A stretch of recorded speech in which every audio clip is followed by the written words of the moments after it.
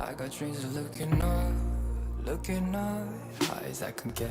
But nothing feels like how it feels to know these things I don't know yet. The weight of everything, and everything's just thread.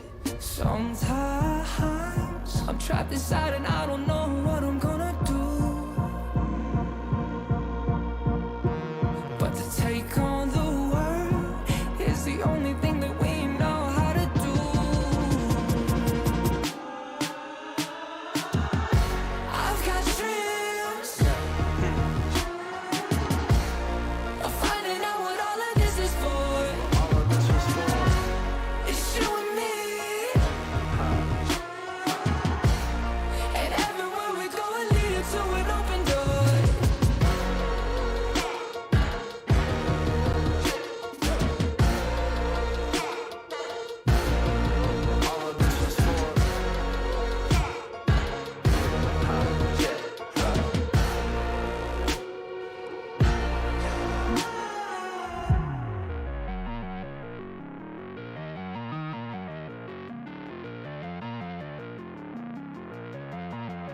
We've made our mistakes, the good and bad days, but nothing really breaks if I got you. Look at the sky when you go outside, and oh, there is nothing to keep me back from you.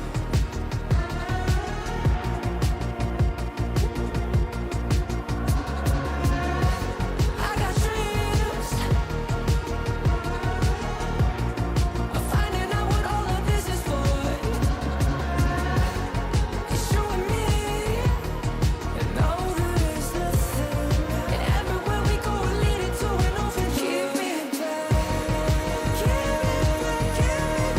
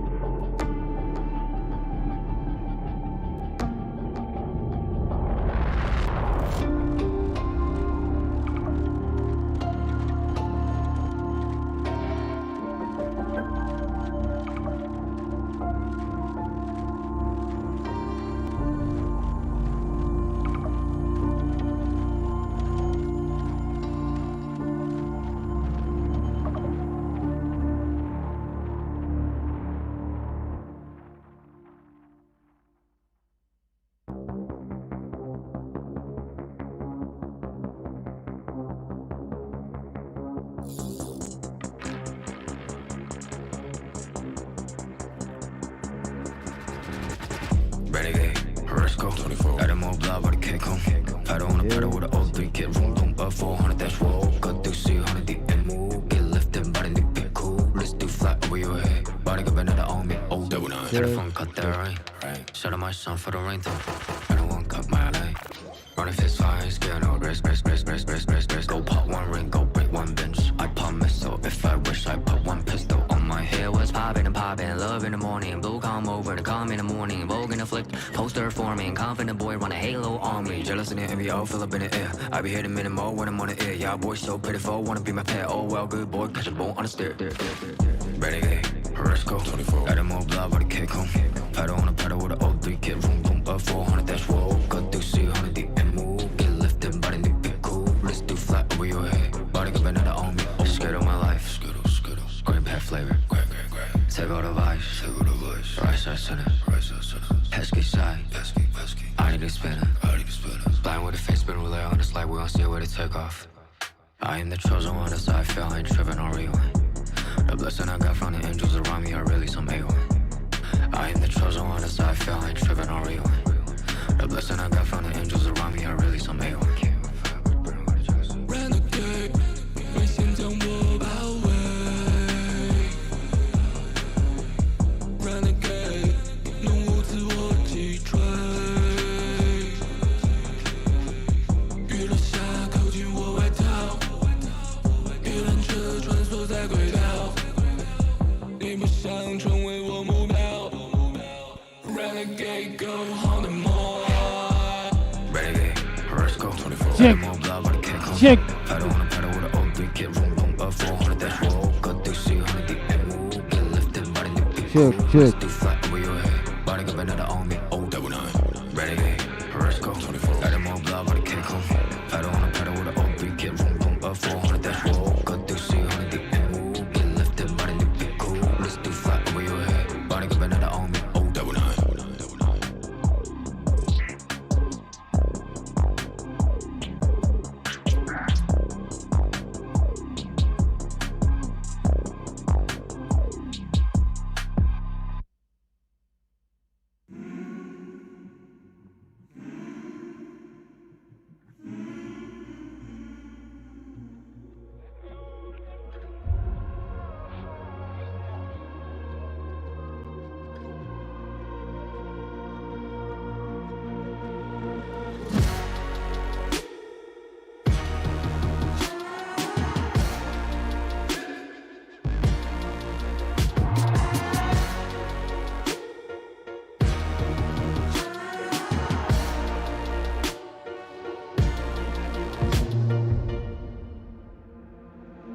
Visions in my head of this, you don't know the half of it. I got dreams of looking up, high as I can get. But nothing feels like how it feels, to know these things I don't know yet. The weight of everything, and everything's just thread. Sometimes, I'm trapped inside and I don't know what I'm gonna do. But to take on the world is the only thing that we know how to do. I've got dreams of finding out what all of this is for. It's you and me, and everywhere we go will lead to an open door.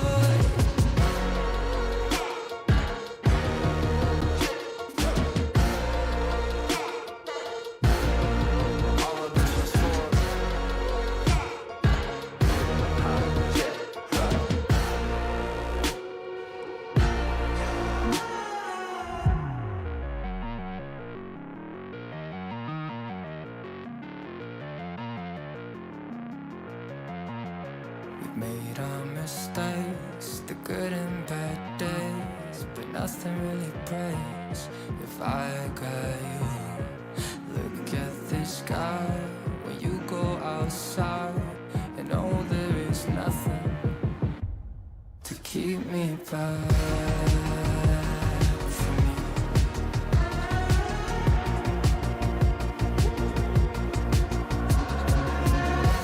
I got dreams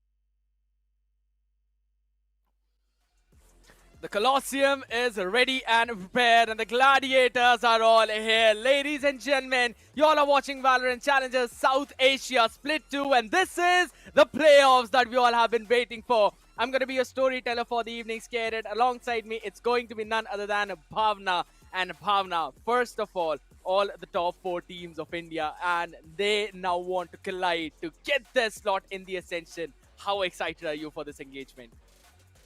Well, I'm super excited, Scared, because like you mentioned, it's the top 4 teams of our country and they're competing against each other. Yes. And at stakes, there are so many things at stake right now for all these teams. Orangutan, they have made it into the land for the first time. So it's going to be pretty interesting for them also. And like you were also pointing out, there have been so many changes, good changes that has come up from the side of Orangutan. So it's going to be very interesting from their side.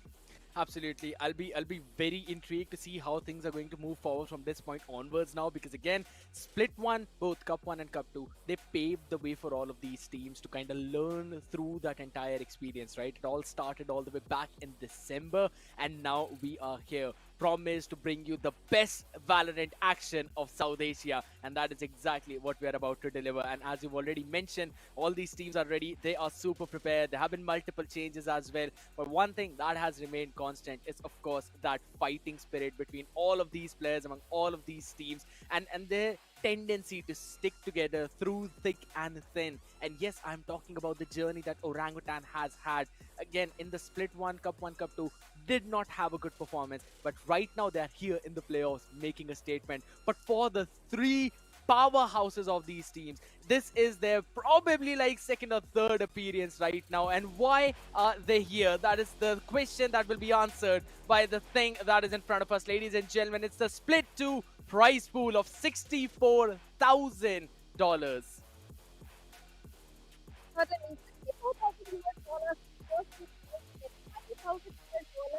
Second place is going to get $12,500. Third place is going to get $10,000. Absolutely. But here's the thing now, all these divisions, 20,000, 12,500, 10,000, it's going to decrease down to the 7th and 8th position. And we already have this teams from 5th to 8th. But the one that we need to figure out is who is going to be that first slot grabber, who's going to be second, who's going to be third and fourth, and so on. Because again, Bhavna, it's not just about the prize pool, it's about the slot of Ascension. The winner gets chance to represent the country, represent the South Asian region itself, and have an opportunity to probably find an even greater glory in terms of the Pacific stage if they win the Ascension. Though a very big dream, but it all starts with those small steps, and those small steps are the ones that these teams now have to take. Revenant have been doing that for a while now, and this is one of the prime team that I want to talk to you about, who has got a chance to actually grab that Ascension slot. Yes, Revenant is one of those teams that can make it into the grand finals again the second time they made it into the Split 1. But I think Revenant, the major problem with this team is the land jitters. That is something they are not able to deal with, because in the Split 1 also we saw everyone was confident that Revenant is going to get a victory against the players of MLT Esports, but that didn't happen at all. Even the players of Revenant were also feeling so confident that they came with a boarding pass for the players of MLT. But eventually, MLT was the one getting the victory. So Revenant, they need to be very careful. They need to deal with those land jitters. That is absolutely true. But since we're already talking about Revenant a lot, right, there have been a few changes in the roster itself, and we are going to have a look at it right now. Paradox, SK Rossi, Skills, Sultan, and DOS9. Sultan is replacing Severine in the entire roster, and all the IGL duties have now fallen in the hands of Skills. Yes, it is showing in his performance as it has dipped from what it was previously, but again, the performance of the entire Revenant has not jittered whatsoever, because DOS9, Sultan, SK Rossi, these 3 have been enabled so very well. It seems like even though there's a lot of pressure on Sultan Skills, but he seems to be knowing his team so very well that he knows how to enable them properly in the game itself. I do agree. Even DOS9, if you remember the matchup against the players of Metal Esports, especially on the map of Ascent, DOS9 was coming online so perfectly that he was the MVP of the team. And the opening frags, the utility usage, everything was on point. He was playing the role of the local as well.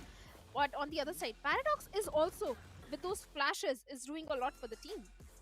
Absolutely, as you mentioned, Paradox, he's not just having those flashes, right? He's having that flex role on the team. Yeah. He can fill up any role that you really want to. And me, Sparta, Spritz, even Shivansh, we all have been talking so much about the fact that this is the player that you could argue is one of the best flex in South Asia. But again, a team whose name always pops up whenever you talk about Resurgence, whenever you talk about the kings of the jungle, the apes, the tree kings. As of now, this team, they made forward from progression relegation, Bhavna. They were so down and out that they almost struggled to keep their foot in the split 2 regular season itself. Yet they researched from it and now are in the playoffs and one of the prime contenders for that Ascension slot as well, because I'm not going to take anything away from this team. This roster is full of power-packed strength. I totally agree. The way Orangutan has improved their gameplay, especially if you remember the matchup against the players of Revenant Esports, on the map of Point, Orangutan got a very dominating victory with a scoreline of 13-2, where Trinity, as race as a duelist, was the MVP, getting too many kills. DC Rules, as a controller, was getting the site control again and again. So I think this Orangutan, as compared to Split 1, is looking more confident, and I would love to see Orangutan in the grand finals. That is indeed true. We all would want to see these apes rise even more, rise even further, because who does not love a dark horse run? Who does not want a Cinderella story for your team? And that is exactly what we might witness today. But again, looking at the team that they have to face on now, it's going to be a difficult task for them to actually win, right? But since we're talking about winning, one thing that is very easy to win for all the people out there is going to be the 1000 VP giveaway that we're having, ladies and gentlemen. Very simple steps that you need to follow. There's a link in the description. Click on it. You will find a form. Fill that form and then come back to the comment section and use the hashtag VCSA24 and enter your predictions. That is all you need to do. Simple few steps, and if you're the lucky winner, you will receive those 1000 VP in your email, and that's all you need to do. But I know it's a bit of a tough task, and we're gonna give you enough time for that, and we'll be heading to a short break, ladies and gentlemen. On the other side of the break, we'll have the team entries.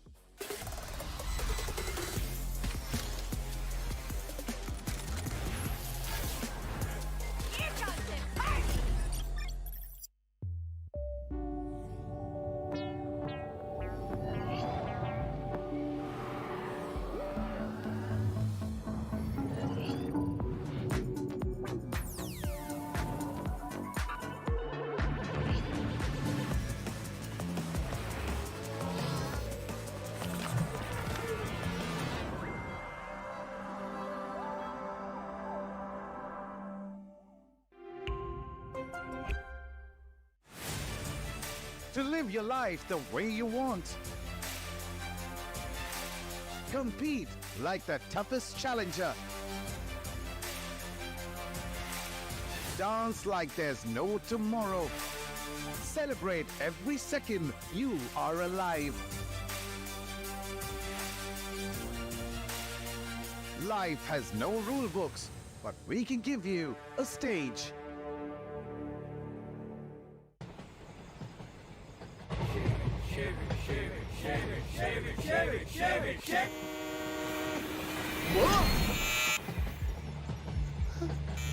What's the worst that could happen?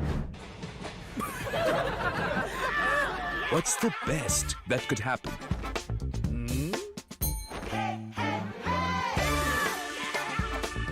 Philips One Blade. Move fearlessly. Innovation and you. Philips.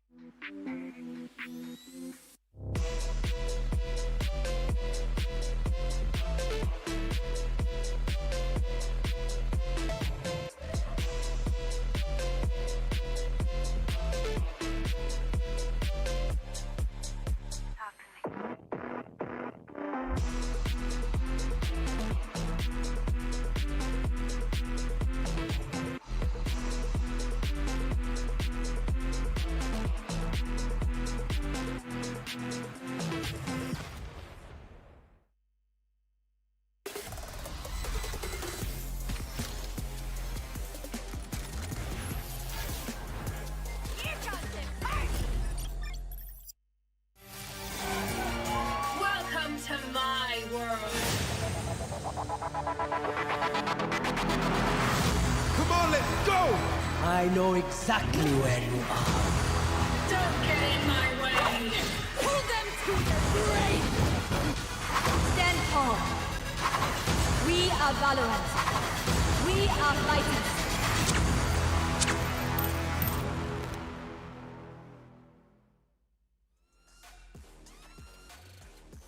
What's up, everyone?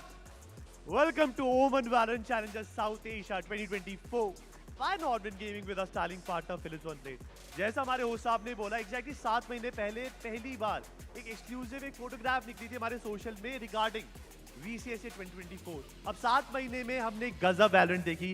काफी young खिलाड़ी, जवान खिलाड़ियों ने जो Valorant खेली, हम सबको हैरान कर दिया. और जो वादा हमने दिया था कि वैलोरेंट हमको पूरे साल चलाएंगे, बेहतरीन चलाएंगे, वो अभी भी बरकरार है. ये 4 दिन, ये 4 टीमें अपना बेस्ट वैलो खेलेगी टू मेक श्योर कि उनको वो स्लॉट मिल जाए जो एसेंशन का है. आज के 2 सेमीफाइनल्स होने वाले, जैसा हमारे होस्ट ने भी बताया. सबसे पहले होगा Revenant versus OG. Second matchup is VLT and True Rippers. Excitement बरकरार है और मैं आप लोगों का समय बिल्कुल बर्बाद नहीं करना चाहता. तो एक बार चालू करते हैं. Make some noise for team Revenant Esports.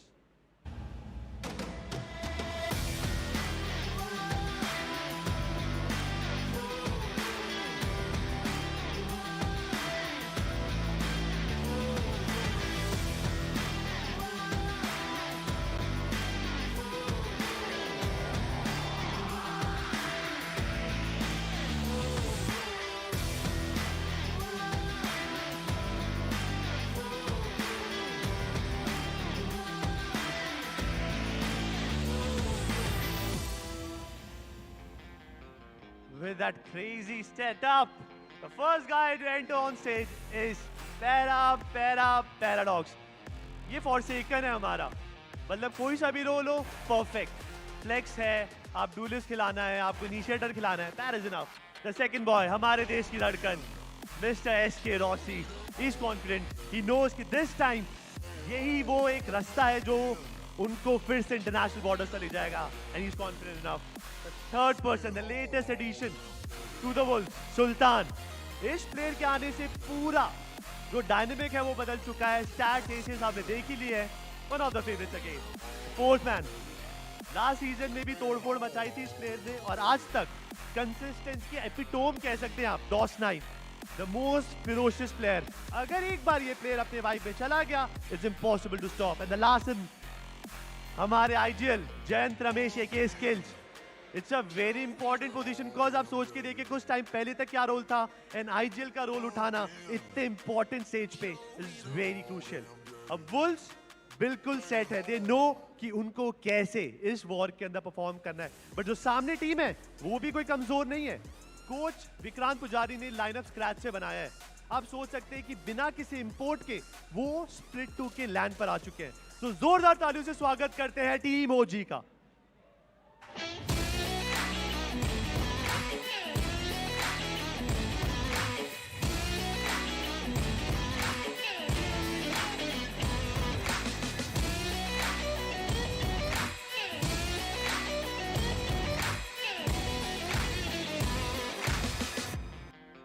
सबसे पहले DC रूल्स.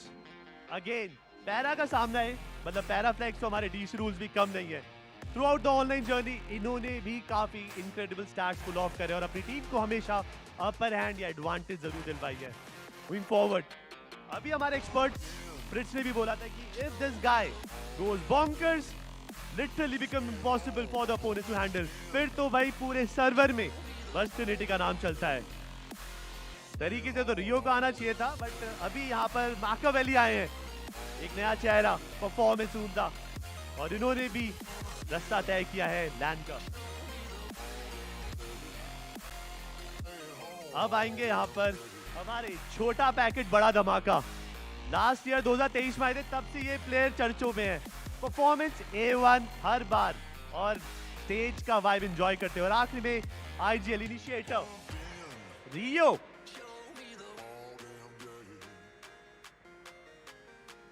वो हमारी दोनों टीम बिल्कुल तैयार है एंड आई नो आप लोग भी इंतजार कर रहे हो कि भाई मैच चालू क्यों नहीं करें, क्यों वेस्ट कर रहा है टाइम. बट एक छोटा सा सवाल पूछेंगे दोनों IGL से, उसके बाद चालू करते हैं.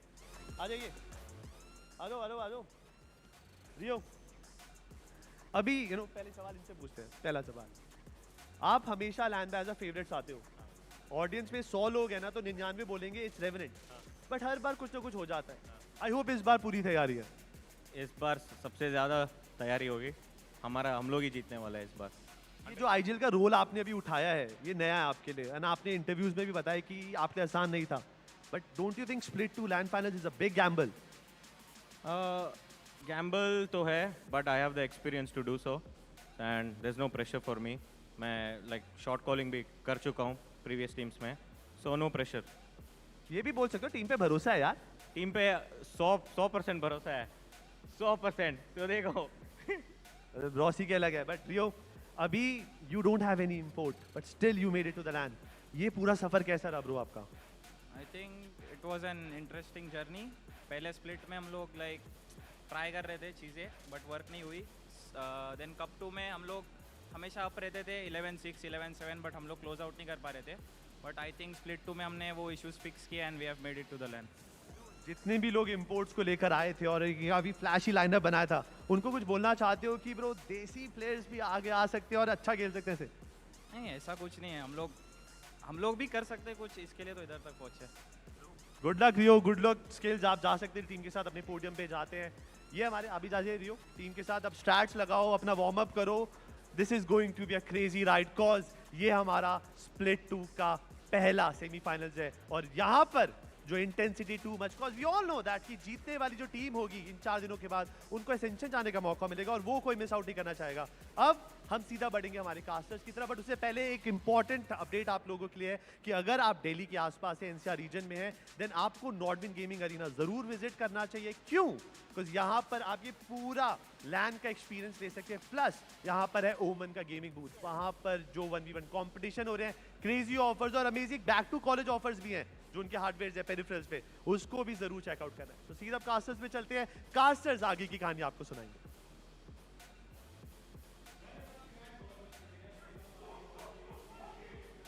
Well. I like the fact that even the Valorant lineup of OG know their chant, the who OG. And now they're here to answer the question of the people who asked who OG, because this team looks prepared. But their opponents are the Goliaths, who have been here in the playoffs for the past 3 times. Cup 1, Cup 2, and now in Split 2 as well. Now, Bhavna, we were having that discussion as well, right? We were talking about the fact how 3 teams have been consistent in the playoffs. And those 3 teams have been Velocity, Revenant, as well as True Rippers. There's the 4th team where we always see some kind of change. It was Medal in Split 1 Cup 1, then it was MLT in Split 1 Cup 2, who ended up winning the Cup 2 itself, and now it is Orangutan. Do you feel that they can do something that MLT did previously? I'm sure you remember the previous split 1, like you pointed out MLT. Yes, this time it is Orangutan, and Orangutan was also would want to do something similar, because that time no one expected MLT to be coming out as a winner. And this time no one is expecting, at least majority of people are thinking either it is going to be True Rippers, Velocity or Revenant to be in the grand finals. But I really want to see Orangutan, and for that the map pool, the map veto is going to be so interesting. So what sort of map veto are you thinking is going to come up? Which map do you think OG is going to pick today? To be very honest with you, I want to see a Lotus. I kind of want to see, because their Lotus has been pretty good. Their Breeze as well was looking impeccable. But as you talked about map veto itself, we're seeing Split and Sunset banned out. Yes, I guess we have the opportunity. But wait a second. Okay, Orangutan picking the map of Haven itself, where Revenant are going to start their side on attack. I like the idea. I like this approach of Orangutan people, right? Because Ascent and Haven, they used to be the comfort maps for a lot of those teams out there. Icebox, I'm not pretty sure though, because it's an RNT pick. I know that Revenant has been phenomenal on this one. So even if Orangutan are able to take Haven for themselves, I think so it still is going to go on that decider that we're going to see Lotus. This Icebox is scaring me, and I'm sure it is scaring the players of Orangutan as well, unless they have prepared really good on the map of Icebox, because in Split 1, Orangutan, I think they played 7 or 8 times, I think 8 times on the map of Icebox. And every time they had to face a defeat. Even in the Split 2 also, Orangutan's Icebox has never been that fantastic or flawless. Yes, it did manage to get 1 victory against the Plus of the Zoo, but other than that, nothing fantastic. So Icebox is something where Orangutan, they need to be very careful. They need to get Heaven at least in the bags.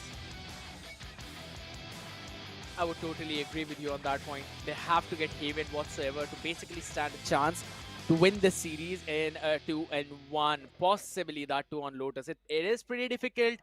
It is something that you know could go anywhere. This is one of that series, but I know a lot of a lot of the people, a lot of the fans out there who are in the comment section right now. And by the way, polls are live, so yeah, you can go forward and vote for your favorite team. Would eventually select Revenant as their fan favorites, but looking at the composition for the map of Haven, Machiavelli on that Astra. I like the idea. They're going with a Breathe Sober combination where Trinity on the Jet and DC Rules on the Cypher.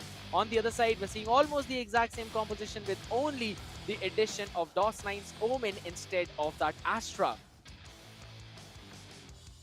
Well, certainly. Interesting composition coming in from both the teams. Yes, I do love Breach on the map of Haven because the Jet Breach combo, especially towards the A side, is going to be fantastic as a defender. I think it is going to amp up your defense, especially those fault line lineups in the A shot as well. So I think, yes, Breach is a viable pick, but Astra, yes, I used to see Astra a lot on the map of Haven, but let's see if it is going to favor the players of Orangutan today, because for me, Omen smokes are much better as compared to Astra smoke, especially with those paranoias. So I believe Revenant is having a slight advantage. Yeah, that is true. I would kind of agree with you on that one, but honestly, there's a lot of utility that an Astra brings on the table, right? You want to basically pick an Astra to make sure that you've got that post-plant utility up and growing. That's where the Astra comes into play. Those gravity wills, those knockups as well. These are the things that you want to focus down on. Plus, combine it with Trist's Breach. I think so you've got a very solid post-plant setup if you've got a decent amount of utility. But again, Revenant are the ones who are going to be starting things on the attacking side to have the momentum on their favor. Ladies and gentlemen, this is the first map of the first match in OMEN Valorant Challenger South Asia 2024 Split 2 with our styling partner Philips One Blade. It's going to be an amazing evening as SK Rossi is starting things on the duelist.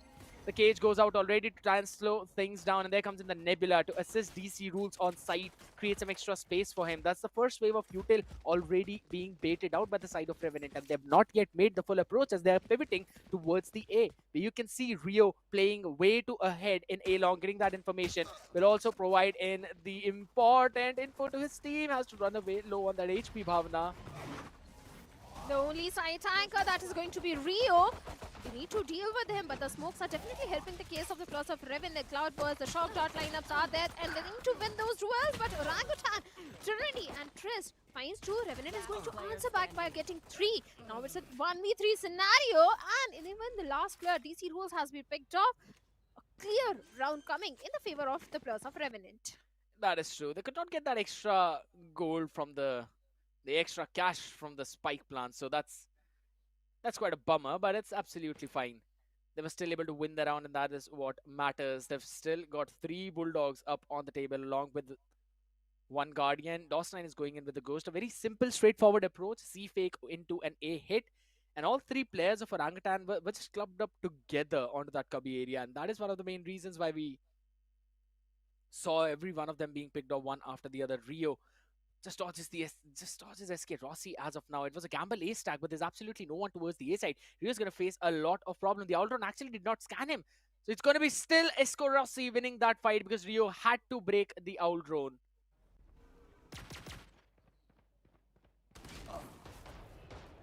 Shot toward the backside. SK Rossi wins out one more. Can he find another one? Absolutely he will. He's just farming out those orbs right now, Bhavna. Well, SK Rossi is known for his 4Ks. I won't be surprised if he get a 4K in this particular round as well, but I want to see him go for an ace, which is highly possible because Trist and Trinity, they both have just classics in their hands.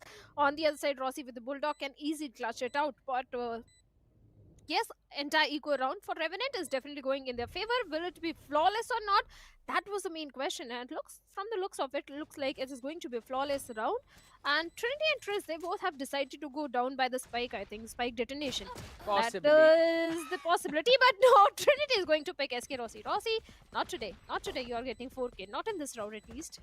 I mean, you said it's going to be a flawless, so I guess they decided, you know what? Just because the caster said it's going to be a flawless, we're going to try and make sure it's not going to be the case. Either way, that's Trist falling off to the spike.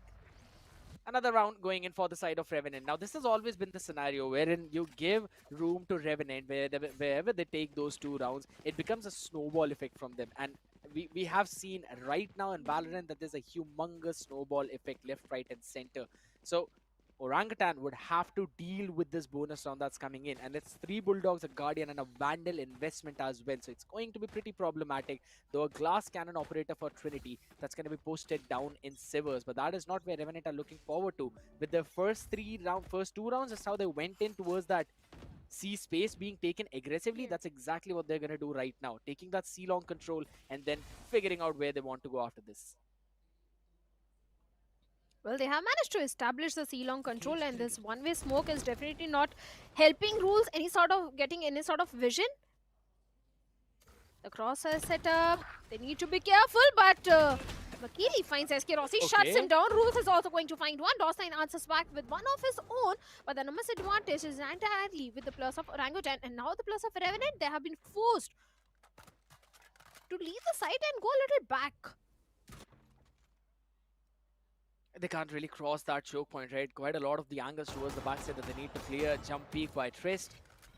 Catches on a couple of people out there, so knows that there's still going to be players. There was a trap fire towards Garage as well as the B main, but now since DC Rules has been picked off, so that passive information is not going to help whatsoever.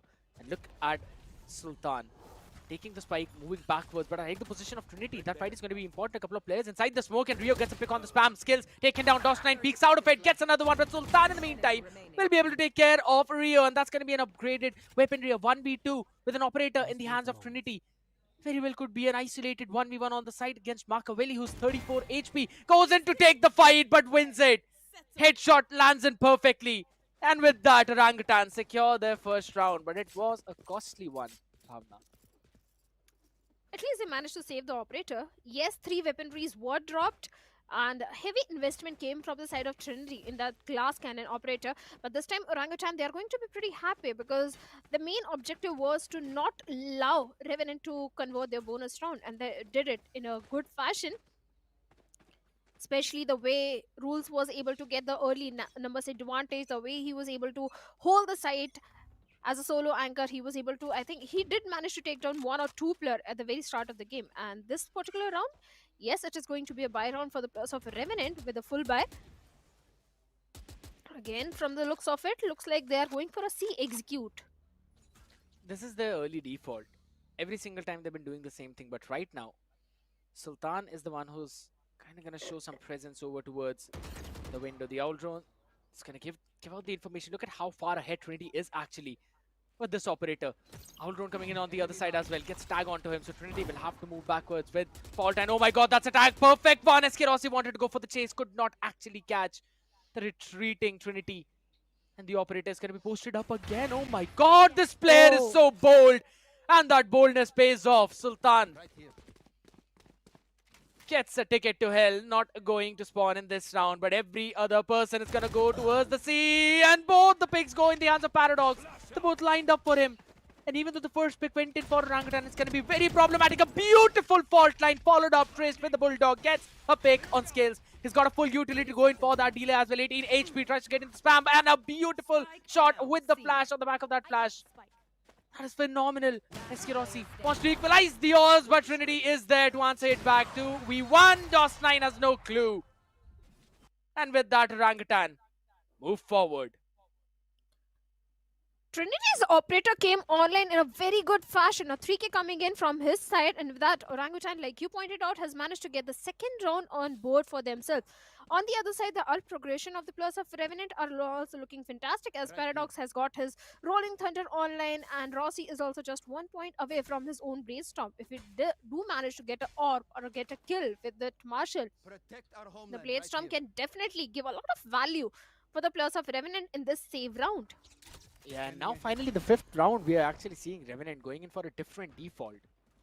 But this time they're starting towards the A. Maybe want to establish that lobby control, but look at this additional star that has been placed in by Machiavelli there. Could be changed into anything with whatever Orangutan are actually going to plan and to do. Like the idea of how far ahead right now Sultan pushed up towards the B, taking care of that trip. Now that's going to create some question marks. Alroon to take the information as well. Spotted SK Rossi out there. Window fight is going to be important between Machiavelli as well. Skills out there in the open. Information gained. Machiavelli will have to concede that space. And shot by DOS9 as DC Rules were out there exploring.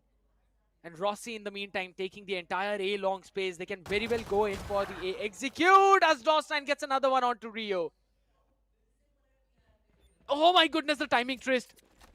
He missed Rossi. He missed Rossi. It's a big, big problem. He did miss Rossi, but Paradox finds Triss, shuts him down and looks at Revenant. Despite having a weaker weaponry, they are going to convert this round because now it's a 4v2 situation where the numbers advantage is entirely with the players of Revenant. The spike has already been planted. Yes, Trinity is having his own operator, but looks like they have made the call to save the weaponries and try for the next round. So this round is going in the favor of Revenant. A good round conversion coming in, especially the way DOS9 was able to find those initial picks, the way Paradox was also find those kills. It was definitely an important round for the players of Revenant, but after this, Orangutan for the next round, yes, they have the Cosmic Divide as well available, which might help them to go for an equalizer. That is true, but again, you talk about the ultimates, there's a Rolling Thunder for Paradox, and Skirosi will also be on his Blade Storm for the next round if need be. But on the other side, economy looks okay-ish. Maybe they'd be able to squeeze in some buy with the half shields and stuff, and that's what I was thinking about as well. Trist is a couple of points away from his own Rolling Thunder. On the other side, DC Rules has got his Neural Theft. Now, in the previous round, they went in for the exploration and they were punished for that. And that is exactly what happened in round number 4 as well, when they went in for the C-Long exploration and Paradox got a Collat 2K. So these are the things Orangutan would have to kind of work around with smartly. Good fault line to push back the operator player. On the other side though, we're still seeing Rossi on that Blade Storm and he gets a pick onto Trinity. That's the operator out of the picture as well. The Hunter's Fury got a pick. Got a tag on 2 different players though, Paradox and Skills, both down to just 70 HP each. But as long as that weaponry stands, that's going to be the main thing. Rolling Thunder invested now. Everyone wants to try and run away with the Blade Storm. Skirosi gets another one. Wants to dash in, takes control of the entire Sivers. And that basically means the side is lost also the chance of picking up that operator because it is in the hands of SK Rossi. Rio, though, gets a pick on Skills with that shock dart. Want to go for another one, but the re-exploration coming in from the A lobby. Sultan in that off angle should be able to catch them off guard. Oh my god, he actually did, but missed out on the shots as DC Rules connects ahead with a Stinger. Close range Stingers are definitely a good weapon, but Rossi with a Blade Storm might get one player in the heaven, and it does take down Rio. DC Rules is going to answer back with the Guardian, takes down DOS9 as Rossi with the operator finds Rules. Now, Macabre is the last player remaining, and looks like Rossi has an idea. He might be coming from the A shot, and an ace coming in for Rossi. Just when I was thinking that Rossi in the previous 2 rounds was not able to perform up to the mark, was getting taken down pretty early, he answers back with an ace. Absolutely phenomenal ace coming in from the lad. He was playing the initiator back in split 1, but in split 2 they decided to put him on duelist, and it's actually paying off really well. And on the back of it, if I'm not wrong, we're going to have a tactical timeout by Orangutan boys as well, because that have to talk about some stuff that they need to fix onto their defense and figure out the main default of what Revenant is doing. But a lovely way to set up SK Rossi on the back of that fault line to push back the operator, then helping him out with the flashes and the darts as well to jump in, dash in on the side, get a few of those extra picks. That's what you love to see.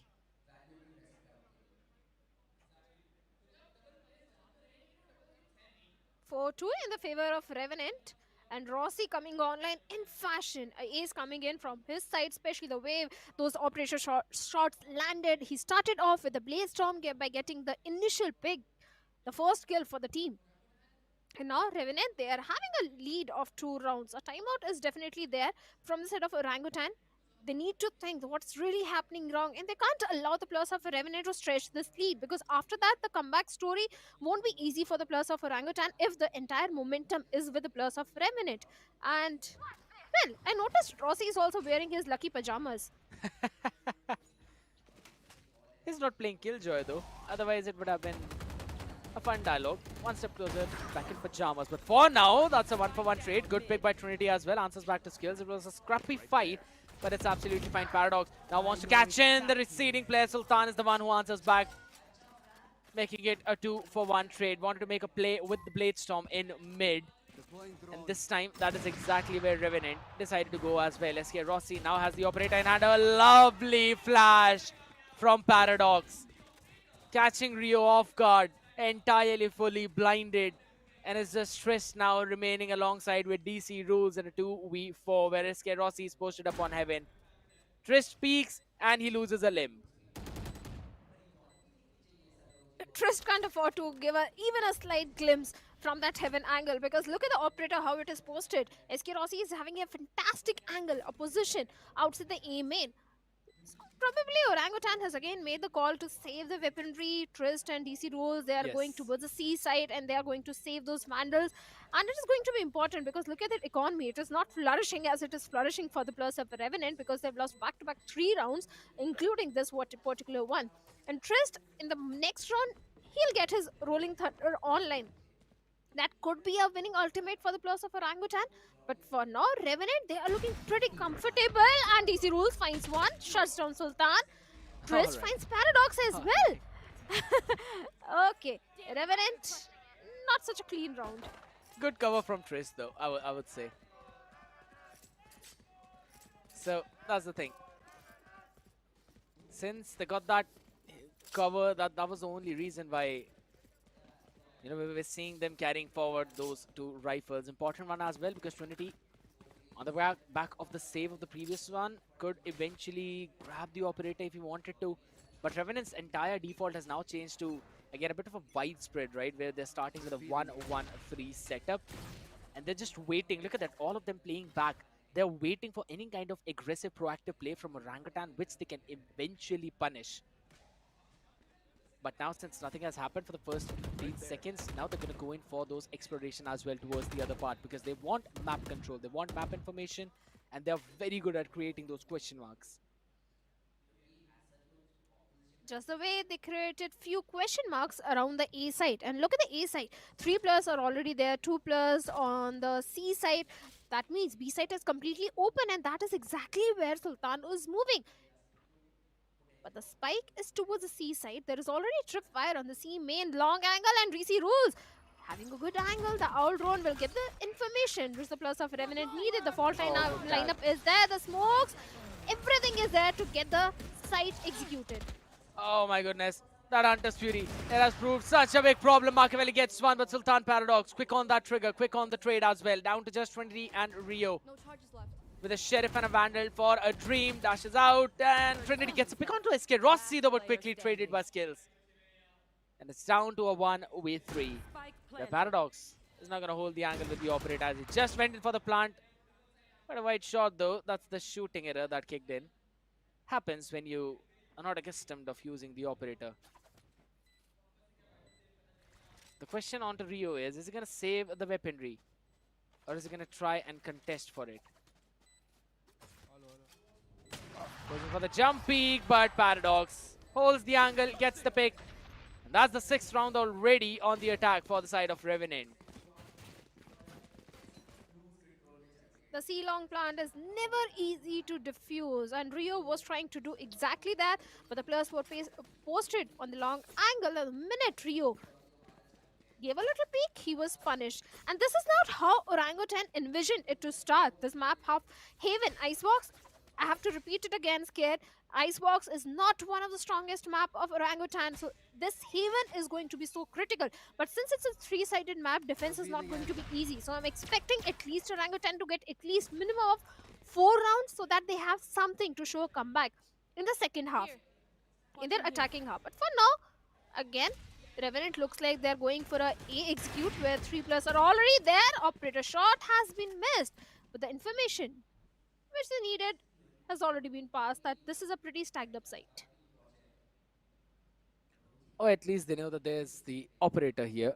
And this is one of the few times when we're actually seeing OG contesting and winning the A-long engagement. Otherwise, every single time they would just give up on that space and move back. But Trinity is holding that fort. Skills in the meantime, again, using the Owl Drone. Did not catch anyone into the window, at least playing aggressive. So,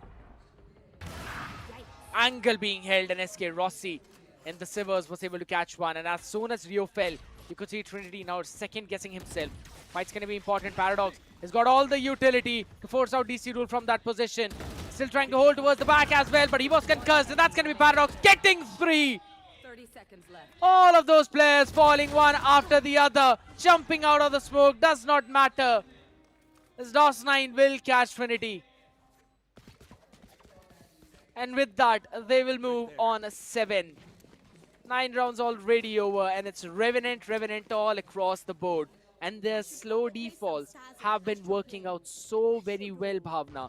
They're working across the map. They're finding the opportunities. They're finding these timings against the members of Orangutan to catch them off guard and get those picks. And every time SK Rossi with the operator has found a value, you could clearly see Revenant turning it and making sure that they get the round. 5 sheriffs on the board for the players of Orangutan. From the looks of it, it is looking like a 2-8 in the favor of Revenant.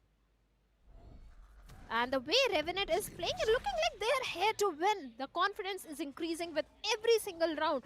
SK Rossi's operators giving so much value, so much opening for the players of Revenant. A side completely left open. That means easy execution. But the retake is going to be a flood retake from the side of Heaven and the link angle. But Rossi, you need to be careful. Oh! He finds one. How did Rossi manage to get that shot on Trist? The no scope! The accuracy on no scope up is horrible, but SK Rossi has been so on point with that. But wait a second, Rio landing in that crispy headshot has technically made this round doable. Can eventually try and pull it off, but no.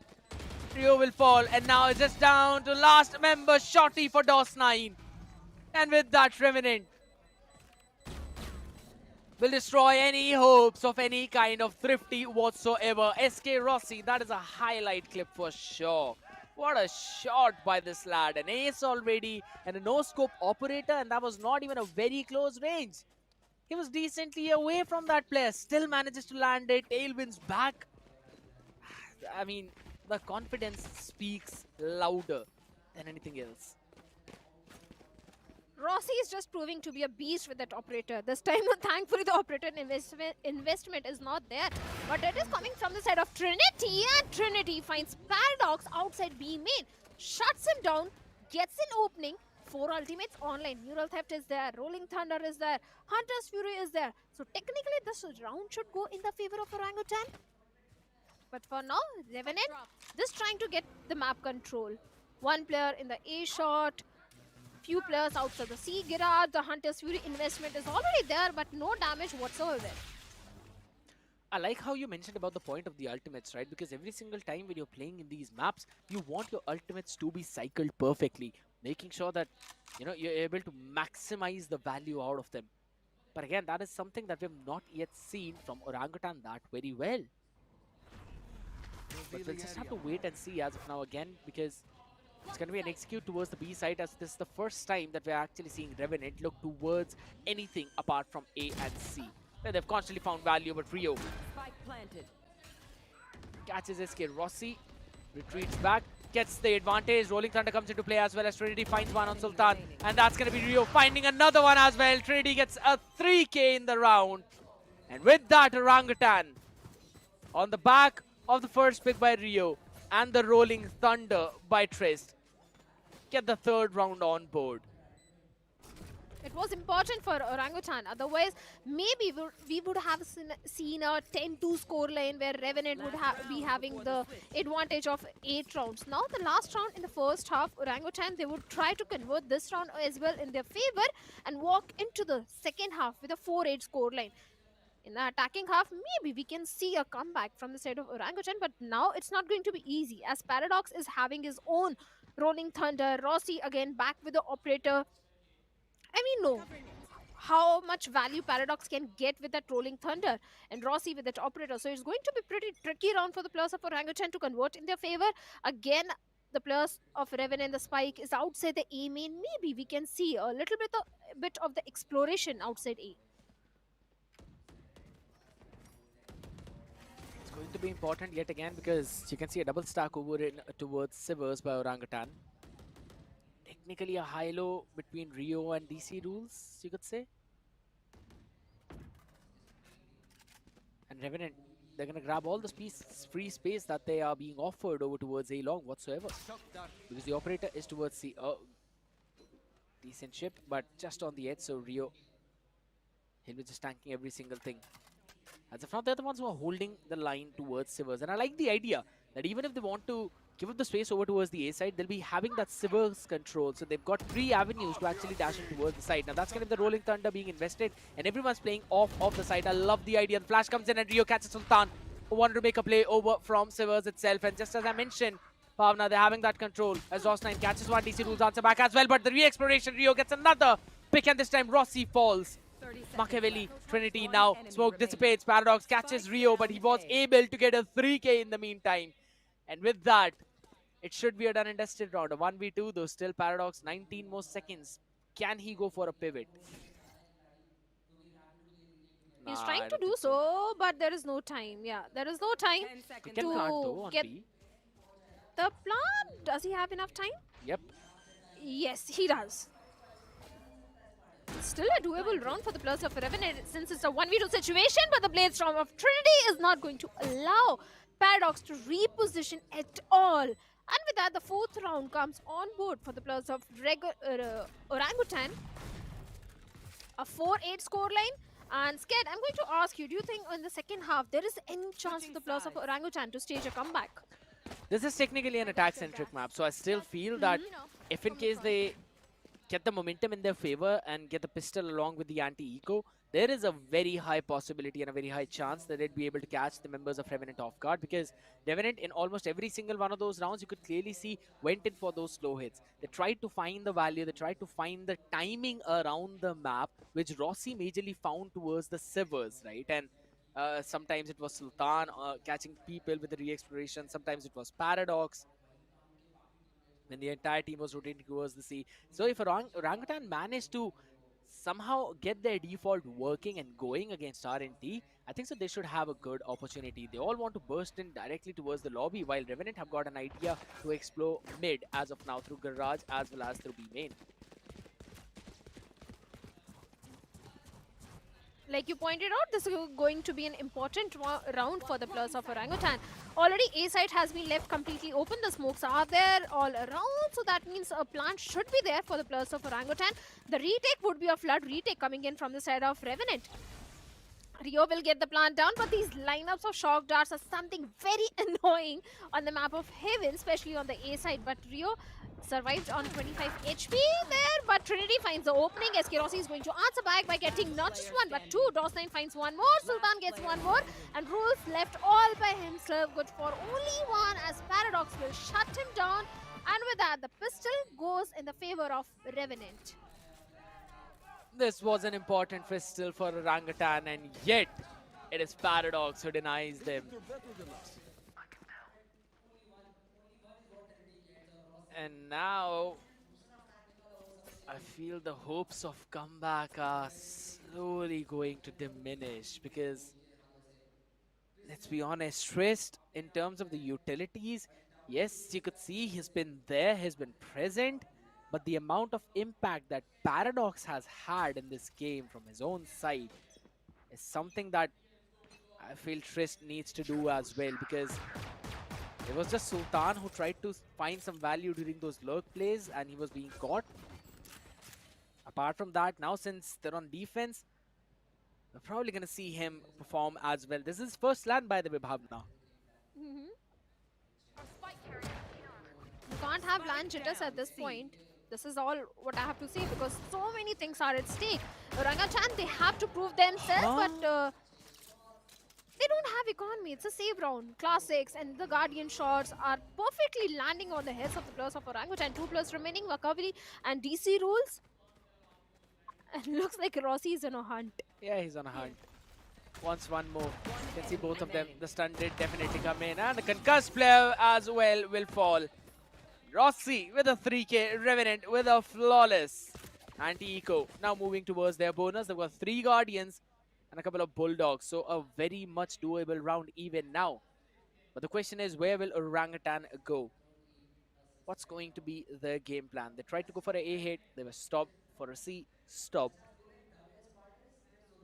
I'm going to see them going in for the B this time. I want to see them working around the map a bit because they've got the Astra. They can go in for those fake Nebulas as well. They can go in for those Concussors if they want to towards the site execute. There's quite a decent amount of utility for them to actually go on to. There is certainly, but Revenant is already on the 10th point. 6-round deficit. Orangutan is just going to be a lot from their side to stage a comeback. Again, they're going for a ace hit where we have those tripwires of Sultan, which are not going to be easy to deal with. Agreed. And he... And not just one, double tripwires. Yeah, exactly. They actually go in. And now the second trip is actually going to catch. No, it did not. Rio was the one who actually broke it. Sultan still having control of the Silver's angle. Was basically pinched in from a couple of directions. Trist was able to catch him. SK Rossi was able to find DC rules on that lurk though, so he will be going in for the backstab, and now it's the duty of Trist to actually win that fight, and he will be able to. That was an important duel around the map. But on the other side as well, Skills goes in for his own util down. Trinity doing a phenomenal job. Catches DOS9 and brings it down to a 4v2. The attempt will definitely be there. Trinity don't need to overheat at this point now. They've got the weaponry. Do not want to lose any of it. Fires a couple of shots. Had the opportunity. But it does not matter. As they'll finally finish both of them off as they move out of that choke point. And with that, another round going in for the side of Orangutan. After a while though, we saw them win this run. So this is an important round, to be honest. Because with this, now we're going to see the first buy round of the half. OG, they need to do a lot more because they are 5 rounds deficit. But like you pointed out, this is going to be an attack-centric map. So there is a high chance that Orangutan slowly can come to an equalizer. And Revenant, well, for now the operator is posted on the A shot and it is going to be so difficult. DC rules, you have to be careful. Finally, the camera will give away the position of SK Rossi, and now he has been forced to reposition. And looks like this time OG, they are going for a garage control where there are tripwires they have to deal with. The smokes are there to help their case, but Sultan, despite the smokes, finds the opening onto Trinity. A questionable choice there, but DOS9 goes in for the re-exploration, wins the fight. Trist has been taken down. And these are the fights that you're actually supposed to punish on the other side. Again, there's this presence of that one way, which eventually helped that Omen out. 5 HP on Sultan, but still surviving, still breathing. And as long as that weaponry stands, things are not going to be equal. Paulden comes into play along with the shock dart as well. A few util dump from different side, but Rio just saw a pixel on Paradox. Gets that wallbang headshot as well. A perfect way to slowly try and get the numbers equalized. But how are they going to deal with Rossi? Do they even anticipate that he's here? They don't have Trist. They don't have flashes. It's going to be up close and personal, and Rossi gets the pick. Tries to tailwind out as well. Gets the reposition. DC rules punished for not being able to connect that one, and Rossi will not miss. Rossi will hit. And does not matter if this player was kept silent in the regular season. He's out here roaring in the playoffs for Revenant. I can still hear the supporters at the venue supporting their favorite teams. But the shots which SK Rossi is landing today, he's coming online in a fashion. From the very start of the game, yes, in the initial few 2 or 3 rounds, he was not coming online. But after that, the 4Ks, the A's, the 3Ks are coming in from the side of SK Rossi in every single round. Again, rules, you need to be careful, man. Now Rossi moves back to the A-long. But looks like, again, the players of Orangutan are going for a C hit because that is where the spike is, the tripwires in the garage, and the way rules is there. I'm sorry, Sultan is there. It is not going to be easy, especially DOS9 also guarding the C window angle. There is a little bit of the hold, but SK Rossi is not going to hold back as he shuts down rules. Gets that wall bang as well. So now he's going to take all that space over towards A. Pushing up almost all the way towards the spawn, Bhavna. This is so much information. And Revenant can just play in for a pincer maneuver. There comes in the Blade Storm. He actually wants to push forward. He wants to catch all of them, and Garage itself tries to take the fight. Machiavelli shuts him down, trying to hold that defensive line, but Sultan is there for the answer back. And only Machiavelli remains, who will fall, who will crumble. But the hand pulls him back into the abyss. And with this Revenant move to 12, Haven has been looking impeccable for this team. And it clearly shows you the confidence that they have. The timeout now being called, and I guess it is a bit too late for that.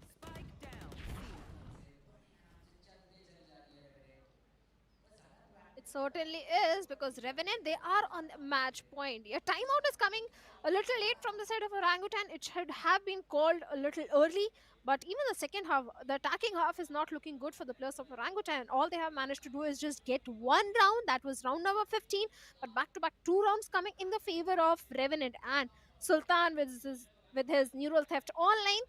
Yes, DC Rules is also having his own neural theft. Rio with a Hunter's Fury, Trinity just 1 point away from his Blade Storm. But let's be honest, Orangutan is 7 rounds deficit, and staging a comeback at this point where Revenant is on the match point, highly unlikely. They just do not have the economy as well to try and even compete with the buy that Revenant will bring, right? Because again, the SK Rossi is operator for a couple of rounds now. He's been pushing out A. We haven't really seen any adjustment from the side of Apes to deal with it, and that has been a big problem. That has been a big thorn. So I kind of want to see them trying to properly punish SK Rossi for that, but no more operator in this round for him. It's Skills who's actually having that as Rossi pushes it out, gets one, wants to follow up on more because the paranoia is just brilliant. And this guy gets a 3K. It's just the confidence that's doing all the shooting now. As Skills gets DC rules, and we're going to see a 4K, maybe not, as Skills gets a 2K off his own. And IGL closes out things in this map. What a beautiful way to perform. And what a statement by this team. That's how you start your things off here. Revenant look much more than just prepared. Oh yes, Revenant was definitely prepared for the map of Haven, especially the way SK Rossi was coming in the last round. It was not just a paranoia, it was Paradox Flash, Skills Recon, DOS9 Paranoia, 3 utilities, the layering of the utility which was coming from the side of Revenant, not just in the last round, but every single time. It was bringing perfect value. The aggression which Revenant was having, even despite being in the defensive side, was helping their case. And Orangutan, yes, the first half they did manage to get the 4 rounds, but the second half, the attacking half, all they did manage to get was one single round. And now Icebox, I'm a little worried, scared. Icebox is not Orangutan's strong map. That's an understatement, Bhavna. That's just an understatement. Because it just seems that it might actually be a 2-0, and Revenant are going to be the one basically writing a statement. And you love to see, right? We've been talking about how Paradox has been a very good flex player for the side of Revenant, but I also want to bring the attention back to DOS9 himself, as he was the main duelist for the team and Severine was in the roster. And then they switched things up, they put SK Rossi on that duelist role, and DOS9 has to go in for those adjustments. So he's the one who's actually playing in those weird different roles. Like on the Lotus he plays the Killjoy, on now Haven has shown his Omen as well. Omen kind of plays out just like how a normal duelist would, because of the constant shrouded step and the second entry that you technically provide, sometimes even the first entry into the site. But yeah, the playstyle kind of matches up, but at the same time I really love the fact how this team adjusts to the way how the current meta is working and how everyone around them are playing, right? And that is one of the main reason why I've said this team is one of the prime candidates to take that slot of Ascension after winning this split too, because this is the way how they're starting things on Haven. I am pretty intrigued to see and pretty interested to see what they've cooked up for the next few maps. Yeah, even I'm also very interested to see how Revenant is going to perform on the map of Icebox, because if this is how they are going to perform on the map of Haven, which they have played after a very long time, they were completely dominating. I would True. say they were annihilating the entire team of Orangutan, especially Rossi. I think he got what 5 or 6 force kills. The Ace coming in, a 3K coming in, the pistol round. Rossi was doing fantastic, and it was not just Rossi, it was Paradox as well. He was getting the kills, the fault line lineups, the flashes which Paradox was bringing in was helping Rossi get those first kills. Right. And the operator was definitely doing so much for Rossi. But Orangutan, yeah, I also think that we are moving for a 2-0, because the last victory which Revenant got on the map of Icebox was against the Plus of Velocity Gaming, and that went into an overtime. Despite that, Revenant was able to seal that map in their favor. So maybe this Icebox is also going in the favor of Revenant.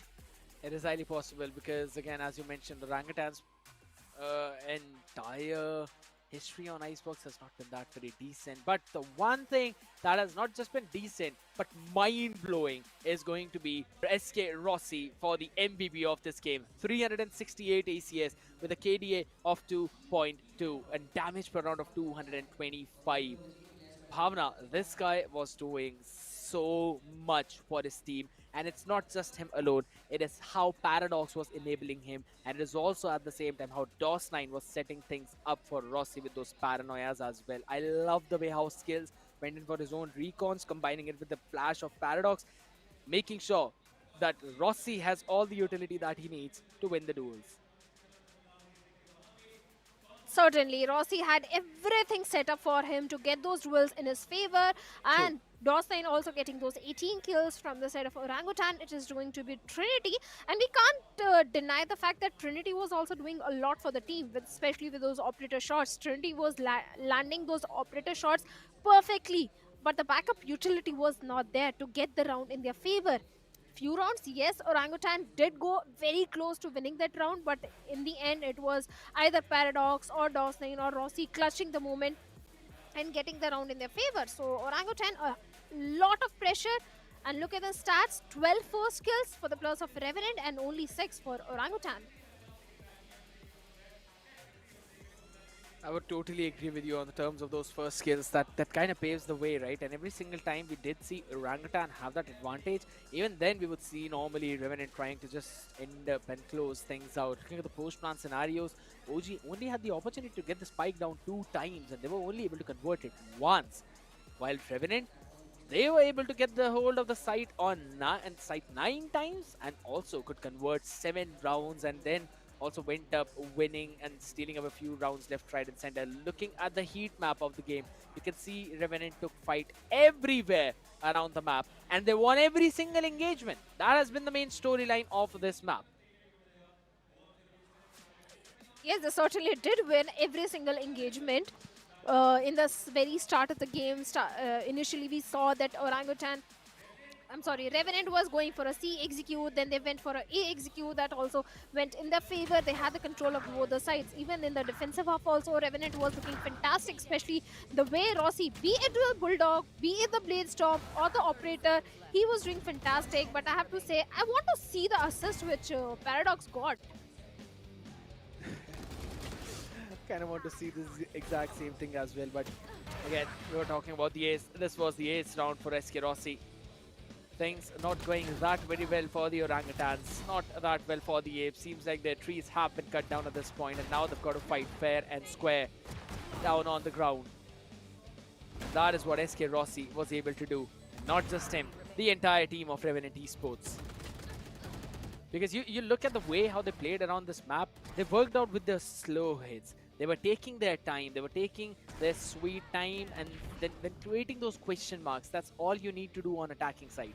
Create the question marks, try and figure out the setup that your opponent has by seeing what their utility is being used where at what time, and then you can easily work around it and make sure that you've got the best possible way of going in for those executes. And that's exactly what we saw in the history as well, in the highlights entirely, the Omen highlights that we just witnessed. So Bhavna, yes, we've been talking about the previous map of Haven a lot, and now again the next one's going to be Icebox. And if that is a big if, we see Orangutan win that one, then we'll go towards the Lotus. That again seems to be a very good territory for Revenant. So in terms of map pool, I think so this team has got one of the best map pools in the entire playoffs. I pointed this at the very start of the stream that if Orangutan wants to win today, they need to convert the map of Haven in their favor. That is the only way Orangutan get a victory today. Otherwise, there is no chance for Orangutan to get into the upper bracket finals, because Icebox, let's be honest, is not their strong map. Lotus, things might go in the favor of Orangutan because Split 1, Lotus was not a strong map for them, but Split 2, Orangutan has made some changes, good changes, and they're looking, I won't say very strong, they're looking decent on the map of Lotus. So if they had done their homework right, there was a slight chance of converting Lotus. But Icebox, I don't think there is any chance. I won't say there is any chance, there is still some chance, depends how much prepared Orangutan is. I mean, there's this big thing, right? You need quite a bit of the counter strategy, the anti-stratting when you're playing against Revenant, just like what True Rippers did back, if I'm not wrong, in Cup 2.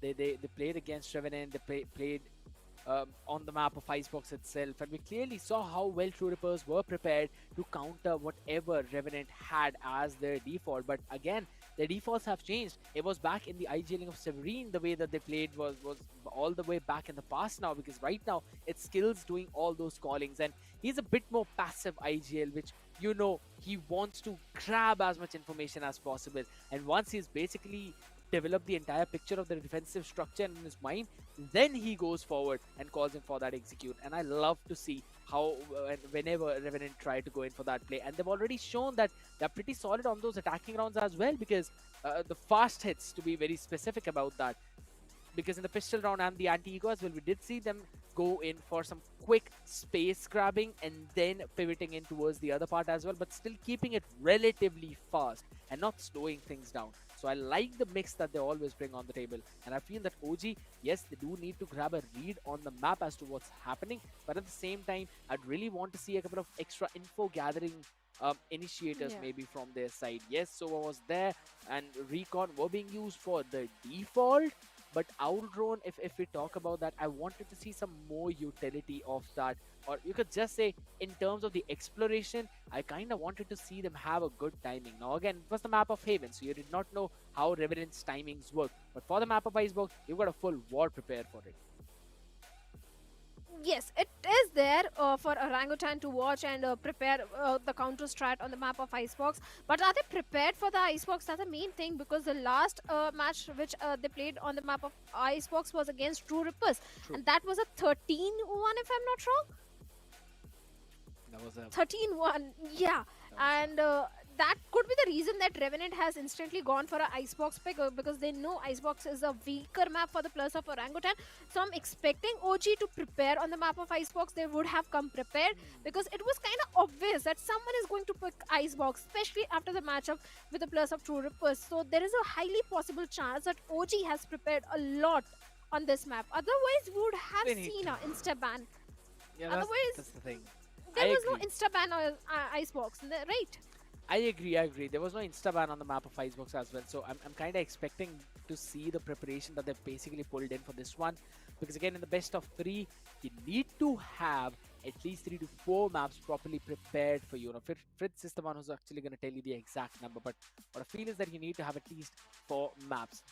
So to make sure that, yes, you're going to have all the maps that are pretty good for you. But yeah, at the end of the day, I still feel, again, Orangutan, there's a lot to learn from what happened in the previous one. You can figure out the timings with the way how Sultan was performing in the group stages and how he's performing right now. There's a big change, right? There's a big, I would say, land jitter or the land pressure that he's kind of crumbling under. We also saw all the Revenant players talking to him as well, discussing things out with him, making sure that he's cool, calm, collected, so that he can deliver his top-notch performance. Just how Philips One Blade delivers its own top-notch performance. You can move fearlessly with Philips One Blade. But with that, now let's move over towards the head-to-head between SK Rossi and Trinity for the previous one. 368 ACS up against 218 for that Trinity.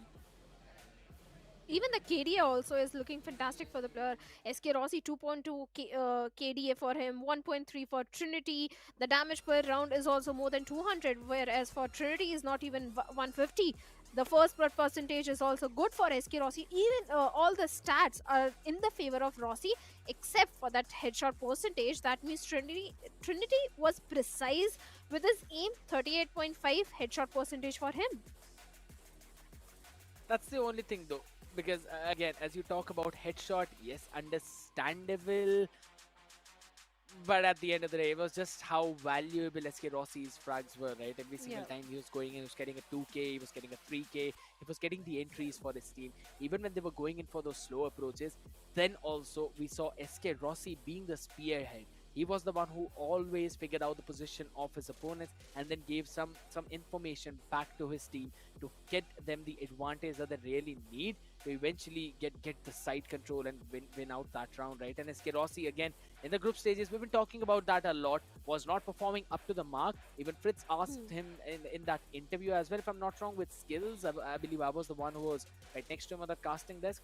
And we asked the question that there's been some jitters in the performance of SK Rossi as well, but being back on that duelist role. But right now, it seems that he's again back super comfortable. He's back in his lucky pajamas. That's all I have to say. But yeah, Rossi was performing exceptionally well today. Yes, the performance was missing in the previous matches, but now that he's back online, we can expect more such performances, more such 4Ks and As coming from his side in the upcoming matches. But for now, on the map of Icebox, I expected OG to bring Harbor, but this time Harbor is not there. Rather, it is with the plus of Revenant, a double controller setup for Revenant. I like the idea. I love the idea from both the teams. Because there's a Viper Harbor combination from one side, and then Orangutans are going in for the KO Gecko combination with those God flashes. Now it totally depends on how well these comps are used, because both of them can find equal value. Orangutan on one side need to play a bit more aggressive, or they need to play entirely on the retake. That's the only way I feel that they will get the maximum value out of this God flash combo of KO and Gecko. But for the side of Revenant, they can work things around slow. They can take their own time. They can make sure that they've got the map spaces. They can dissect the map with this double controller comp and then take those dissected spaces, dissected angles, take that space away from OG, and then create the entire picture of wherever they want to go in for that hit. So I like the idea, I like the approach from both of them. Revenant have already shown this composition all the way, if I'm not wrong, back in Split 1 itself. Split 1 Cup 1 is where they picked up the Icebox in the playoffs first game.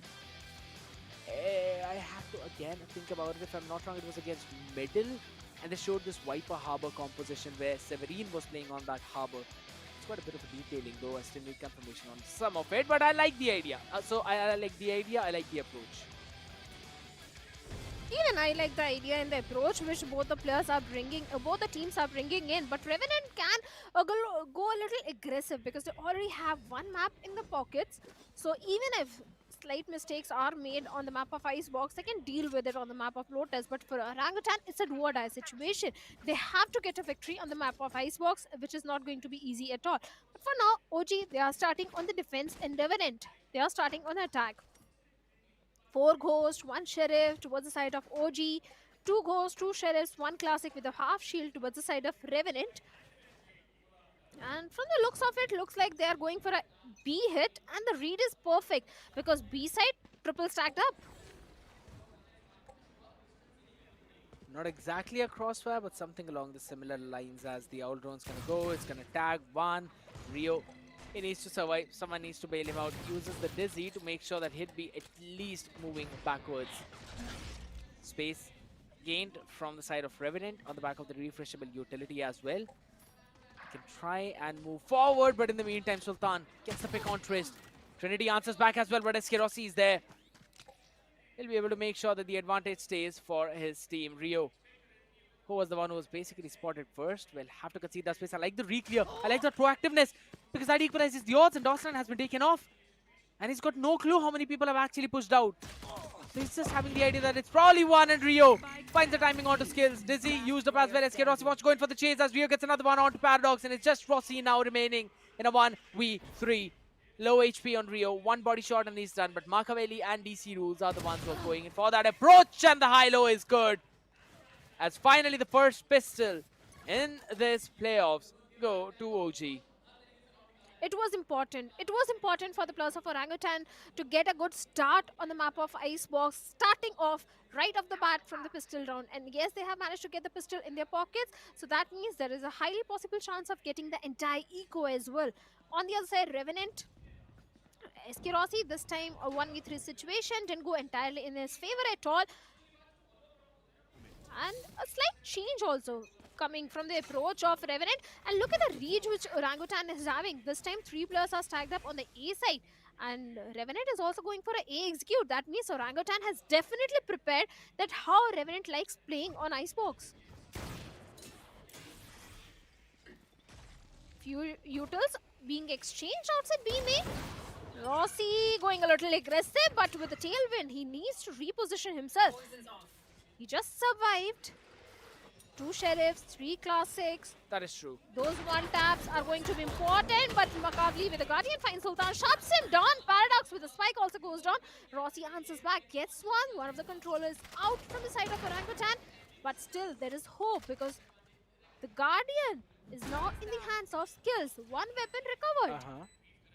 And this one weapon can actually do a lot of damage, right? Because you can look at Trinity. He's still on that Sheriff. Rio with the Vandal though, so it's going to be important for him to utilize that as they make their approach, and he gets SK Rossi. Finds the first one, but they still need to take care of that Guardian play, and that's going to be Trinity answering back. But Austin was there to actually get that peg. Diffuse is being sucked, and that's going to be the wingman for the win. The second round also coming in the favor of Orangutan, but this was not a very clean round for OG because 3 weaponries were dropped. For a moment, it looked like it might go in the favor of Revenant. The next round is going to be important, but looks like this time OG, they don't want to take any sort of risk, and operator investment is already coming in from the side of Trinity because they know they need to get the third round also on the board. DOS9 with the half shield. The operator in the hands of Trinity is going to be so critical. Again, Revenant going for a B hit. Is it going to be anticipated by the sides of Revenant is going to be the big question out here. As that's a big scan, big information. So Revenant, a lot of them were scanning over towards the B, so now are going in for that pivot as the space was taken by Rio over towards the pipes, but it's been taken down. Trinity goes on, peeks it with the operator, gets one, moves backwards, equalizing the odds. Still 2 sheriffs, a Guardian in the hands of DC Rules. Not a beautiful weaponry, but is doable. Those headshots is what you really need. And on the back of it, still Trinity wants to find something more as well. The ball is up. That's going to be Sultan getting traced in that spam as well. SK Rossi trying to move towards the screens. Will finally going back towards the default, over towards the top side. Now wants to find the equalizer, but it's Machiavelli with the answer. Sheriffs doing wonders. DC Rule needs to find his timing as well on that backstab, or at least create those question marks. Trinity, the operator, finds Sultan. There's still hope for the players of Orangutan to get this round in their favor. But right now, the time is the biggest enemy for OG. They have to stick for the refusal.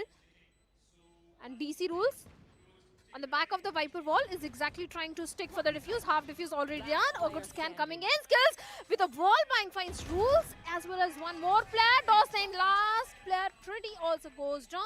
And with that, this round goes in the favor of Revenant.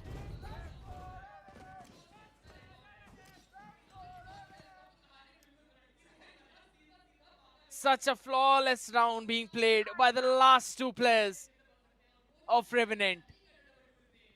Skills and DOS9 doing a wonderful job saving their team, and also now forcing Trinity on just a sheriff. They went in for that very heavy investment of the operator and now got to pay the price. Skills one away from his own Hunter's Fury, but so is Rio for his Thrash and Trinity for his own Blade Storm. Idea could be to take that orb and make sure that Trinity has got a fighting chance in this round at least. That's one of the reasons why he's got the full shield, and since he's got the Blade Storm active, Revenant, they're not yet doing anything apart from just making some noise over towards P. And towards that train is where DC Rules is playing, uses up the Nano Swarm Snakebite now, trying to bail him out. He's still got to find the perfect opportunity. Just repositions a bit, will finally run backwards. Lucky to be left alive there. Couple of utilities being baited out, so that's gonna not allow Orangutan to go in for the delay of the plant if in case Revenant decide to commit for this one. Towards the yellow is where Machiavelli is playing. Previously, Rio was in that position, wants to probably go in and peek on the back of the support, but they've also called in some reinforcements in the form of Trist now, and that knife did not scan anyone if I'm not wrong. So they're going to be moving over towards the site as already a lot of the space has been gained in, but a beautiful approach by Trinity. Catches one, DOS9 needs to win that, and he actually will. Hunter's Fury was also committed, but Orangutan, they're losing members left, right, and center, and DOS9 gets the third one. Shutting down the hopes for any kind of win, but maybe not yet. Machiavelli doing a lot for his team, gets a long-range win, and still a doable position for this round at 2v3. A 2v3 Oh my God. where Rossi having a height advantage survived on a 6 HP. Rossi could have been taken down in that situation, but a lot of util the Cove is there to help the plus of OG. Scale up a little bit, move into the side, but Rossi is still on 6 HP. He needs to be very careful. The plant... Oh my god, rules deals with Rossi, shuts him down. 2v3 converted into a 2v2. Spike has been tapped to pull out the plus. Rules finds Paradox as well, but Skills answers back by getting one, and now the time is ticking. Rules, you have to do something. Gets the trade, gets the kill, but won't get the defuse. That means the second round also comes for the plus of Revenant. Tried to do with the jumping jacks to survive with the bunny hopping, but could not. So no weaponry being kept whatsoever.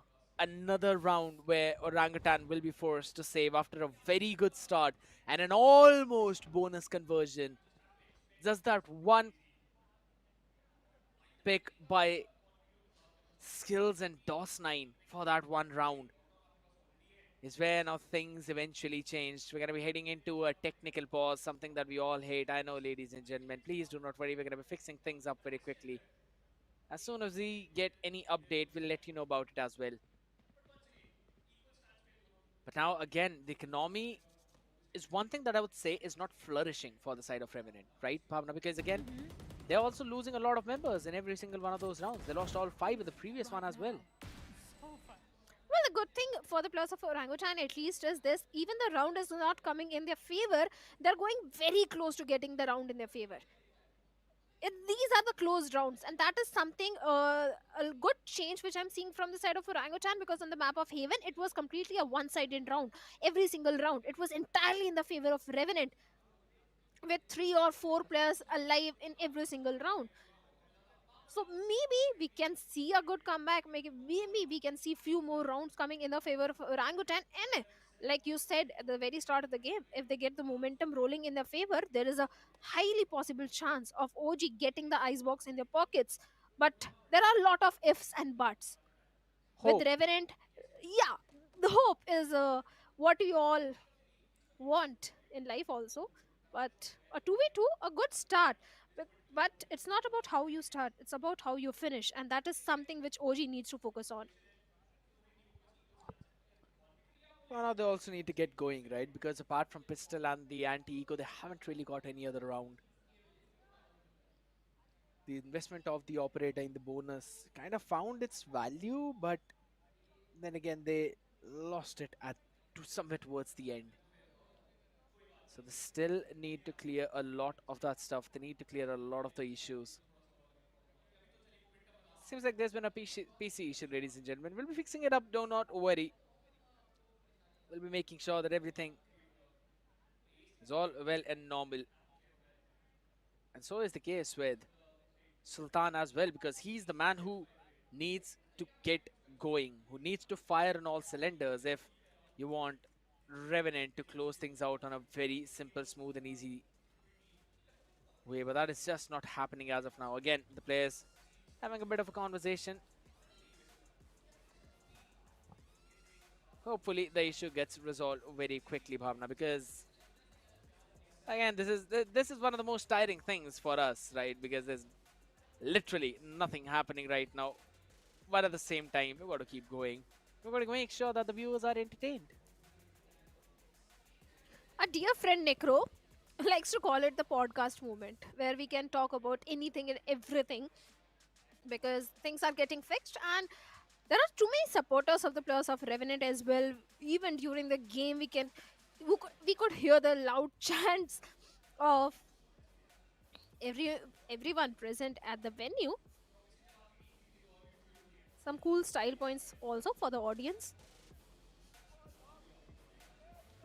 Oh, the man with the broken hand. Yeah, but still out here supporting his team. Yeah. That's what you want, right? Because you need to have that spirit of esports up.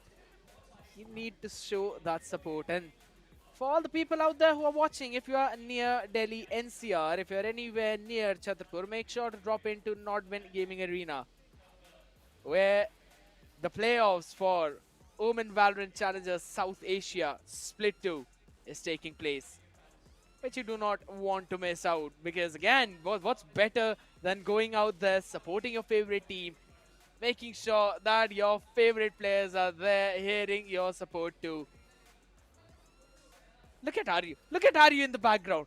The real life wingman that people call him, and I would agree. He is.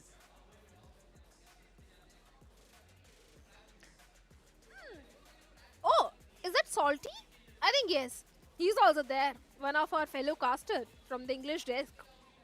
He's also there to support his favorite players and the teams, and maybe to make some content as well. But for now, OG, yes, they did manage to get a good start on the map of Icebox, which I didn't expect at all, because the way Heaven went down, both the pistol rounds coming in the favor of Revenant, the first half pistol, the second half pistol, both went in the favor of Revenant. I kind of expected the same thing to happen on the map of Icebox, and thought maybe from the buy round, third round, OG will start getting rounds in their favor. But OG they did have a good start from the very good get-go of the game. But Revenant, they have the buy round, the follow-up round as well. I wish I could also be at the venue. These people are distracting me. I really want to go at the venue right now and meet all the players and have a little fun. I just want to say they got the dog in that bottle. They got the dog in that bottle. But all right, all right. One thing that we really need to see is, of course, this tech pause to be cleared out quickly, but at the same time, some good Valorant.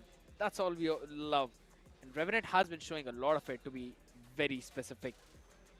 This team has improved so much, and right now in the playoffs, they're actually looking pretty good, and not just in terms of just winning out on those rounds and fragging out the opponent, but also with the way how they like to work around the map, with their macro play, understanding the fundamental of the map, and then playing along with it to make sure that you've got the maximum advantage. Right now, there's a bit of a meet and greet going on as well. Antidote, who we've just heard the news, has joined in, True Rippers, if I'm not wrong, as their coach. It's going to be interesting to see how the True Rippers lineup now functions. But at the same time, it seems that every equipment is functioning properly as the tech pause is technically lifted off, ladies and gentlemen. We'll be jumping into the map real quickly. I know you were waiting for us to go back there, the podcast hours. No one loves that. Trust me, we hate it more than you. But we will finally be moving back in the map itself. Thrash available for Rio only on a Sheriff, while Machiavelli, one away from his own Viper Spade, will also play on his own Sheriff, and so will Trinity. These upgraded pistols can eventually do some damage, but they need to do a lot of damage if they want to win the round.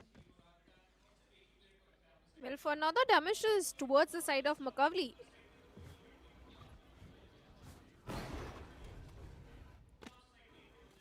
Rossi, yeah, with the tailwind directly dashing into the side, but Trinity needs to be careful as Paradox is going for the plant.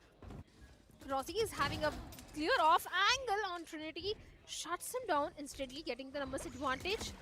Crash is there, but I don't think Rio is going to be investing it, but Macaulay is going to answer back by getting the trade onto Rossi.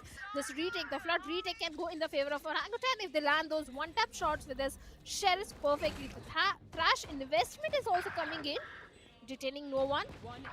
Paradox with the Guardian finds one, Dawson finds one more, and Rio wants to defuse, but Skills with a 2k coming in gets the round in their favor. The third round also goes in the favor of Revenant, and they have managed to stretch the lead with Rossi coming with Bladestorm in the next round. The Reckoning is also there with Paradox. Lockdown is also there with Dosning. I like the idea and I love the approach. Revenant just slowly and steadily made their way towards the A side, cleared out all the angles, all the close angles, and then went in for the plan to play in all the way from far back because they know enemies don't have the proper weaponries. You want to take as long range fights as possible. The shock dart combination will go in to make sure if there's anyone playing aggressively for the orb, then they'd be punished. Now trying to follow up on the back of the high tide skills, getting a perfect cover for SK Rossi, taking down Rio. Over on pipes, and now that is the opening Revenant needed yet again. Will thin the defense, but look at the timing on Sultan, who wants to try and make a play in from mid. That's going to be big play. He's over towards the boilers now.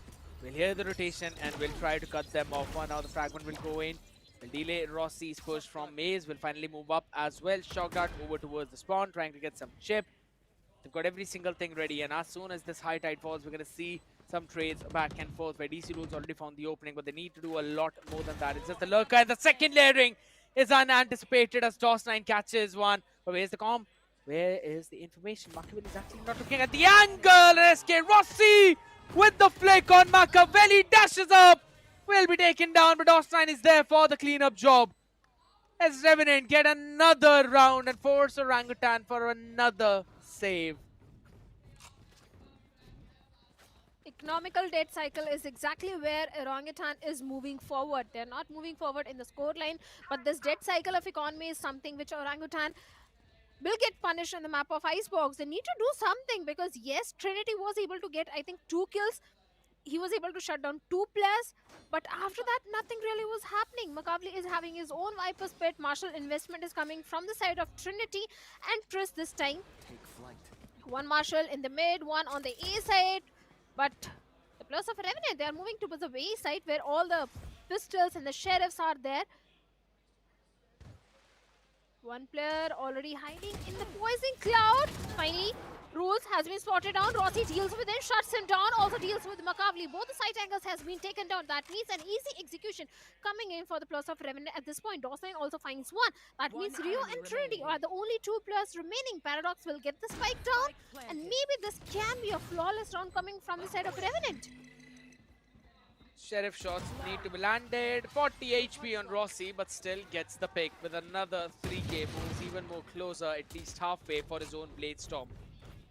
Paradox has already been keeping that Reckoning in his back pocket. He's going to use the waters that are all around that area to summon it and create those concussive waves, up currents. That's what they're called. Could have gone for the description check a little bit more, though, but Orangutan will take a timeout. Want to discuss their game plan, how they're going to approach into this half further, because you do not want to give a lot of rounds to Revenant, right? Because the defense is still pretty solid with that double controller composition. Even on the retakes, they can dissect the map and then work around with it. I really haven't seen, as of now, the KO Gecko flashes play with the God flashes that we normally see, those set plays. So Orangutan need to put in a lot of work, a lot of effort. And if there are any plays that they've cooked up, I want to see them now. Even on the defense, you want to see the proactivity. Maybe pick up an operator in the hands of Trinity and post him over towards the pipe where he's going to play aggressive, try and find an early value, an early pick, and then move backwards. That's how you try to find those values and then move forward into the round. Or maybe just play an aggressive over towards the yellow, towards B. Hold the space, maybe play on top of yellow. There are so many different angles that they can work around with. But again, what do they make of it? That's the whole part. What do they make of this timeout?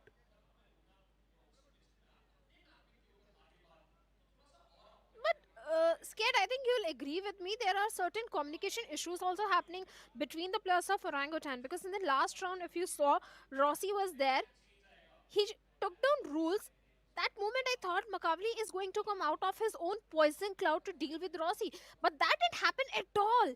The communication gap in the previous 2 rounds is something which Orangutan needs to fix ASAP, because there is no room for error. The scoreline is already favoring the players of Revenant, and 1 or 2 rounds if also go in a similar fashion like this, there is no chance for Orangutan to stage a comeback. So that is something they need to fix, because Makavli could have swinged out of the smoke and could have tried to take down Rossi, but that didn't happen at all. Rossi beautifully took down the control of the yellow and then went ahead, took down Makavli. Both the side anchors were taken down. Uh-huh. So that is something OG needs to fix, and that is something exactly happened in the previous round as well, where DOS9 was going for the lurk angle, and Makavli had no idea that DOS9 is coming from the screen's angle towards the A side.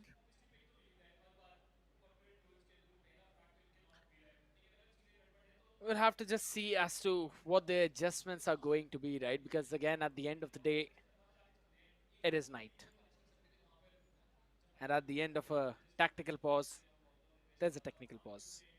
That is another reason, ladies and gentlemen, we haven't dropped into the game yet. We're just fixing those issues. We'll make sure that all of them are fixed very quickly. Again, we'll update you as soon as we find some updates about it. But in the meantime, if you are already at the arena, make sure to check out those Omen booths as well. There's the back to college offer, which you can easily avail. I'm just a pretty old boomer out there, so maybe not me, but all the other youngsters who are there, who are the fans of Valorant, who really want to have a look at it, check out those Omen booths and make sure you grab those offers as quickly as possible. Maybe they're limited time, maybe not, who knows. First come, first serve, I believe. I like how DOS9 is just relaxing out there. He's like, yeah, I know, I'm out fragging everyone. What am I going to eat after this series? It's probably what's going on in his mind. Maybe that could be the possibility, but maybe Revenant is also thinking that how quickly can they close this series. On the other side, Orangutan, they are thinking how can they stage a comeback, how can they fix their communication issues. Well, the admins are fixing the technical issues, but 3 rounds deficit is something OG can deal at this point of time. 4-5 rounds deficit is something it is not going to be easy for OG to deal with or to stage a comeback. Especially in their first half, they need to make sure they get at least 6 rounds in their favor. Yes. They need minimum of 6 rounds. I won't even say 4 or 5 rounds. They need minimum of 6 rounds. More than 6, I'm happy. OG is happy. But less than 6 is something OG will still be worried. They need an equalizer minimum at the very first half of the game. That is the only way second half will be in the favor of OG. But Revenant, from the looks of the players also, are looking very confident. The way they are approaching every single round. Yes, it is Rossi who is outperforming everyone, but it's not just Rossi. It is Paradox as well. It's DOS9 as well. Every single player of Revenant is performing exceptionally well. Be the flashes, be the smokes, every util. Even the layering of the utility is so perfect from the side of Revenant. On the other side, these are the things which are lacking from the side of OG. And again, the crowd is there. Well, the cameraman is definitely loving all the fans here at the venue supporting their favorite players in the teams. And why not? We've got to show the support that is happening. I mean, the cameraman, you know, the cameraman's the one who can do anything. So, recording the cameraman as well, it's like an Uno reverse onto his face. But for now, Orangutan needs to be the one who need to throw an Uno reverse onto the face of Revenant in order to try and stage a comeback or at least begin. And I kind of agree with you on the point where you mentioned that they need somewhat of an equalizer to stand a chance in the second half. But at the same time, I still feel Icebox is a very attack-centric map. So if your attacking strategy is good, if you've got some of the sequences in your mind, you basically prepared yourself for that, then you should be able to close things out even if you've got 5 rounds on your defense. So was Heaven. I mean, that is true. That is true. But Heaven again, I could give the benefit of doubt to the side of Revenant Esports in that situation, because again, Orangutan had their own game plan. Revenant's entire default revolved around how they are going to counter the enemy's playstyle entirely, and their own default was just not read whatsoever. And that is one of the main reasons why we constantly saw Revenant finding that value and Orangutan struggling because OG could not get a read onto Revenant's default. And this game is all about how well do you read your opponent and how quickly can you prepare a counter strategy to try and get the advantage in your favor.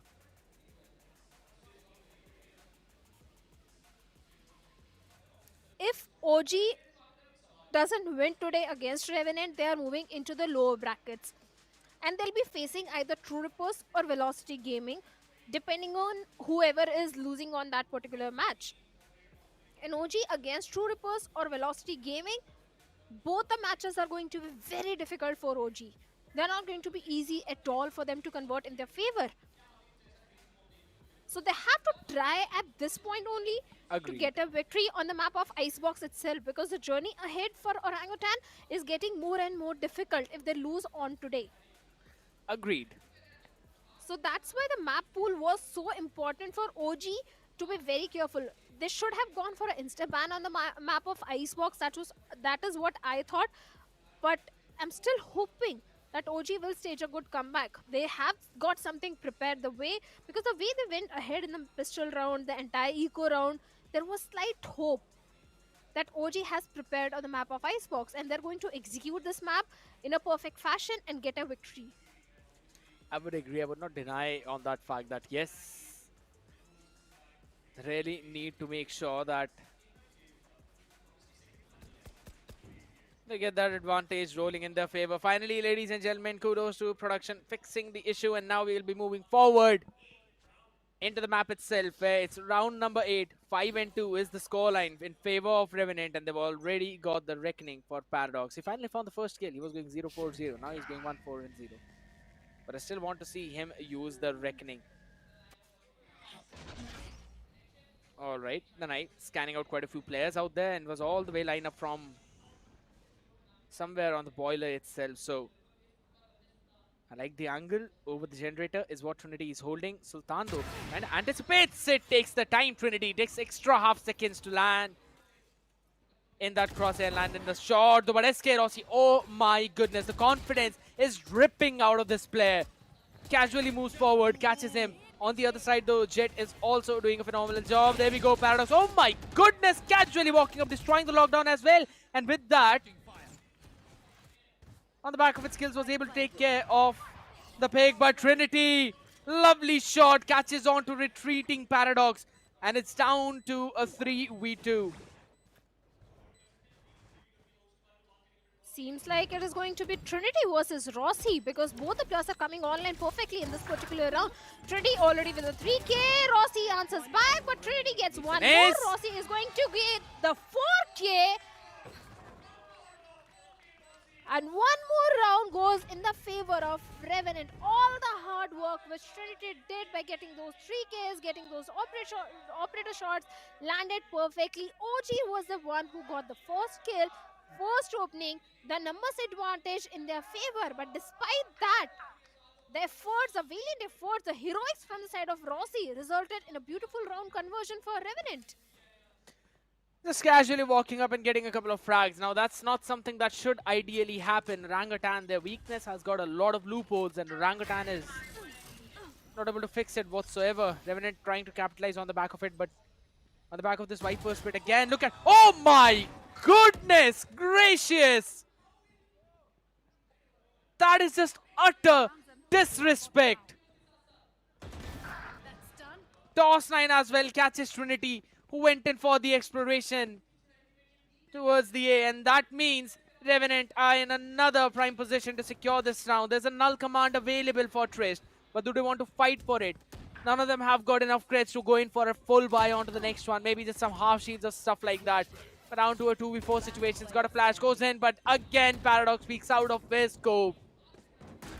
Gets another pick, and on the back of it, gets the plant down inside his scope itself. DC rules, the last man standing with a Guardian in hand and a dream to fulfill. Oh, it seems way too far away from the reach. If he wants to get the round, he needs to clutch at this point. A 1v4 situation, not going to be easy at all, especially with the way Hunter's Fury is waiting on the other end. But NOS9 won't let let Skills use that because his rifle is going to do everything. As they deal with the last player of the OG, like you pointed out, now Orangutan, they don't have enough crates to go for a full buy for this particular round. On the other side, Rossi is having his own Bladestorm, Hunter's Fury is available, Sultan is just 1 point away from Viper's Pit, DOS9 just 1 away from Lockdown. The progression of Revenant is looking fantastic just on the basis of the ultimate. There is a highly possible chance Revenant can go for at least 2 more rounds in their favor. At least 2. And more than 2 is also a highly possible chance.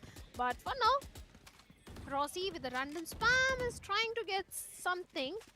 But looks like OG has decided to play A side completely on the retake. I like the idea as well, again with this KO Gecko composition, but you kind of want both of them to push forward with Trinity to help with those flashes. And that is not something that has been happening. A lot of noise being made over towards A. They posted up Rossi, who's now out all the way towards the maze. Look at the amount of map space that this man has gained, and everyone will be moving in mid. Catch Rio will now concede that kitchen space, and Rossi just waited for DC to go in for the exploration. Uses the updraft with the tailwind as well. Long range fight. Machiavelli wins it. We'll get the weaponry upgrade, but Trinity has to do a lot with this Sheriff. With the revolver, if I say. Oh my god, he tries to land and the shots finally will land. The last one sees another player, drops down. Sultan will make sure that he drops in his grave. And it's all down to just Machiavelli, who was on a save itself, but did get that upgraded Phantom from SK Rossi and will decide to go in for the save, or will at least try to save this weaponry whatsoever, unless DOS9 decides to go for a hunt, because he's just one off of his own lockdown, and again, he's got a lot of crits in the bank account, so why not just try and catch a player off guard? If he can get a pick, well and good. If he gets picked off, that's even better. He'll have the lockdown in either of those cases. Yep, making a lot of noise. Trying to find Machiavelli hears it, and he's like, right, you can go, bye. I'm not letting you grab that orb. One weaponry carrying forward for OG. Operator investment again coming from the side of Trinity, but look at the scoreline of Trinity. 12-10, 3 assists. Trinity is coming online, let's be very honest. He just needs the backup of his own teammates. Trist is not having the perfect time on the map of Icebox right now. Null Command is there. Rio is having his own crash. The progression, like you pointed out, is fantastic for the plus of Revenant, but this time they're going for a B hit. A lot of utils being exchanged in the back of the Viper wall. They want to execute the site. Dot finally being collected, and DOS9 has got his lockdown as well available. Maybe we can see the investment of lockdown at this point to get the entire site emptied.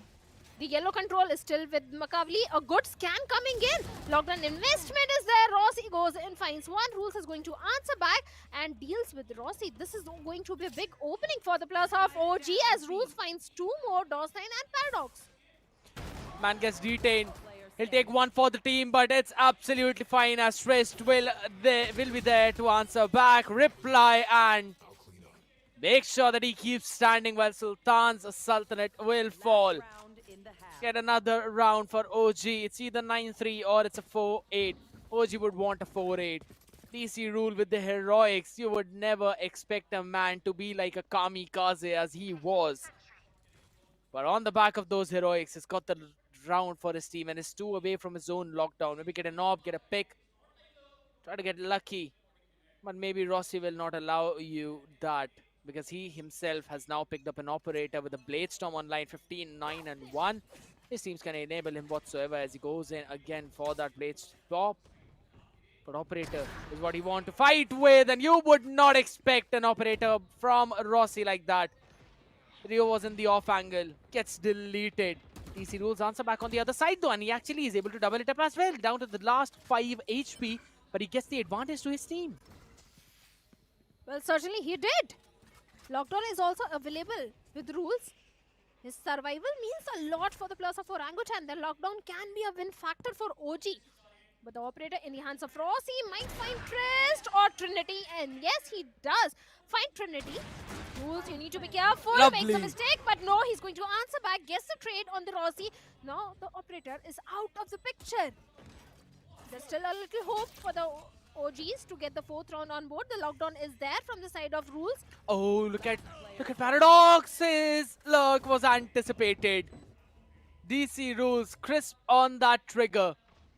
And even more crisp. Oh my goodness, that's a beautiful scan. That's a beautiful null command by Trist. If I'm not wrong, it was either a null command or a knife scan. I believe it was a knife scan because that denied the Hunter's Fury. And since it denied the Hunter's Fury to skills, he could not use it to stop the diffuse and get some extra time, extra seconds for his team. A beautiful knife scan it was. And I guess, that was a phenomenal play.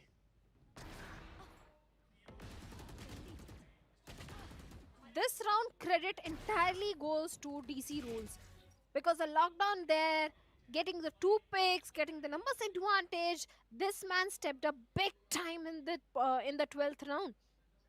But now for OG, this pistol is also going to be so important. They need to convert the pistol round. The first pistol did go in the favor of OG. But if this pistol also goes in, maybe we can see an equalizer coming in. But for now, OG, they are going for a hit. A good knife, but scans no one. Clears out the angle of Maze at least. So you know that there's no one playing Maze or on top of 410. That space has been gained. Just a pixel. Just a strand of hair is what Rossi wants to see on Trinity. Once the wall goes down, it's going to be a massacre as Paradox finds 2. Answer back by Trist Spawn now. Trinity still will be giving up the space on towards 410, and that's Rossi answering back with the shot of his own. Long range fight. DC rules win this one. But again, needs to land 3 crispy headshots, which just seems to be out of question at this point. Still has got 45 seconds on clock, so can go for the rotation. Maybe not. Skills is going to send him to the next round directly. The pistol round was needed by OG, but Revenant is the one who's going to actually secure it. And with that, 9th round also comes on board for the players of Revenant. Seems like the story of Heaven is being repeated because the entire eco is always 80% favoring the team. 20% chance is for OG to get a Thrifty, and with 5 classics in hand, I don't think the Thrifty round would be on the board. 3 Bulldogs, 2 Sheriffs investment coming from the side of Revenant, and even the defense is looking pretty strong. 2 players on B side, 2 players on A side, 1 player in the mid around Boiler, and Rossi has seen 1 player.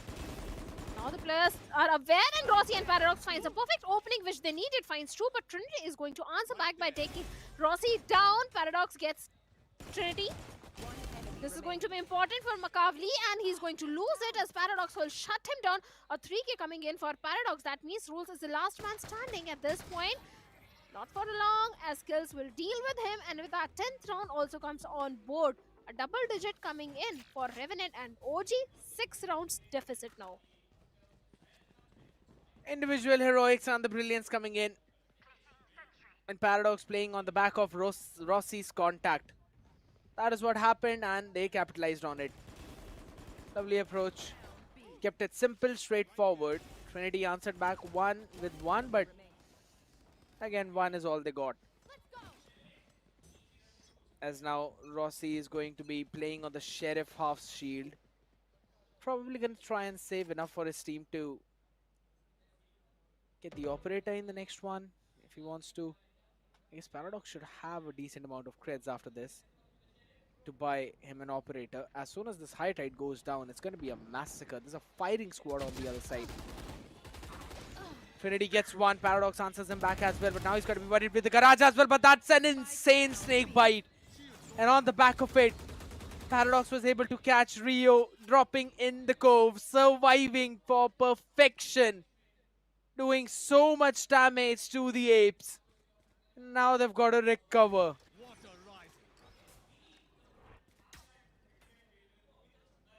Reckoning already available with Paradox. And look at the lurk which is coming from the side of DOS9. Orangutan needs to check that angle, otherwise DOS9 can get a lot of value from that position. Both the players of Revenant, the remaining two players are around the snowman. Yellow control is entirely with the players of Orangutan, but the slurk of DOS9 is going to give a lot of value, but finally Trist is going to check that and deals with DOS9, shuts him down. Reckoning investment finally coming in. But Machiavelli, Shortcut lineup. yeah, Machiavelli's playing way ahead of it, and Skills was able to take care of him. Pincered into a corner, taken down. And it's all a 2v2. Couple of Bulldogs up against a couple of Vandal. Let's see. Wait. Supremacy. I know, don't judge me. I know Vandal has supremacy either way, but I actually want to try and make that point that maybe Bulldogs can do a lot. But as of now, it does not seem to be the case. DC rules stressed. It's all down to skills to try and get those picks on the back of Trist's contact. Oh my god, he did not see, but DC definitely saw skills moving up on top of the ropes towards the top side, and with that, get another round for OG. And yes, this is the storyline of what happened in Haven, Bhavna.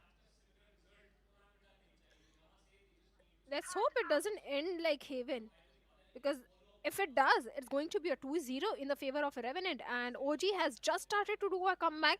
They've got one important round in their pockets. The first buy round of the second half is in their favor. That progression is not looking so good, but now in the second half at least rules has started showing up.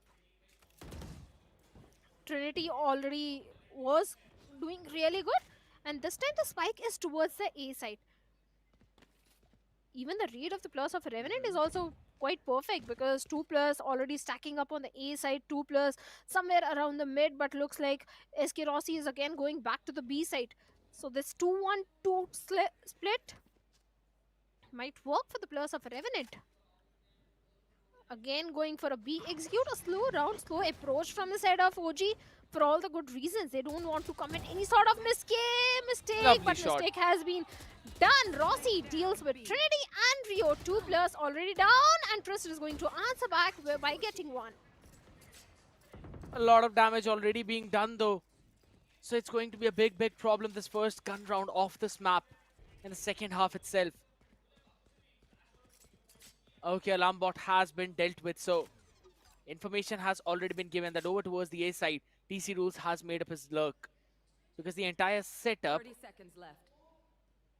of DOS9 was a turret on Boiler to catch anyone who might be rotating from mid, and an aggressive alarm bot over towards the A. And he himself is actually playing on Heaven, way far back, will be taken down. The nano swarms are now going to be useless as the spike goes down. It's a big problem for Revenant, but a sigh of relief for OG, for the Apes, and their own alarm bot is still active, though it's way too deep, so they still have to be worried about someone actually moving up on top of that ramp. Trist, in the meantime, is out here, wants to make sure that he probably tries to find an advantage. While on the other side, though, back and forth trade, Trist actually gets one with the fragment as well, but open fight, flash came in. A second too late, Trist gets one more, but it thinks things up with a 4K. And a clutch to get OG another round. What a way to play. In Trist, OG trust. Well, Trist definitely stepped up big time. Every single round upcoming is going to be so important for the players of Orangutan, and Trist coming up with such great clutches, such great plays is definitely going to help the players of OG. Now, DC Rules is just 2 points away from his lockdown. One more round can go in the favor of OG as Revenant is on their save round. 4 Sheriffs, 1 Classic, but the Blaze Storm in the hands of SK Rossi can bring so much value. So that is something which OG needs to deal with. At the same time, Skills is also having his own Hunter's Fury. 2 big ultimates where Blaze Storm can be a round win factor for the players of Revenant. But for now, Paradox is checking all the angles. Coming a little forward, outside B main. The flash goes in. Yeah, they have noted the position. I like how they've not yet committed the spike. They still want to work around where this stack might actually be, if in case there is a stack. This technically is not. Revenant want to play on the back of contact, and then they'll ask for those rotations. Rossi, in the meantime, relieving some pressure from the team. Pushes up all the way in mid, and beautiful flash play peak, and Rossi's been taken down. Now that's the kind of read I was talking about. That's the kind of set play I was talking about. This is what you need to do. Rossi entirely caught unaware, and no value from the Blade Storm whatsoever. And mid, another avenue which is technically open, so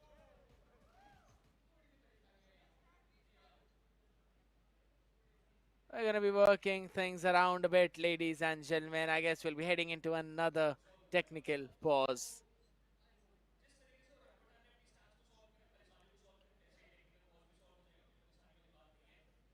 Well, certainly few technical issues do come up, but yeah, we do apologize for that. But for now, the way Trist did step up big time, a 4K coming in round number 16. So that means Orangutan is definitely staging a good comeback. I would agree. They're staging a good comeback, but this is the type of hurdle that you really do not want in your comeback. But we'll make sure everything is fixed, ladies and gentlemen. Give us a quick few minutes, and again, we'll update you if we get any updates. But at the same time, like, I have been loving the approach of that was set up in mid, where they got a pick on SK Rossi. And I like that there's all the smiles all across the board for OG boys, because you know, this shows you that even after everything they've been put through, they still have not lost that mental. And as long as you've got your mental in check, as long as you're cool, calm, and collected, that's when you know that you'd be able to quickly transition any situation that might not look favorable to into a one that looks just made for you. Well, they're hoping to get a victory, and like I said at the start of the stream, at the very start of the day, I really want to see Orangutan making it into the grand final. So that could be the reason that I'm pointing out Orangutan so much, because I really want to see them in the grand finals. Because like you said, after what OG has been through, looking at their entire journey, looking at the improvements which have come in the gameplay as compared to Split 1, OG do deserve to go into the grand finals. And the way the comeback is coming in, back-to-back 2 rounds in their favor, there is still a possibility, because, hey, Icebox is an attack-oriented map, and this is OG's attacking half. There is a big chance, there is a big hope for OG to still get few more rounds in their favor, few more rounds in their pockets, and then maybe we can see the map entirely going in their favor. But yes, individual heroics are also coming in from players other than Trinity. This time it was Trist, DC Rules also coming online. So it's not just Trinity performing this time, unlike Haven. But now Bladestorm in the hands of SK Rossi is something that OG needs to worry about a little bit. At the same time, Hunter's Fury is also there, but now the Hunter's Fury is posted around the boilers. So I don't think there is going to be much problem, but the Bladestorm is going to be a big problem for the players of OG right now. I would not deny that. And with the way how they're moving now, Trinity goes in for a fast play, gets a pick on Paradox. Over on top this time around. No more shenanigans that you can eventually make, but SK Rossi used up the Blade Storm yet again. Wants to try and find that value, wants to try and find the opening opportunity. And it's all the way up in heaven. He will have to move down as DOS9 gets a pick on DC Rules though. And that was an extremely long-range fight over towards the A, but DC Rules was the lurker. So here's the thing. Revenant are all stacked up towards the B. They have the information, there's no one over towards the A. Beautiful scan, but no one to catch on the back of it, because everyone's going to be running back to safety. And this is what we were talking about. Things moving back. Oh, what a flash mosh pit play. They do a bit of a damage. A lot, to be honest. SK Rossi so very low in that HP. The round has been slowed down yet again. A 3v4 situation. Numbers advantage for Revenant. Wall goes up, will be brought down. They need to find the timing. Shock dart to try and catch someone, and Trist will fall to that. It is a big problem. They're crumbling. Orangutan, they're losing the members, and it's a thrifty for the side of Revenant.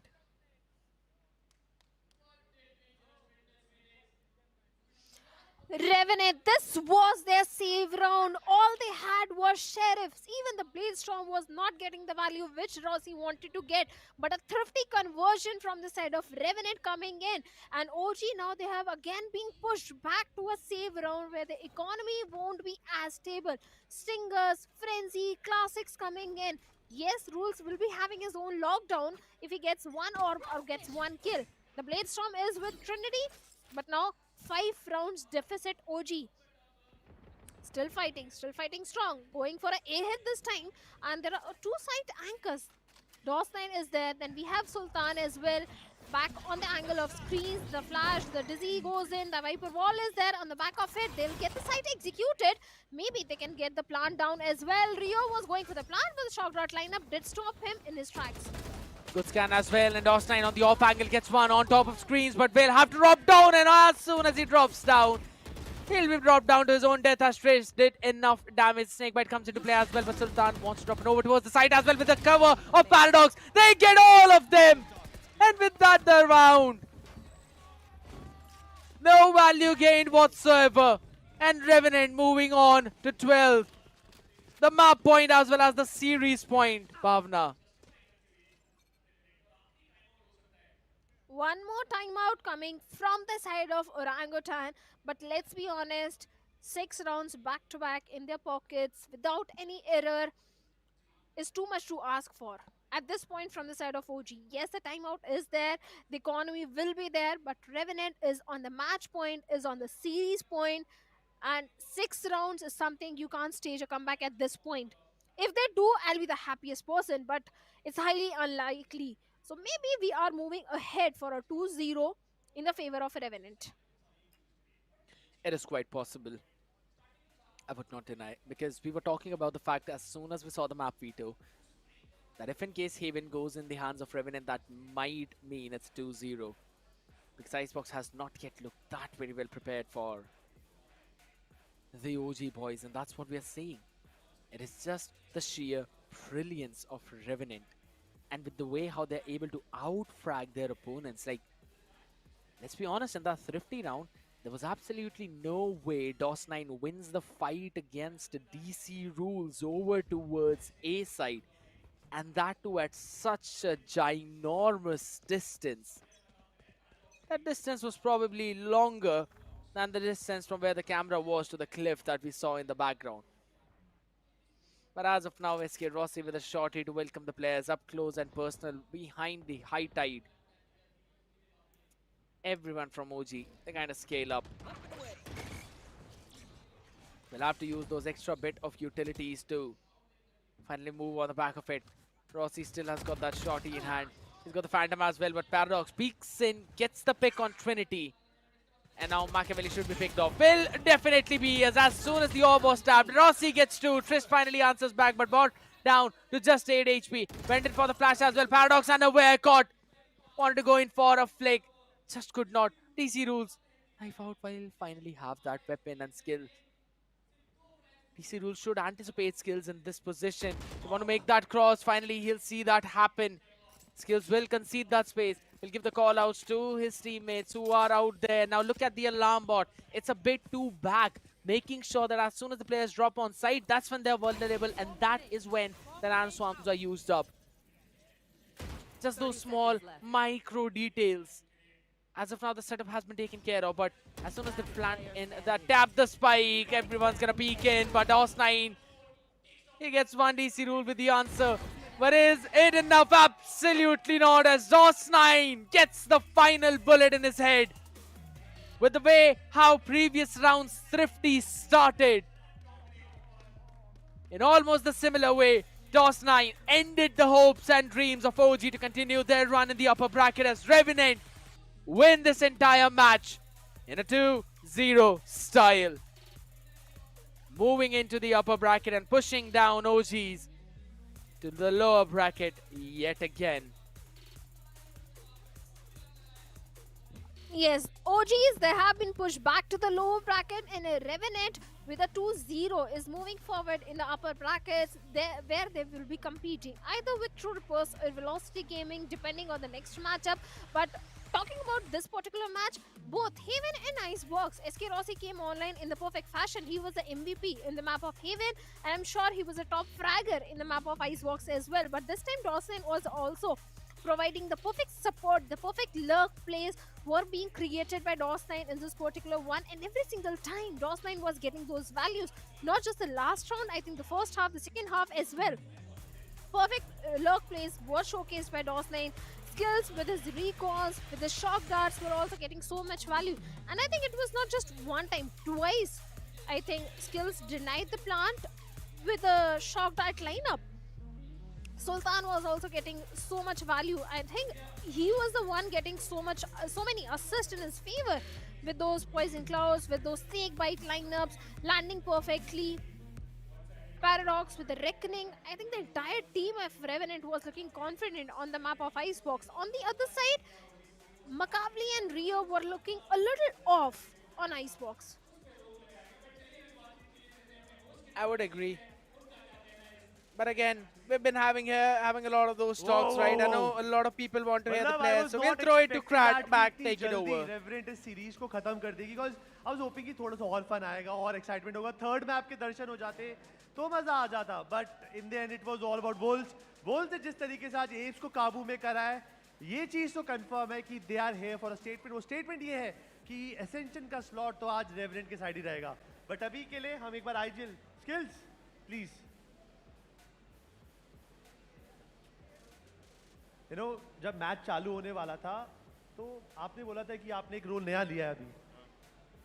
आज वो role challenge हुआ, मतलब did OG push you towards your limits? Not trying to be harsh or anything, but no. We just wanted to win in our defaults, nothing much. Kind of saving everything for the other team.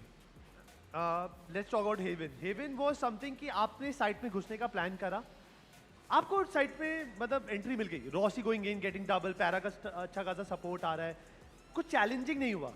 तो मतलब haven के अंदर आपको लगा नहीं कि मतलब सामने वालों से कोई जवाब नहीं आ पा रहा और मे बी इसको एक्सप्लॉइट और कर सकते हैं?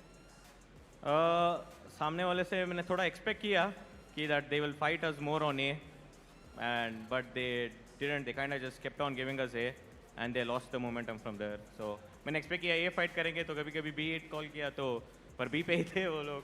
तो and we all know that Revenant का one of the strongest map is Icebox. जब आइसबॉक्स रखा था यहाँ पे, मतलब लोग मानते हैं कि बिकॉज इंडिविजुअल फ्लैगिंग चलती है, आइसबॉक्स की शुरुआत में कैसा था कि 2-0 या आइसबॉक्स में डर था? आइसबॉक्स का शुरुआत थोड़ा शेकी था. Like we lost the pistol and bonus round only 2 of us survived. So I would still say it was shaky. It was 2-2 और हमारा इकोनॉमी बहुत गंदा था. I think we kind of like took it easy at the start of Icebox, but then we got it back, so I am happy.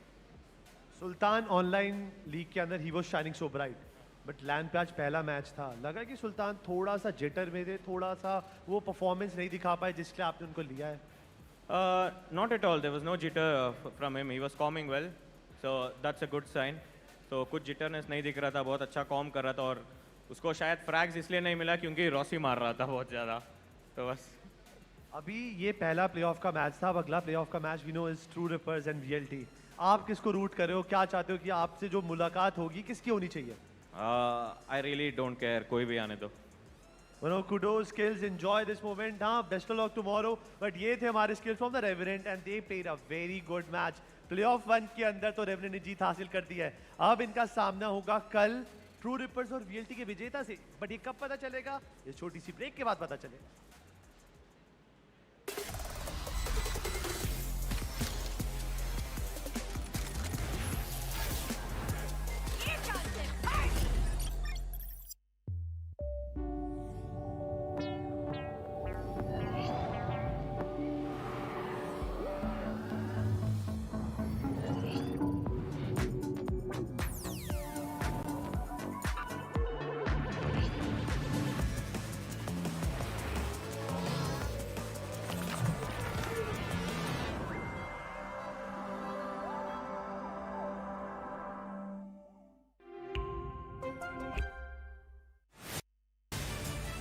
To live your life the way you want. Compete like the toughest challenger. Dance like there's no tomorrow. Celebrate every second you are alive. Life has no rule books, but we can give you a stage.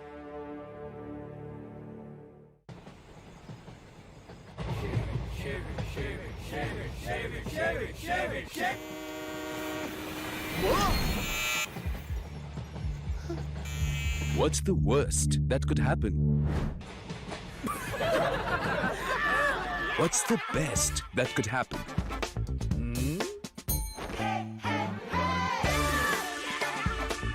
Philips One Blade. Move fearlessly. Innovation and you. Philips.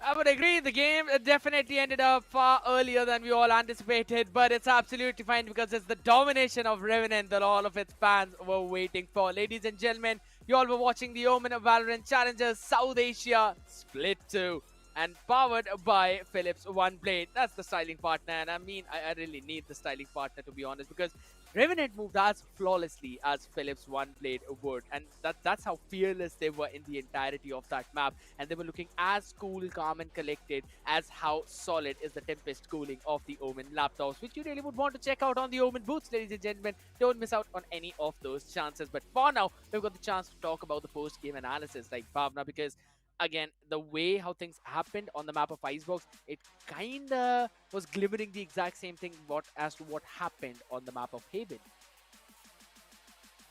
I think even Skills also said that in his interview. It was just that thrifty round that resulted in a big victory for the Plus of Revenant. Yes, it was not just entirely thrifty. They were doing other rounds as well.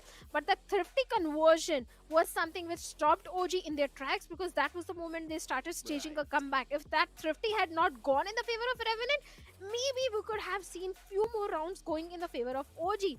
But Revenant was in a mood to close the series in a little earlier, like you said, and a 2-0 happening. But it was not just one player from the side of Revenant who was coming online, it was the entire team. And on the other side for OG, there were few moments where I felt a communication issue happening, where Makavli could have given the entire support backup to his teammate, but that also didn't happen. In 2 back-to-back rounds, I saw that happening. So there are a few things which OG still need to work on, especially on their attacking half. 2 games, and in both the games, this man had an ACS of over 300. 231.9 damage per round with 27.4 headshot percentage. SK Rossi, the MVP of both the games, as well as I'd say this entire series. He clearly showcased his class and clearly has showcased that he's not lost the form that he had back when he was a part of the global esports lineup. This man is just showcasing so much, so many heroics, and we're going to be moving forward to the players' performances as well. DC Rules on one side along with Trinity. Yes, they were trying to do some of that heavy lifting, but at the same time, Rio not being able to perform, that is something that kinda bit them in the back. But one more thing I wanted to add was over the fact that yes, even though this double controller was being used pretty well by the side of Revenant, I still felt that the KO Gecko combination was not brought back up to its fullest potential. I did not even see one of the God Flashes combination, and that is where we can clearly see things went downhill for the side of Orangutan. Oh my god. 15 first kills in the favor of Revenant and only 4 first kills for the players of Orangutan. There was one thrifty round also, which we discussed, and Skills was also mentioning. The post-run situation is also looking fantastic for the players of Revenant. They got the site 10 times. In the second half, there were not too many rounds where OG played on the attacking half. That's the reason only twice they got the site. As you already mentioned, and looking at the heat map as well, we could clearly see that most of the fight was taken over on towards the A side, but on the B side as well, you could see how aggressively were Revenant fighting, right? Whenever they wanted to fight towards the B, they would fight the entire crane area, they would fight towards the garage as well. There's just a few skirmishes in mid, but we'll be looking in the highlights as well. But most of it was just the domination of Revenant and their sheer aim, specifically when they were on the attacking side. SK Rossi just casually walking up in on site without any flashes, without any support, getting a couple of frags. I mean, that just clearly shows you there are many loopholes in the defense of Orangutan. Totally agreed. It was not just the heroics of SK Rossi. There were few errors also, mistakes also, which were being committed by the players of Orangutan. That's the reason Rossi was able to get so many first kills in his favor. I think this time also it was 5-6 times he got those first kills, or maybe more than that. He created a lot of opening. There were few moments where Rossi was able to deal with both the site anchors solo, just walking into the side, dealing with, I think it was 2+ Rules and Macabre, dealing with both of them at one point, getting the entire entry, getting the execution done so flawlessly. So yes, there were few loopholes, especially in the attacking half, where OG need to work on. They need to work on the defense as well, and especially attack is something where OG is lacking a lot still. They need to work around it, as you mentioned. But yes, at the same time, there was some heroics coming in, and yeah, they were trying to clear things out. When they went on towards the attacking side, I still feel Orangutan, they were the ones who were actually setting up the pace pretty well. And I'll be honest, I really thought that maybe they'd be able to close things out. But it's just the pistol that they were not able to secure in that second half. If that was the case, I think so we would have seen some more attacking plan outs from this team. Because I was liking some of those ideas, right? That pop flash in the mid, catching SK Rossi on that Blade Storm. I know there was the round rollback there, but yeah, those were the kind of moments where I thought that maybe this team has got something more packed for this map. Maybe we're gonna go all the way, at least if not the third map, maybe towards the overtime. I was so very excited to see all of that happen, but alas, that is not how sometimes things ends up. And yes, it was a situation where Revenant fans are gonna be shouting out wild out of their minds because it's Revenant moving into the upper bracket finals. But hopes are not down yet for Orangutan, because yes, even though they're in the lower bracket, they still can have the dark horse run. And what better dark horse run than losing the first game in the playoffs and then moving all the way to the finals and winning it? That is like the best possible storyline that you probably, once you're all old out there in your wheelchair, would be teaching to your grandkids. But on the other side of the spectrum, something that is very young, something that is very fresh, is going to be the matchup that we will have next, Shadow, between True Rippers and Velocity. Well, True Rippers and Velocity Gaming, that is also going to be a very interesting matchup, because True Rippers, they had a perfect run in the Split 1 as well. Split 2 also a very good run coming in. And Velocity, with the organization change, they are dealing perfectly. But will they be able to handle the LAN jitters? That's something I want to look forward to. That's a big question, a good question. But all of that will be answered after this short break, ladies and gentlemen.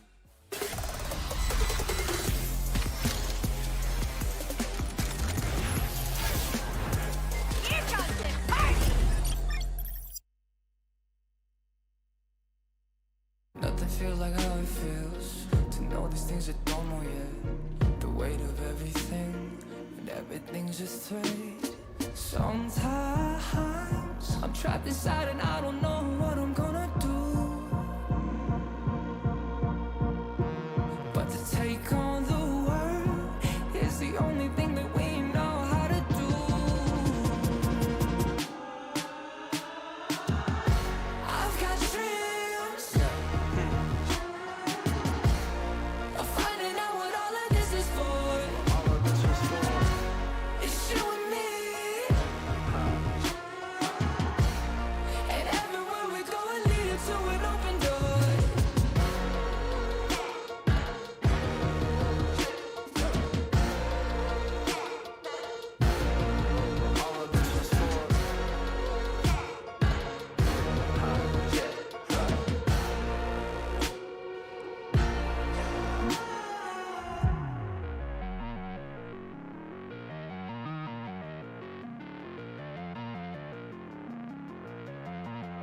We've made our mistakes, the good and bad days, but nothing really breaks if I got you. Look at the sky, inside. And no, there is nothing to keep me back from you.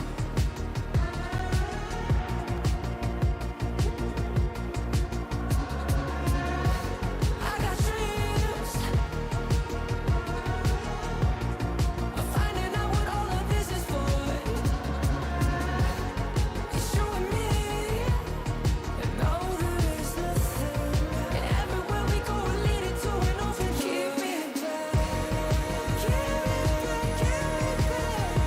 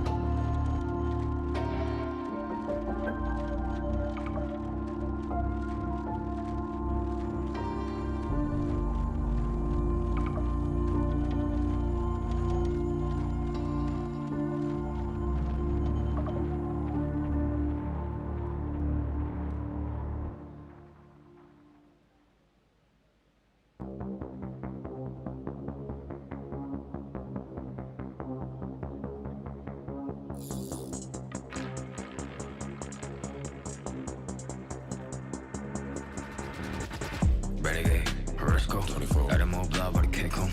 Pedal on a pedal with an old 3 kit, room, boom, up 400, that's whoa. Got to see 100 the MO. Get lifted by the new big cool. Let's do flat over your head. Body give another on me, oh, double nine. Telephone cut that rain. Shout out my son for the rain, though. Anyone cut my lane. Running fist fire, scare no rest. Go pop one ring, go break one bench. I pop missile if I wish. I put one pistol on my head. Was popping and popping, love in the morning. Blue come over to come in the morning. Vogue in the flick, poster forming. Confident boy run a halo on me. Jealous in the envy, all fill up in the air. I be hitting minute more when I'm on the air. Yeah, boy so pitiful, wanna be my pet. Oh well, good boy, catch a bone on the stair. Renegade, Risco, 24. Let them all blow by the kick home. Pedal on a pedal with an old 3 kit, room, boom, up 400, that's whoa. Got to see 100 the MO. Get lifted by the new big cool. Let's do flat over your head. Body give another on me. Oh, scared of my life. Grape head flavor. Take all the vice. Right side center. Pesky side. I need to spinner. Blind with a face, but relay on this light. We gon' see where to take off. I am the chosen one, that's how I feel. I ain't tripping on rewind. The blessing I got from the angels around me are really some A1. I am the chosen one, that's how I feel. I ain't tripping on rewind. The blessing I got from the angels around me are really some A1. Renegade，危险将我包围。Renegade，弄我自我击坠。雨落下，扣紧我外套，鱼篮车穿梭在轨道。你不想成为我目标。Renegade go on the more. Renegade, Risco, 24. Let them all blow by the kick home. Pedal on a pedal with an old 3 kit, room, boom, up 400, that's whoa. Got to see 100 the MO. Get lifted by the new big cool. Let's do flat over your head. Body give another on me, oh, double nine. Renegade, Risco, 24. Let them all blow by the kick home. Pedal on a pedal with an old 3 kit, room, boom, up 400, that's whoa. Got to see 100 the MO. Get lifted by the new big cool. Let's do flat over your head. Body give another on me, oh, double nine.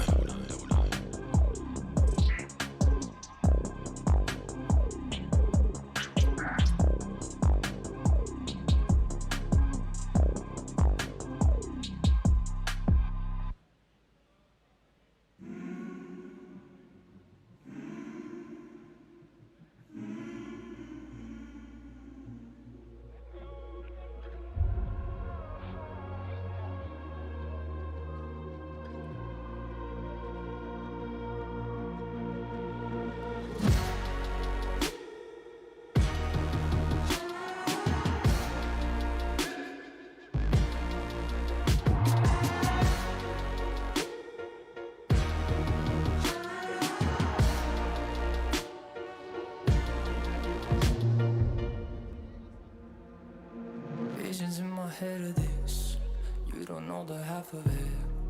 I got dreams of looking up, high as I can get. But nothing feels like how it feels, to know these things I don't know yet. The weight of everything, and everything's just thread. Sometimes I'm trapped inside and I don't know what I'm gonna do. But to take on the world is the only thing that we know how to do.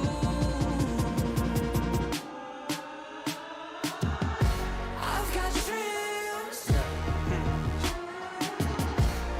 of finding out what all of this is for. It's you and me, and everywhere we go will lead it to an open door.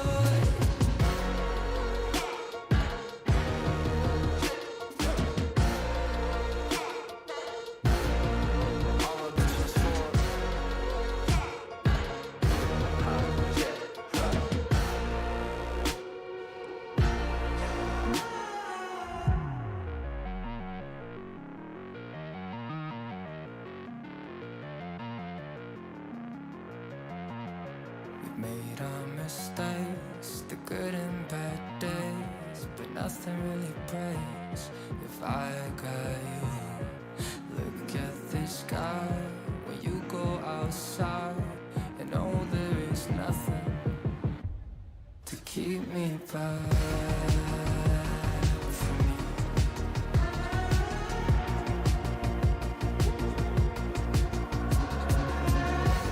I got dreams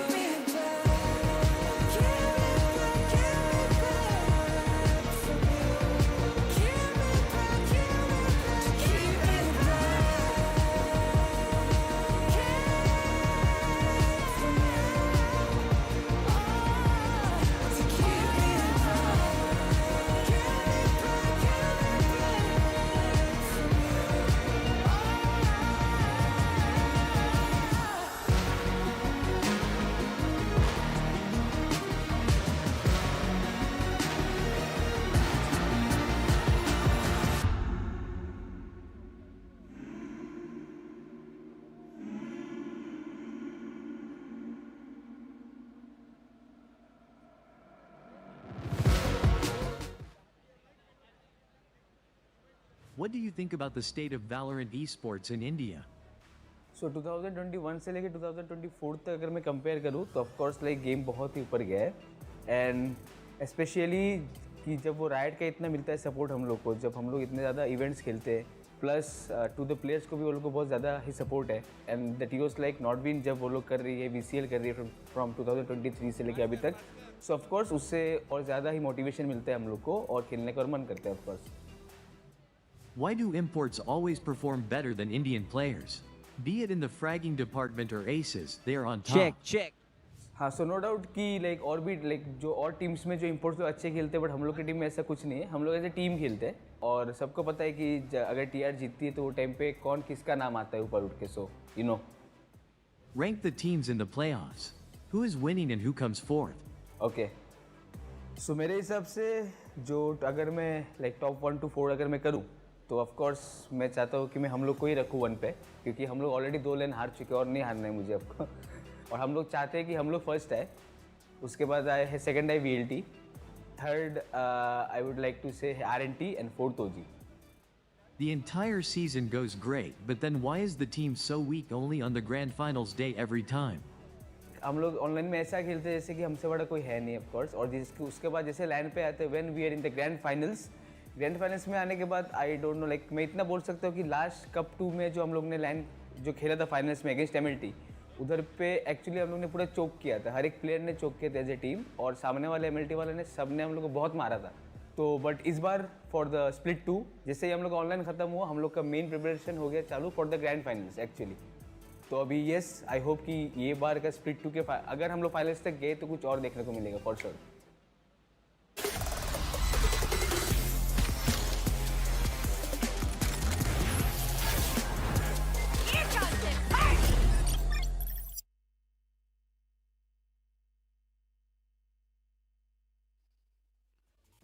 After that pretty solid series and a pretty big storm but on the 2-0 over the Orangutan, we'll be jumping into the second, ladies and gentlemen, where True Rippers face off their arch nemesis, VALORANT. You all are watching the OMEN Valorant South Asia 2024 with a styling partner Philips One. Please scary and alongside me, it will be none other than Bhavna. Super excited for this second series. Even more is the most promising one where I personally it's gonna go all 3 mappers. That's highly possible. It's going till the decider because Velocity, which was previously in the split, was known as Grey Fox Esports, True Rippers, their run has been so fantastic. Velocity in the group, they had 2 wins, 1 loss, whereas they had all 3 wins and in their favor. So both these teams are looking soon. I'm just waiting to see what map pool they're going to bring in, sort of map veto, what sort of composition is going to come in, because both these teams we can expect some sort of experiment also at this stage. I would kind of agree with you on point, right? I mean, I don't know more from True Rippers, more from Velocity, but maybe we can expect some of those neons to come into play, or maybe something like the ISO, because the best counter to an operator right now is definitely the ISO with the double tap shield that you get. That's like the best. You put on that double tap, make sure you move forward the operator guy, and then you got basically that window wherein any kills that you get will get that extra bit of knob where you flick it, get the orb, and boom, you've got a field which is going to protect you from one more. So I really love the idea behind that. But that's a big question in case the team would want to go for it or not. At the same time, they like to stick to their default. Now, True Rippers has been that team which has moved into the grand finals times and have yet failed to secure that winning position. Look at the lineup as well for True Rippers, as it's going to be exactly the same. RU, Disrupt, back. He was the one who was sick but is finally in form. Deathmaker, the man who's basically the epitome of good form. Helef and Techno. This entire roster has stuck together for longer than we can imagine. Well, they certainly have been sticking together since a very long time. That's the reason there is a good synergy between all these players, especially Deathmaker and Helef. But the way this team has performed in Split 2, especially against Revenant Esports, we saw them going for a 2-1 victory. But the matchup in Split 1 against the players of True Rippers was not so comforting for the players. But let's hope today Velocity is ready to stage a comeback. I won't say comeback, but I'll say are ready to take their revenge of Split 1. That could be a possibility happening, but like you were mentioning, ISO, in the Pacific region, we have been seeing so many teams going for the ISO pick on the map of Icebox especially. So I was kind of anticipating, expecting that maybe either Revenant or Orangutan on Icebox can go for a ice, but that didn't happen at all. But all, Icebox is coming in, True and Velocity's map pool. I would want to see an ISO. Or maybe a Global. I would agree with you on that point because ISO, yes, one of the best agents again, and don't really need a fast burst duelist onto the side.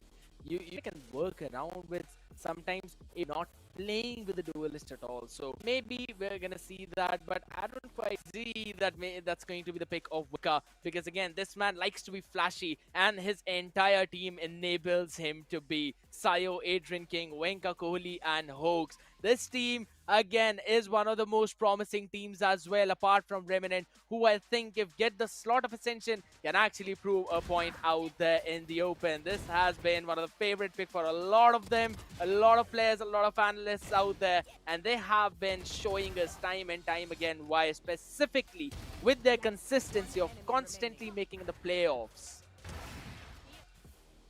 100% agree to what you said, especially the way Venka has been coming online, popping off in every single game, especially if you remember the map of Breeze, which they played against the players of Metal Esports, where Venka was the MVP, but Kohli's recon, shot lineups were getting so much value. At the same time, Sayo with his love plays, Adrian King with his flashes. I think Adrian King really pops off as a KO, especially on the map of Breeze. So that is something I'm excited to witness if that's going to happen again.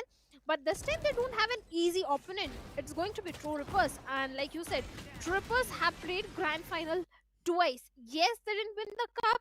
Yes, they were not the winners. Have played Grand Finals twice. So pressure has already been off the show. So those jitters of the Grand Finals won't be there anymore for True Rippers. If you participate a lot and if you move to the grand finals, then yeah, I would say that in the playoffs itself, you're like, all right, it's fine, we'll move to the grand. Doing that time and time again.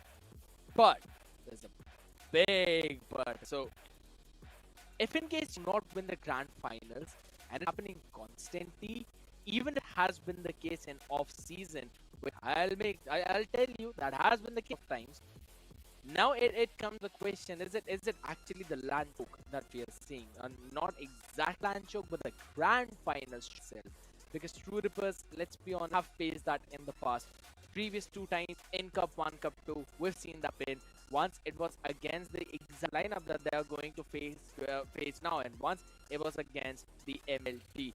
But it's going to be difficult for them to apparently grab this win, because I personally feel it is going to be that all-3 mapper. But one thing that is pretty for all the people to grab out there, going to be this 1000 VP that we have.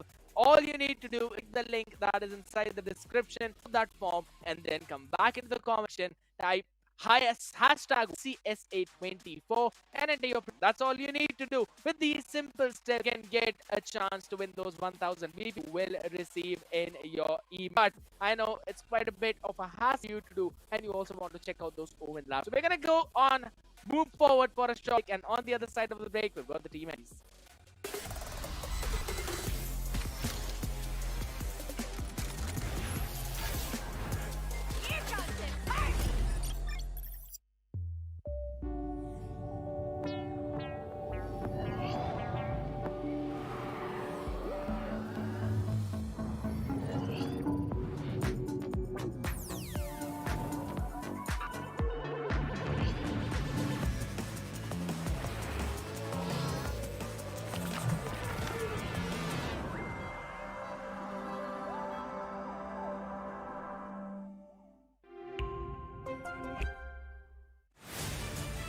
To live your life the way you want.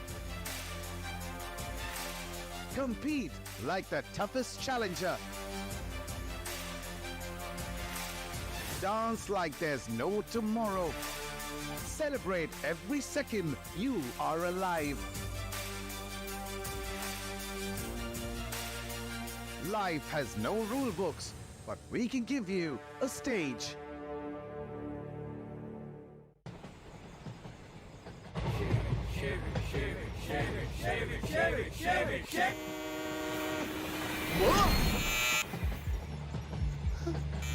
What's the worst that could happen? What's the best that could happen?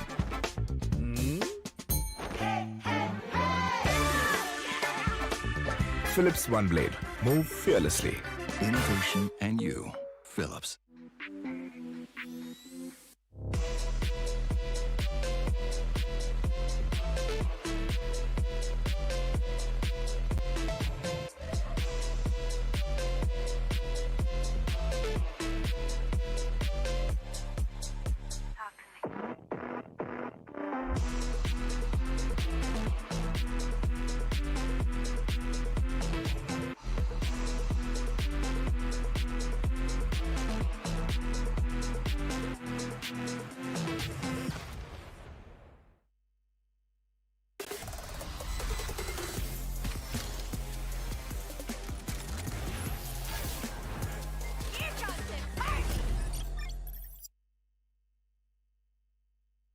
लगता है फिर से और एक team को build करने के लिए, तो इसके लिए हम लोग तो स्टिक करने वाले, क्योंकि हम लोग बिलीव करते हैं कि स्टिक करके अगर हम जितना प्रैक्टिस करेंगे इन फ्यूचर में जाके वो उतना ही अच्छा होगा. Your lower bracket run is always scary, but any plans to remain in the upper bracket this time? अगर मैं बात करूँ लोअर ब्रैकेट या फिर अपर ब्रैकेट की, कि हम लोग एक मैच हार जाए फिर जाए लोअर ब्रैकेट में, क्योंकि कोई भी टीम जब वो लोअर ब्रैकेट पे जाती है वो टाइम पे वो लोग के पास कुछ ऑप्शन नहीं रहता है, राइट. अगर हार गए तो आउट हो जाएंगे, तो वो टाइम पे इन जनरली हर एक प्लेयर से इंडिविजुअली उसका बेस्ट आता है, तो ये हम लोग को अच्छा लगता है कि एक मैच आता है चलेगा, बट अगर हम लोग लोअर ब्रैकेट जाए तो सामने जो टीम आएगा कोई नहीं, हम लोग के सामने कोई टिक नहीं पाएगा वो टाइम पे. Which is the most overrated team or player in VCSA? Overrated team तो एक ही है, ओजी रहेगी मेरे लिए ऑब्वियसली, बिकॉज उनका ग्रुप इतना आसान था, वो लोग ने ऐसा कुछ करा नहीं यहाँ पर आने के लिए, उनको ऐसे ही फ्री टिकट मिल गया, 3rd 4th प्लेस लेके चले जाएंगे. What would be your dream lineup? National lineup और इंडियन प्लेयर्स के मामले में I would pick myself and Hoax first of all, and उसके बाद I go for the TR core, so Haliff, Deathmaker and Techno. Obviously TR वाले इतने time से एक साथ खेल रहे हैं तो उनका कोर वहीं पर रहेगा, एंड जो फायर पावर मैं और होक्स ब्रिंग इन करते हैं वो I don't think Indian players में कोई कर सकता है. And on top of that I would like God Speed as our coach also. अच्छा, अगर मेरे को इम्पोर्ट्स डालने होते तो मैं और होक्स को फिर भी रखता, और मैं टेक्नो को लेता और DOS 9 and maybe सेयू.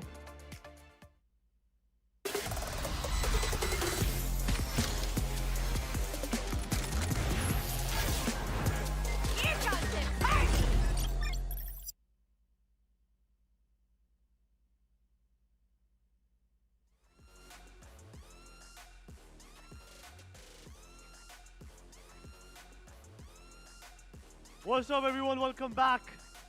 This is OMEN Valorant Challenges South Asia 2024 presented by Nodwin Gaming with our styling partner Philips One Blade. Playoff का पहला गेम खत्म हो चुका है. We got the champions, that is Revenant. But अब मौका है, दस्तूर है दूसरे मैचअप का, जो होने वाला है टू रिपर्स और VLT के बीच में. मोस्ट एंटिसिपेटेड, मतलब इस मैच के तो भाई आवाम भी बहुत सारी जुड़ चुकी है यहाँ पे नॉडविन गेमिंग अरीना में. तो बिना समय बर्बाद करे सीधा बुला लेते हैं ट्रू रिपर्स को स्टेज पर.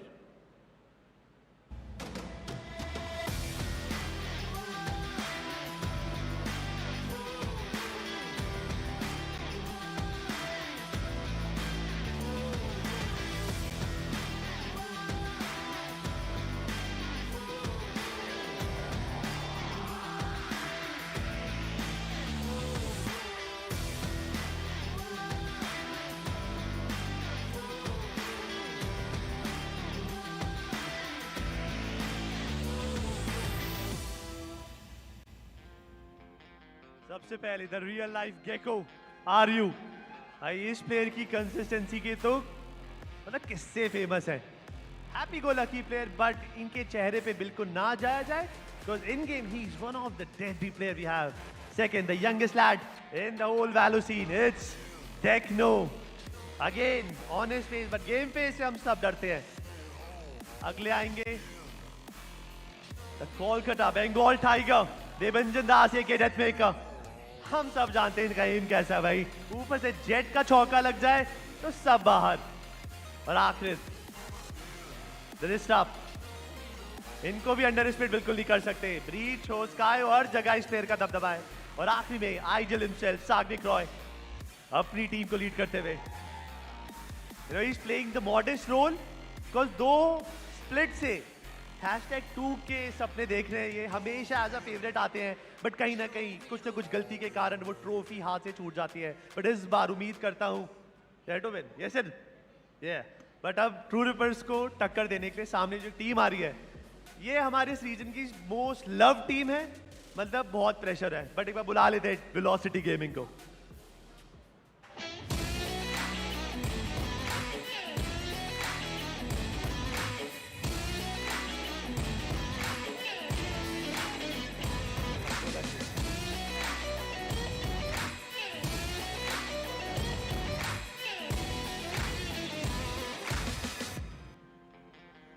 Oh yes. काफी टाइम बाद हमारे वैलो सीन के अंदर एंट्री करी velocity with the crazy lineup. Split 1 cup 1 के चैंपियंस हैं। उस टाइम पे नाम कुछ और था, बट अब फिलहाल सच्चाई यही है कि यहाँ पर वेलोसिटी का नाम ऊपर पहुंचाएंगे। सबसे पहले hidden king, the sentinel, the second one Insayo Sayo whatever, मतलब फ्लेक्स प्लेयर के अंदर इस प्लेयर ने भी महारत हासिल कर रखी है। तीसरे प्लेयर स्टेज पे आते हुए अगेन टेक्नो के best friend Venka too cold, one of the confident player. He doesn't care कि सामने कौन है, मुझे अपना काम करना है, मुझे जो कोच ने बोला है, आईजीएल ने बोला है, वो ही करना और आगे बढ़ना है। और mister Kohli day by day is getting little messier. 2023 का VCSA का कोहली बहुत नीट एंड क्लीन था, बट आखिरी में मिस्टर राव साहब देखिए, अमन यादव होक्स। अब ये दोनों टीम्स की खासियत क्या है कि इनको पोडियम, मतलब ये they always fight for the best. ये उन लोगों में से नहीं है जो कॉन्सोलेशन के लिए लड़ते हैं, they are here to be a champion, वरना सेकंड ऑप्शन ही नहीं है। मैं I know that you guys excited, but जाने से पहले प्लीज आइजल साहब यहाँ पे और आइजल साहब आप भी यहाँ पे, किससे सबसे पहले सवाल पूछा जाए? Okay, split 1 champions, but do you know इसका प्रेशर कितना है? ये जो जर्सी पे लिखा है ब्रो, इस प्रेशर को कैसे हैंडल कर रहे हैं? आई मीन प्रेशर भी है, बट आई थिंक उसके इक्वल या उससे ज़्यादा सपोर्ट भी है, तो आई थिंक वो बैलेंस हो जाता है उसमें। अभी कप 1 जीते आप स्प्लिट 1 का, everyone was like you know there is a new lineup, मतलब सारे वेटरन्स हार रहे हैं और एक नया लाइनअप आया है, होक्स लीड कर रहे हैं। But what happened in cup 2? और अब जब मेन है एसेंशन का, तो क्या प्लान रहेगा होक्स? आई मीन कप 2 जो भी हुआ it is what it is, but I think split 2 में we have new support, new fans, and we are back like in our cup 1 peak form, so I think it will be a really good game. अब जितने भी हम वैलो के events करा लेते हैं, मतलब ऑफ सीजन हो, ऑन सीजन हो, कप 1 हो, कप 2 हो, आप पहुंच जाते हो टॉप पर, बट थोड़ी सी हो जाती है गलतियां। इस बार नहीं होनी चाहिए ना हेल्प? होपफुली नहीं होगा, इसलिए एंटीडोट इज हियर। हाँ, मैं वही पूछने वाला था कि recently you got services of Antidote, you know the veteran Bengal tiger, इनके एडिशन से कितना फर्क पड़ा है हेल्प? तो फ़र्क पड़ा है मेंटेलिटी का एंड प्री गेम का, बट गेम में तो हम पाँचों को ही खेलना है, तो होपफुली दिखा जाएगा गेम में। यू नो आज आप इनको फेस करने वाले हैं, एंड यू नो कि इनका स्ट्रक्चर कितना स्ट्रॉन्ग है ना, दे प्ले डिफॉल्ट स्ट्रक्चर। आज इनको कैसे तोड़ेगा डेथ मेकर, आज कैसे RU एंड ये सब घुस के मारने वाले हैं? मतलब वो गेम में देखा जाएगा कैसे। मतलब नो लीक्स, मतलब आप जा सकते हैं अपनी टीम के साथ। Good luck boys, you know आपको भी गुड लक, ढेर सारा यू नो। मुझे लगा मेरे से गले में था, बट ठीक है, चौक के ये थे हमारे साथ guys from the true Rippers and hoax from WBLT। But guys एक चीज आप लोगों को बताना चाहूँगा, अगर आप दिल्ली के आसपास रहते हैं, NCR में भी रहते हैं, ज़्यादा दूर नहीं है, आप गूगल में डालें नॉडविन गेमिंग अरीना, यहाँ पर आप सारा वैलो का मज़ा आराम से उठा सकते हैं, लैग फ्री, कोई प्रॉब्लम ही नहीं होगी आपको। यहाँ पर आप प्लेयर से मिल सकते हैं, और साथ साथ जो मोस्ट एक्साइटिंग चीज़ है कि यहाँ पर है एक क्रेजी HP गेमिंग का ओवन बूथ, वहाँ पर वैलो में 1v1 चल रहा है, और साथ साथ वहाँ पर है बैक टू कॉलेज ऑफर्स, वो भी आप ट्राई कर सकते हैं। चलो अब सीधा गेम की तरफ बढ़ते हैं, बिकॉज हमारे कास्टर्स भी इंतजार कर रहे हैं।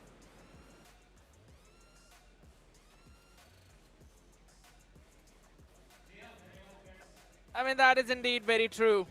We've been waiting for this game to start for eternity, but what better than a good reunion for all the players, and this is very well the matchup that we might also see in the grand finals if it's not for any other upset that we might witness. Because Bhavna, this is literally the rematch of the Split 1 Cup 1 grand finals. जी हाँ, बिल्कुल rematch तो है और भी चीज़ें काफ़ी interesting है। यहाँ पे ट्रू रिपर्स के कुछ प्लेयर्स उसी बैनर के अंदर पहले खेला करते थे, जहाँ पे अभी फिलहाल यहाँ पे वेलोसिटी गेमिंग के प्लेयर्स हैं। तो काफ़ी सारी चीज़ें यहाँ पे पुरानी यादें, पुराने कुछ याद दिलाते होंगे, बट बहुत इंटरेस्टिंग रहेगा ये मैचअप, क्योंकि दोनों ही टीम्स की अगर बात करें बहुत ज़्यादा स्ट्रांग है। इनका जो रन है, चाहे वो स्प्लिट 1 हो या स्प्लिट 2 हो, इनका रन बहुत फैंटास्टिक रहा है। जिसकी crack and the way crack was also mentioning that true reapers, they always reach till the grand finals, but that is where the problems begin. I would agree. But we'll just have to wait and see how things will eventually move forward, because in this situation, in this state where we are at right now, ladies and gentlemen, it's time for the map veto. Bind, Lotus, banned out. Icebox is the one that is picked up. Bhavna, you made a guess that we might potentially see the map of Icebox, and that's exactly what we are seeing. True Rippers, it's their territory, and VLT secure the map of Split as well. So now that's something that I'm pretty surprised about, because there's this fact which I had to mention, that in a situation where if we see a split, I kind of feel True Rippers are the ones who basically have the advantage on that map. I kind of agree with you, because True Rippers, they played on the map of Split, Split in Split 1. Split 2, they didn't play on the map of Split at all. And in Split 1, the stats were pretty decent. They played Split, I think, 12 times, out of which they got pretty handsome number of victories in their favor against Grey Fox, against Revenant, against OG, MLT, Carnival. In Split 1, the Split map was fantastic for the players of True Rippers. So this map pool can go either ways. Even for Velocity, Split is not that shabby, not that bad. They have decent stats on the map of Split as well. Agreed, as you mentioned it perfectly, right? They've got pretty solid stats on that map, and this one series is something that I feel can literally go anywhere, as you've already mentioned about it. And we were talking just before the entire death segment began too, when Pratt was the one who was having all the fun time in the world on stage with the players, taking the interview and everything. Now, yeah, I know that people should not be jealous, because that's the ideology that I follow. But yeah, he eventually made me, because I also want to be on the desk with those people. I want to ask my own questions too, but at the same time, it just feels so amazing to be in the arena itself, right? Because you want to be in the presence of all those players that you've been seeing play. You've been having the idea that these are the ones who I want to become like once I grow up, or once I become a pro player. So might as well just drop down at the Nodwin Gaming Arena in Chhatarpur, ladies and gentlemen, if you're anywhere in the NCR area. But for now, we're going to be moving into the area of the icy lands of Icebox, where the compositions for both of these teams are going to look exactly as it's in front of us. Disrupt and Hella with the Sova Gecko combination, which they normally bring in, while Velocity Gaming with their Sage, drinking on that Killjoy. That means no ISO at all. Not today at least. But maybe in the future we can see one of these teams going for the ISO pick as well, because let's be honest, ISO is the best answer against the operator that is usually posted on the B-Long or the A-Main. And Tecmo is pretty happy and confident. Why shouldn't he be? Because yeah, but it's Deathmaker who was having the stare contest with the camera, and as you mentioned, Techno as well. He's happy, but more than happy, he's focused. He needs to win the game.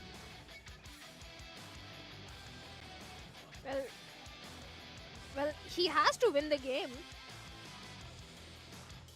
But at the same time. But one thing is for sure, that this map is going till the decider. We are going to witness all the three maps, because no way it can be a 2-0. And the 2-win can go in the favor of either of these teams, be it True Rippers or Velocity Gaming. It can go either ways. But at the start, we have the map of Icebox, where True Rippers, they are starting on the defense, and Velocity, they are starting on the attack. 2 cute penguins, 1 snowman. There's 3 penguins, to be honest. There's 1 more snowman when you start on the attacking side over towards the right of the jail. That's pretty fun. Most of the people, though, they fire a couple of shots that blow that snowman apart. But we'll see how crispy the shots for all these teams are going to look like today, as, again, all the players on the side of Velocity are starting on towards the A. They've got absolutely no utility to watch any kind of backstab, and I like the idea from True Rippers as well.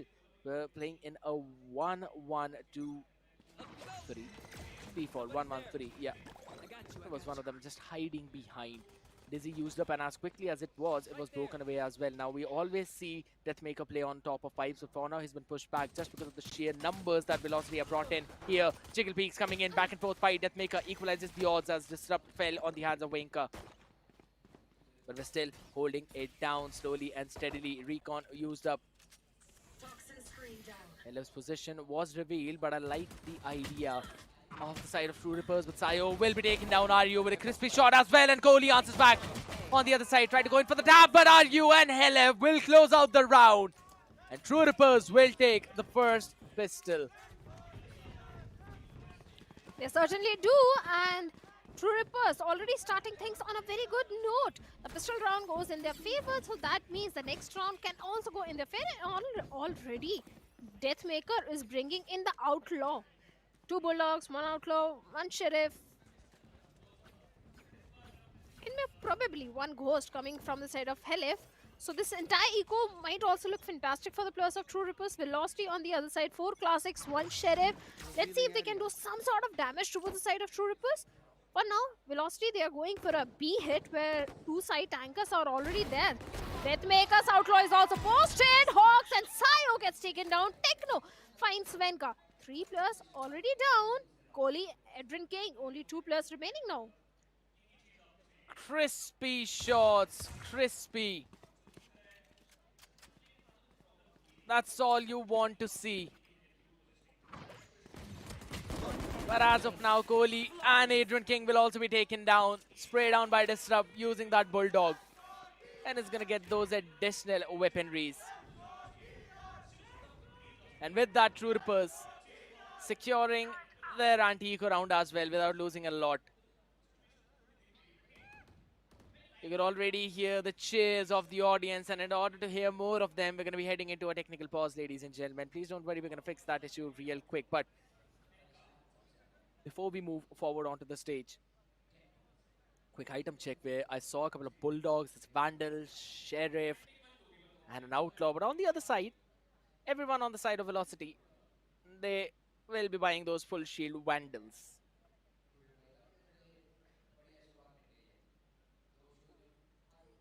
Of course, it's going to be their buy round. Velocity will be going with the full shield Vandals because I think it was only 1 player who went for the Sheriff buy in the save round.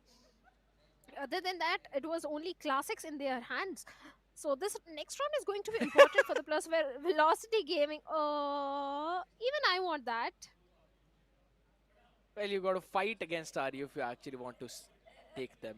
Not his software, but I want one of my own. Understandable. Maybe you can get some Valo plushies, right? Hoo-hoo, Deathmaker warming his hands up. His aim is looking crispy either ways right now. And if in case that continues, you already know that it's going to be even more difficult to stop this lineup as Disrupt. We've talked about how solid of a pillar he has been for True Rippers. And at the same time, now when everyone's all feeling well, energized, perfect, you know that it's going to be a very solid matchup. Well, it is certainly going to be pretty solid matchup. And speaking of the pistol rounds as well, True Rippers pistol round, especially on the map of Icebox, has been pretty solid. When they played against the players of Orangutan in the previous matchup, both the pistols went in their favor. Even against the players of Reckoning, the first half pistol round went in their favor. And let me tell you, against Reckoning, True Rippers had a pretty dominating scoreline, 13-5, where they got back-to-back 7 rounds in their attacking half. And after that, only 1 round towards the side of Reckoning. Maybe we can say Reckoning's defense was weak or blah blah blah, but True Rippers' attack was also pretty strong in that particular matchup. So we can't deny the fact that True Rippers knows how to build the momentum on the map of Icebox. I want to see how Velocity is going to counter that. What counter strat is there for the players of True Rippers? It's all about the defaults and the adjustments. How well you're able to do that. Do not worry, Aryu. No one is going to steal your soft toys away.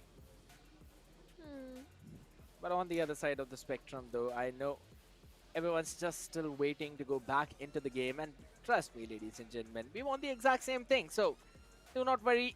The production is working really hard to fix all the issues very quickly.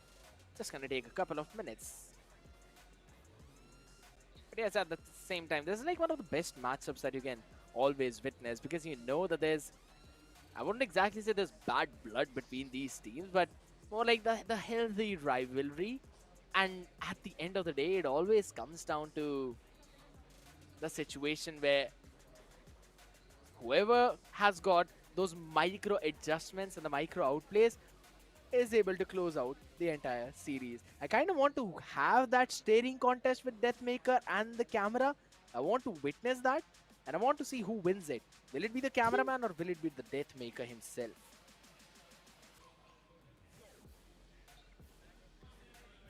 You're asking for some things which I think the cameraman won't give you. He won't be happy with those demands. But one thing we have noticed, all the Valorant players, they have a little soft side where they have a little attachment to these few soft toys, because even on the international stage, we have seen so many players carry those soft toys as their lucky charm to the stage.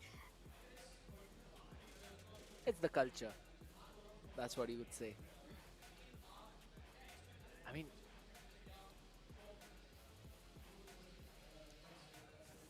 the issue is going to be fixed up quickly.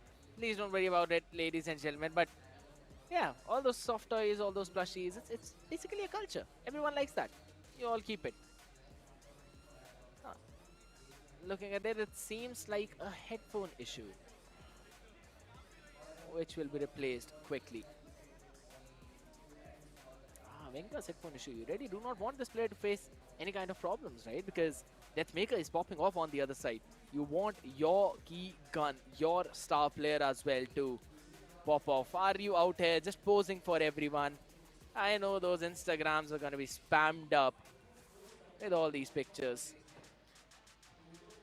You know that little octopus toy? I was about to buy that for myself a few days back. I was so close to buying that for myself. And now Aryu is just teasing me. He's just teasing me. He's reminding me why I didn't go for it. Yeah, I'm also sad like that. Aryu? I am sad. Like I should have gone for the purchase. It's an angry one. He wants the issue to be fixed quickly. That's why he's actually showing it. He said that Krat mentioned that he's the real life Gecko. I say that he's the real life wingman.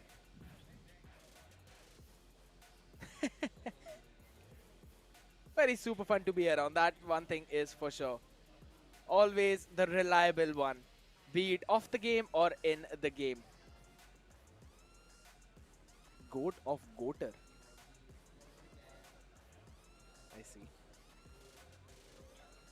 Eskerosi with the operator. Well, that did pop off. That did came online in the previous matchup.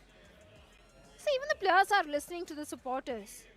Whatever their demand is, they're fulfilling that.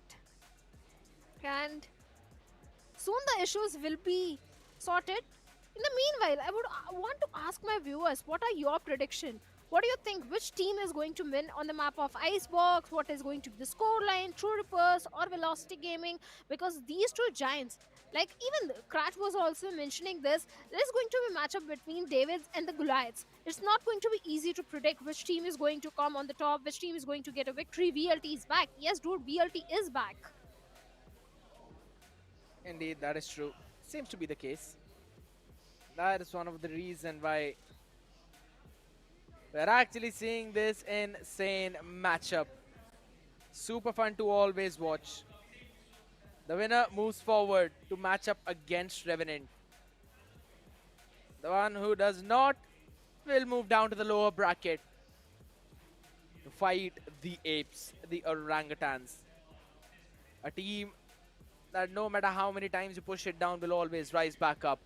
But that has also been the storyline of both of these teams, because True Rippers are still searching for their trophy. Grand Finals 2 times, trophy lifted, none. And that's something that kind of hurts. Hurts a lot. And we all know that they'd be looking forward for this one entire split too, because the winner gets a slot to Ascension, ladies and gentlemen. And there's some info for all the people out there. There's no Split 2 Cup 2. It is just Split 2. And the winner of Split 2 will get the slot in Ascension. And that is the stake. That is the reason why these teams are putting everything online and are making sure that they showcase their best performance possible to try and get their team to an even bigger stage, an even bigger experience. Maybe third time charm can work for the Plus of True Rippers. Highly possible, but the matchup is not going to be easy at all. Yes, this time it is going to be Velocity, but Revenant, even if True Rippers win this particular one, then Revenant is waiting for them in the upper finals, upper brackets. That matchup is also going to be pretty interesting because Revenant is also one of those teams which is very unpredictable. Agreed. And it's not going to be easy for True Rippers. We can't say, yes, True Rippers, they have an upper hand on the Plus of Revenant, or Revenant has an upper hand. These three teams are head-to-head. It's going to be so fierce competition. But Orangutan can also bring in so many surprises. So there is a possibility that few upsets can be there in the low brackets as well. And maybe Orangutan can move into the grand finals. There are so many ifs and buts happening. It's all about which player is popping off, which team is popping off on that particular day, on that particular matchup. Anything can happen. It's a game of Valorant. And even the players of True Rippers and Velocity are also aware of it. So they're not going to take this matchup lightly. This is one of the main reasons, right, why we're seeing this map veto in a bit of a surprising manner where Velocity picked up Split. That is clearly to showcase that they're not afraid to face True Rippers whatsoever on that map. We've seen it multiple times from both of them, even in those previous engagements that we always talk about. They perform to their utmost best. And True Rippers right now are looking in a sublime form. You can talk about any of the maps that you see. It's going to be Ascent, it's also going to be Icebox. The Split, yeah, it has been impeccable. You talk about the Sunset, it also looks very strong. So just because of this entire map video and the way how it's panned out, right, I still feel that True Rippers might have that slight edge, that slight advantage, because previously, if I remember, and if you remember as well, Bhavna, we did mention that when both of these teams faced off against each other, the last Icebox, it went to overtime. Yes, last time it went into the overtime, and I think they have faced on the map of Icebox up until now, I think 3 times, and every time it has went into the overtime. At least twice it went into the overtime. The previous one went in the favor of Velocity Gaming, which was Grey Fox back in the time. Before that, it went into the favor of True Rippers. So this map of Icebox can go either ways. Both these teams have got their fair share of victories and defeats on this particular map against each other. So today also it can go either ways. We can expect a overtime from the very start of the game, from the very first map. That is going to be Icebox. And speaking of Split, I think Split is also pretty decent for the players of Velocity Gaming. Icebox, they lost only once in Split 1. Split 2 also, they have played it 3 times and lost only once against the players of Revenant Esports. So statistically speaking, Velocity's Icebox is also pretty strong. And the matchup against Revenant on the map of Split was also pretty dominating. And since we're already talking about domination, we're jumping back into the map of Icebox, ladies and gentlemen. Thank you so much for being patient with us, as it's going to be a full buy for the side of Velocity, while True Rippers are going to be heading into their bonus with a couple of Bulldogs, a Vandal, as well as an Outlaw. Now, half shields on the other side, maybe apart from just one on Winker. Fun fact, though, one thing that we kind of missed out was the fact that Winker is playing on that Gecko instead of any of those Jet shenanigans. Now that's pretty unique, but a couple of shots being connected from Deathmaker as well as Techno, both of them fighting their value. But there we go, Deathmaker taken down by the spray down of Kohli. Kohli is one of the main pillars of the side of velocity, because every single time this man performs, this team has a smooth sailing. But every time you see this man not performing, it's like a super uphill battle for the team, and they end up losing the maps. So you want Kohli to make sure, you want to make sure that Kohli is the one who's actually performing it. But there we go. Spam comes in. Dizzy catches one. Pavan is all disrupt, finally gets. They don't have a good post-plant positioning. This could be a very well bonus conversion. Long range fight. A headshot ding, and LF clutches the round. Wins it for the team. And converts a bonus for True Rippers. The improvement on this man has been insane. I've been watching him for so long. There was a time when he needed to clutch the rounds in crucial moments and he would miss. But this time, for the past few months, you can rely on Helef every single time.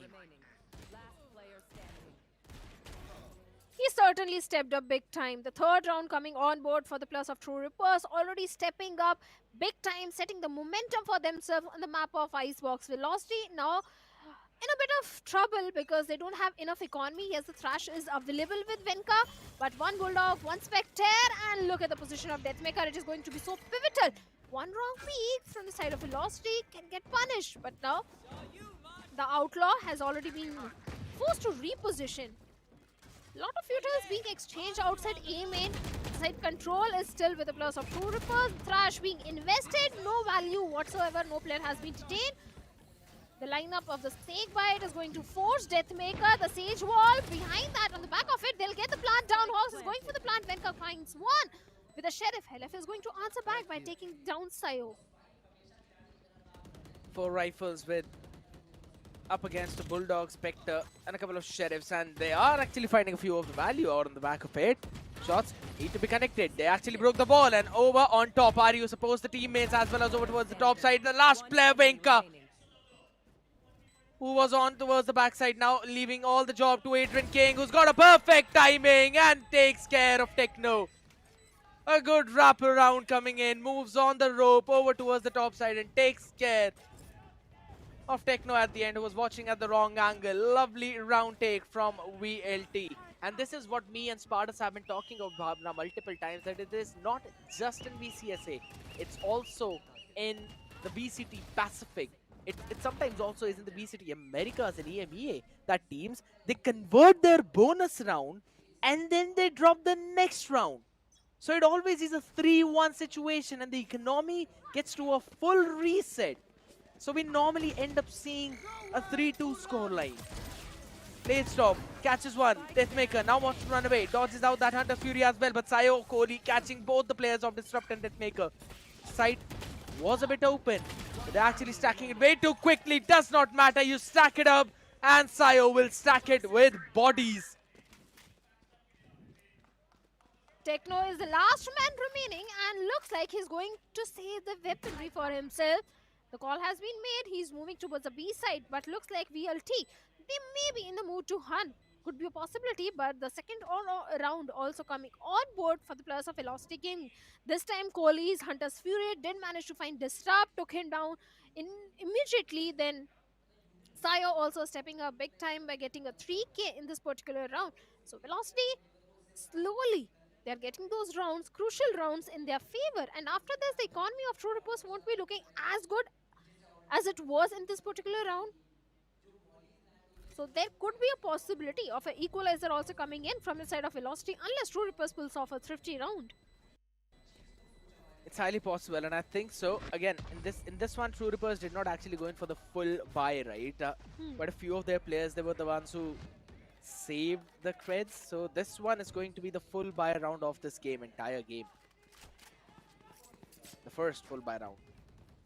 Looking at the ultimates progressions as well. Again, Bladestorm was committed in the previous one, so let me get right. But again, was caught on that exit. The recon was impeccable by Kohli. But in this situation, right here, you also have Helef with the Hunter's Fury. You've got Disrupt with the Thrash. You've got quite a good amount of utility to delay the plant or maybe go in for the full-fledged retake. That's probably what's going to happen as well. Some shots being fired, warning Do not peek anywhere around that mid, but still fight being taken, and Adrian King wins it against RU.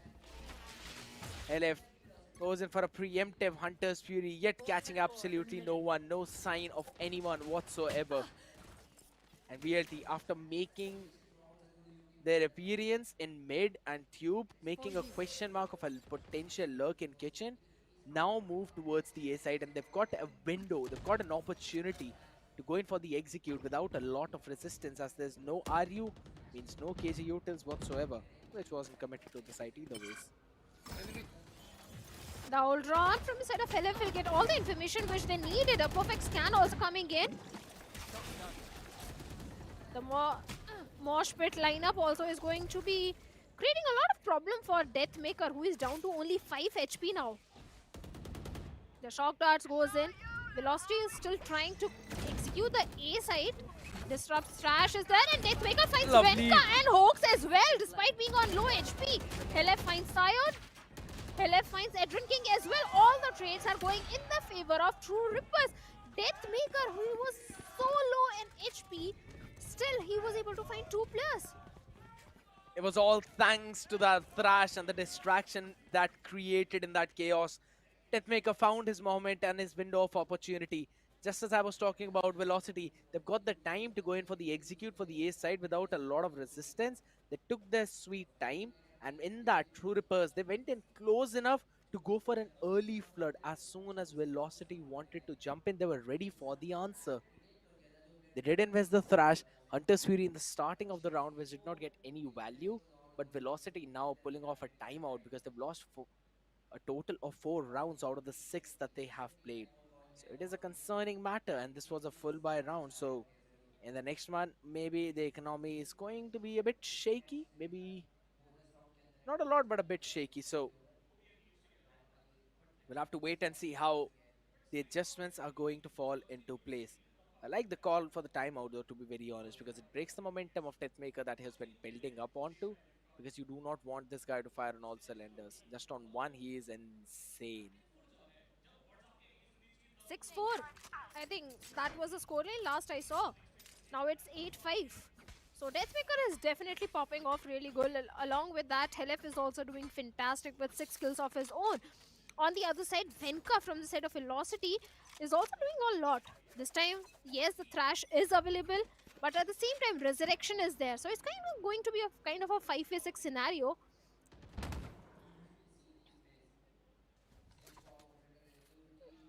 Few shots being exchanged outside B main. But from the looks of it, it is looking like Velocity is going for an A execute. And A side is double stacked up. Mid exploration can be the key for the players of Velocity at this point, and that is exactly where Sayo and Hawks are moving forward. Dealt with the utility in the mid. Now Velocity is creating a lot of question marks for the players of True Rippers right now. Exactly. And you always love to see that idea. Whenever it's about on the attacking side, if the fast hits are not working, you slow the pace down to create those question marks for the side of True Rippers. But the constant positioning of Deathmaker on the pipe that he's playing on A is what's giving True Rippers the confidence to stack up towards the B. But again, that mid possibility of any kind of lurk is what has got now Helef off guard, and he is the one who's playing on towards the bridge and directly in towards that spawn to confirm that there's no one lurking up there. But Hope, he's going to follow up with the ball, as well as Techno finally has been caught. Playing that back and forth through that wall. Sayo was able to burst him down. There's a gap in the wall now, though, because of the wingman's plan, but it's going to be the Viper's Pit being committed as well, which is going to give a lot of room to Velocity work with. Hoax again working with the operator. They've got a lot of utilities to delay as well for the side of VLT. Not a lot, but just one nanoswarm remaining now for Adrian King. So retake might actually come into place. But what are the utils that they have? Helef, he's got his gun. That's all he needs. Who's now forward as well? Deathmaker up on top of Yellow. Catches another one. Goes in for the spam out as well. Sayo catches Disrupt. Things on the map. Need to come in through as Aryu gets one. And Helef with the answer. As Sayo falls. And so did the pit. And so did the round. 1.67 seconds remaining, much more than sufficient. True Rippers not even letting VLT breathe. Remind me, you were the one who said Icebox is an attack-oriented map. But Yep. looks like True Rippers are dominating on the defense. Will Velocity be able to pull off such a good defense in the second half? That's the main question, because the attacking half, they're not getting too many rounds, only 2 rounds, and they're stuck on it. They need to do something. And with the eco again coming in, where only one rifle, one bulldog is there, 2 sheriffs, one ghost. Yes, 2 ultimates are there, but they need to find the timing of those ultimates. Last round they did use the Viper's Pit, but that also didn't go very well. But now Deathmaker coming so forward and going a little aggressive, finds a perfect knock onto Adrian King, shuts him down. The shock darts coming in, but they won't give any sort of problem to the players of True Rippers at all. As of now, not yet. Because again, True Rippers are holding their positions. Disrupt over on top of the pipes. Shock dart did went in. Not a lot of chip though. Oh, beautiful peek. Both the players peeked in at the same time, but it's still True Rippers winning out on all those trades because they had disrupt on top of pipes, and that's where this man needs to be. Ho ho ho ho! All right, all right. We're seeing some banter going on the stage, and that's what you love to see. I wouldn't exactly say banter, though. He was just standing up. And you could see the confidence dripping out from him because Bhavna, he's got another thrash almost ready, just 1 point away. And not just thrash.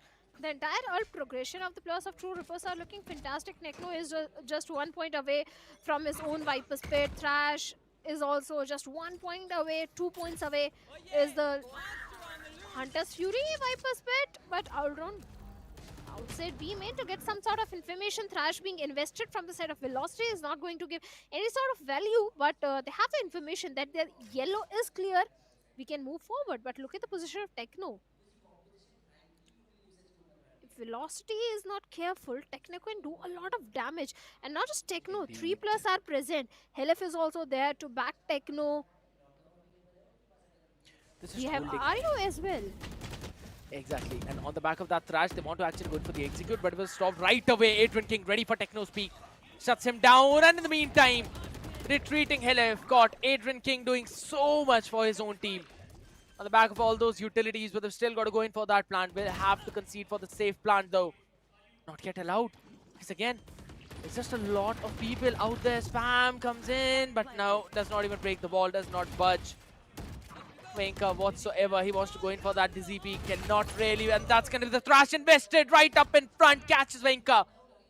Are you able to capitalize on back of it? But this late lurk from Hoax, it should give a massive value near the orange. Deathmaker catches Sayo. Here's the game of lurks as both the lockdowns were invested. Deathmaker catches one more onto Adrian King. Hoax just needs to wait. Find the timing. Disrupt has the idea of him. It's going to be a detainment on Kohli. That is an even bigger problem. Long range fight. Aryu's position. It is absolutely safe. He's going to stake all the way as Deathmaker gets a 4K. And Oaks has been taken down on his knees as True Rippers move up, soaring high. 7 and 2 out of the 9 rounds. True Rippers playing perfectly. Back-to-back 4 rounds. The momentum is entirely in the favor of True Rippers. And this scoreline is in the defense. 7 rounds in defense on the map of Icebox. Yes, the Blade Storm is there. Deathmaker, look at the stats. 14-6. 14 kills already in his favor. Deathmaker is doing fantastic, but a hero rifle coming in from the side of Velocity. That too in the hands of Adrian King. Yes, Resurrection is there, but the Snake Bite, Ultron are creating a lot of problem for the players of Velocity at this point. Hunter's Fury investment is being done by the players. Helif, Techno finds Sayo, Hawks also goes down. Now 3 players remaining. Maybe it is going to be an 8-2 now. It's highly possible. Long range, he sees the player behind that smoke. Shots connected by Venka, but not enough as Techno catches the fly and moves without a sigh. True Rippers, just as you mentioned, Bhavna, with another round, we're seeing a lot of people out there supporting, probably some family members as well. So it's a very good environment, ladies and gentlemen, out there. And if you also want to be a part of it, make sure to go to the Nodwin Gaming Arena in Chhatarpur. Maybe if you're lucky, you're gonna catch the next map, and if we goes the map number 3, that map as well. For now, all 5 people from the side of VLT yet again over towards the A, where we're seeing the setup of RU right now. An aggressive alarm bot at the choke point itself with the nano swarms to delay the default plant from the wingman. Like the idea, like the setup, but the shock dart not yet cleared out any kind of utility whatsoever. Winka with just a glass cannon, if I'm not wrong. Or maybe he was just stacked up and Hoax eventually healed him. That's one thing. Look at the amount of space that Deathmaker has already taken towards the spawn. They know that this is a full hit and 4 players are ready to respond. Fighting squad come in, back and forth fight we go, 2-2 trade, but that's going to be again Sayo Techno trading each other off. It's all down to just disrupt. Who's holding the site? Who's holding the fort? 1v2, but Deathmaker is also going in for that support. It's about time. And how well he's able to finally catch one person. That's going to be a 2v1 fight over towards the backside. Deathmaker needs to jump into the fight and tries to get the trade. And the reload is in the hands of Adrian King. And Deathmaker capitalizes on that. True Rippers with another buy round, Bhavna. If it is Deathmaker who has to clutch in the end, he will always clutch. The way he's coming online in this particular map, there is no second thought. If it's a situation of a 1v2, for sure Deathmaker is getting that situation in his favor, and that is exactly what happened. Velocity went for a very aggressive approach for a flood execute during this round. All the trades were coming back and forth until Deathmaker came in and did that 1v2. 9-2, the last round of the half. Viper's Pit already being committed from the side of Techno with a judge in his hand. And Deathmaker outside. Venka was just standing there minding his own business, not doing anything, and Deathmaker comes in and says hello to him with his Vandal. Sayo in the meantime is able to catch one. Oh my goodness. Deathmaker was already on the boosted angle, so still Venka brought back on his feet. And since Sayo already found a value in mid, that means the numbers advantage now falls in the hands of VLT. Deathmaker, all the heavy lifting that he did. Oh my goodness, 4 players just all standing up there. It depends on the timing that he decides to go in for the cross. Behind that flash, it's a massive one. Fire from all the different directions, and that's the boiler angle where you do not want to be caught. Because Helef and Deathmaker, they're kind of creating a pincer, and it has worked out phenomenally. As the IGL doing so much for the team. What a call from True Rippers. As Techno in the entire duration was just chilling in his own Viper's Pit, as Deathmaker gets another one, and it's a 10-2 swap. Bhavna. Switching sides. Such a dominating defense. No one anticipated from the side of True Rippers. And now the score is entirely favoring the players of True Rippers, even if Velocity do manage to get the pistol round of the second half. It's not going to be enough scared at all. They need to get the pistol, they need to get the bonus, and after that they also need to get the next buy round in their favor. That's when there will be a possibility of a comeback coming in from the side of Velocity Gaming. Otherwise, the way this map is going, the way the scoreline is going, it is showing entirely True Rippers' domination. That is indeed true, but we'll see what's going to happen after this break.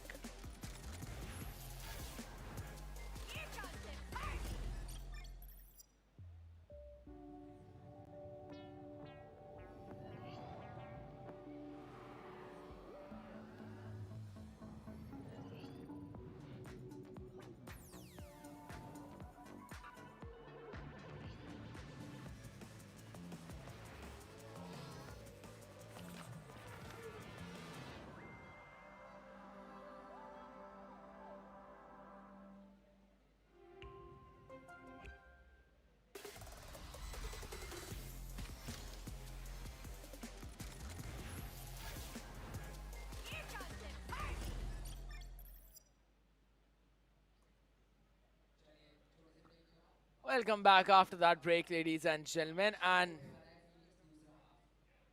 it's going to be the second half of the first map of Icebox. You all are watching the OMEN Valorant Challengers South Asia with our styling partner Philips. One blade is the split 2 and a chance to reach Ascension. with only one team out of the 4 that we have fulfilling their dreams while also being the shatterer of the rest. And for now, True Ripper seems to be the former one, as well as the latter against Velocity, because it's a 10-2 half swap. And we're going to be seeing Velocity now on defense, who kind of want to go in for a fast mid approach, but at the same time, Hoax quickly grabbing the A orb. But all of True Rippers in the meantime have given up all the spaces on the entire map and are just looking to move forward towards the A. They're just going in for the contact plays at this point. Pistol is going to be important for Velocity. A lot of util down. Viper ball on the back of it. Deathmaker goes in, finds Kohli, shuts him down. Finds Venka as well through the wall. Bang! Hawks and Sayo, they're going to answer back, but that won't be enough. As Helef and Techno finds 2 more. Adrian King, only man standing, with just a classic in his hand and a nano swarm. In a 1v3 situation. Looks like this pistol is also going in the favor of True Rippers. Seems to be the case, as the position now has been noted as well, so not a lot he could do. Oh my goodness, the chip damage is insane. The value with the shock dart that Helef actually provides. Down to just 56 HP, a couple of shots that needs to be connected, unless we see Adrian land 3 nasty headshots, and nope, that's not happening. Techno jumping, getting those shots, and with that, True Rippers move on to 11. There's absolutely no way now Velocity can make a comeback from this point onwards, unless they take this Thrifty. And that seems to be like a dream, and for that, we're going to be heading into a tactical timeout, ladies and gentlemen. It's not a technical timeout, it's a tactical timeout for Velocity Gaming, because they really need it. Do they force? Do they save? That's a big question. It's a double-edged sword. If they force and lose, there is no way they're getting this map. If they don't force by, then True Rippers might be touching the map point, the 12th mark. And the difference in the scoreline is way too much to deal with for the players of Velocity Gaming at this point. And Deathmaker, the way this guy is performing, it looks like Deathmaker's strongest map is Icebox. He's coming online, he's popping off the heads. Every round, Deathmaker is making some humongous plays. And not just Deathmaker, the entire team of True Rippers.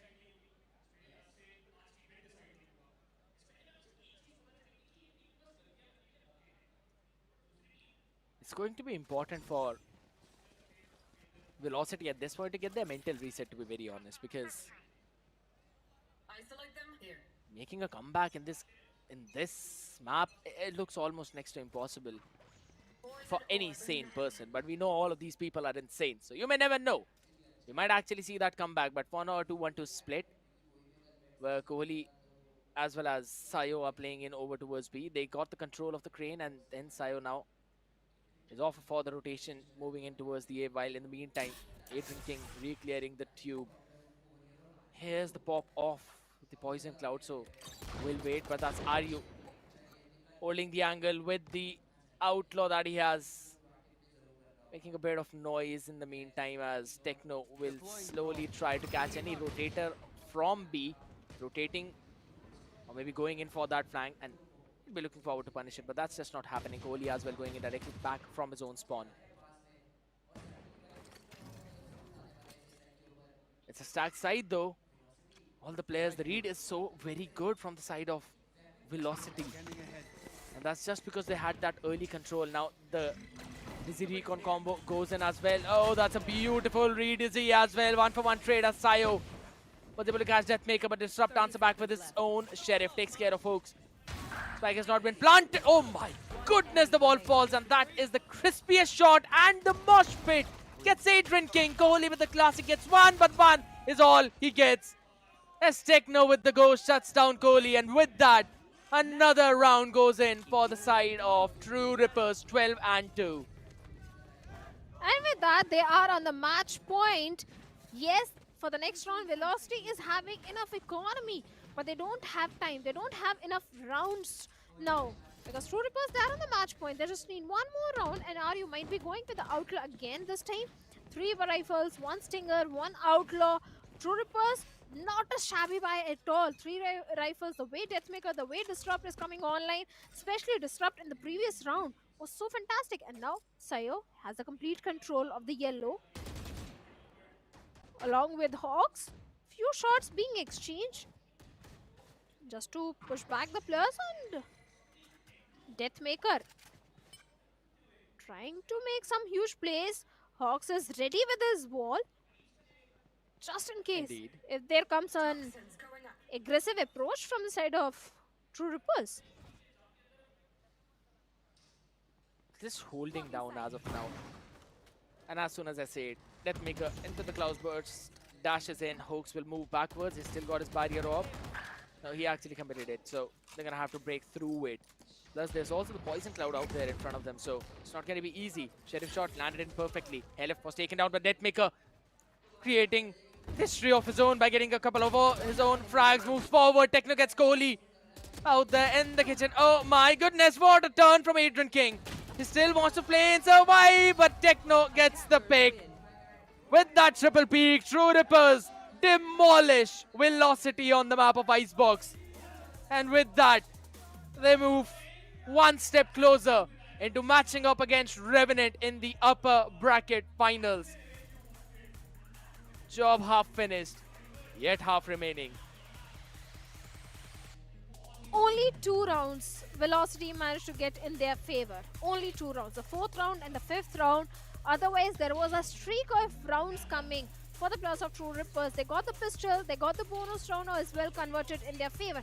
Yes, there came a Thrifty and the next buy round in the favor of Velocity, but that's it. Other than that, Velocity, the entire team was looking off. And True Rippers, not just Deathmaker, I think, scared. It was Disrupt also. It was an entire team. There was one particular round where Disrupt came online. He popped off really good, got 3 Ks, and got the entire round in the team's favor. That is how you always want your star player to perform. On one side, the star was shining bright like Beetlejuice. But on the other side, maybe not so much. A bit of a white dwarf, which we'll probably see turn into maybe a red giant. Now that the astronomical signs not match up, but it's fine. Not that is important. You want to perform. You want Banker to outperform Deathmaker in these situations, which just did not happen in this one. Seeing him go, I was pretty surprised as well once I saw the composition, but at the time, I thought maybe they've been cooked up for the playoffs, but it seems like they kind of went in for that overcooking, and he just did not have enough lead that you would normally expect him to have in those situations where he was to be commanding. He was trying to take the space away from the opponents, but Gecko's utility is something that you can use it for your teammates scale up on the back of it. You've got to have that level of patience whenever you're playing it, and it's just that Venka, he was just do the Venka things while that made the other side was just mowing down the lawn. This composition of Velocity Gaming, where 2 Sentinels are there, 2 Initiators, no duel at all.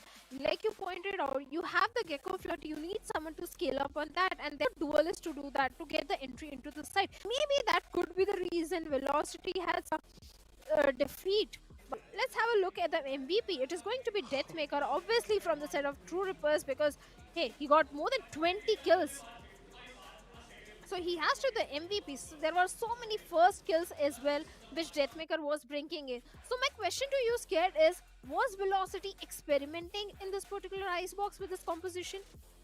Seems to be that way. It does seem to be that thing. Now maybe they were just going for a bit of an experimentation, which just did not land in their way. But something that definitely did was Deathmaker was out of his mind. 5 first kills with an ACS of 392. That is just mind-blowing. Only Sayo, the one who landed onto double-digit kills for Velocity. Everyone else just 7, 7, 6, and then 5. Seeing Venka this low in the kill department is something that we're not very accustomed to. So yes, some things really need to be worked upon. But we'll be having a look at the team performances as well, where True Rippers had 10 first kills. No thrifties on either side. Only a couple of times we saw the post plant because True Rippers, again, they were just mowing down the lawn on their attacking side. They did not even need to go in for the plant in most of those cases.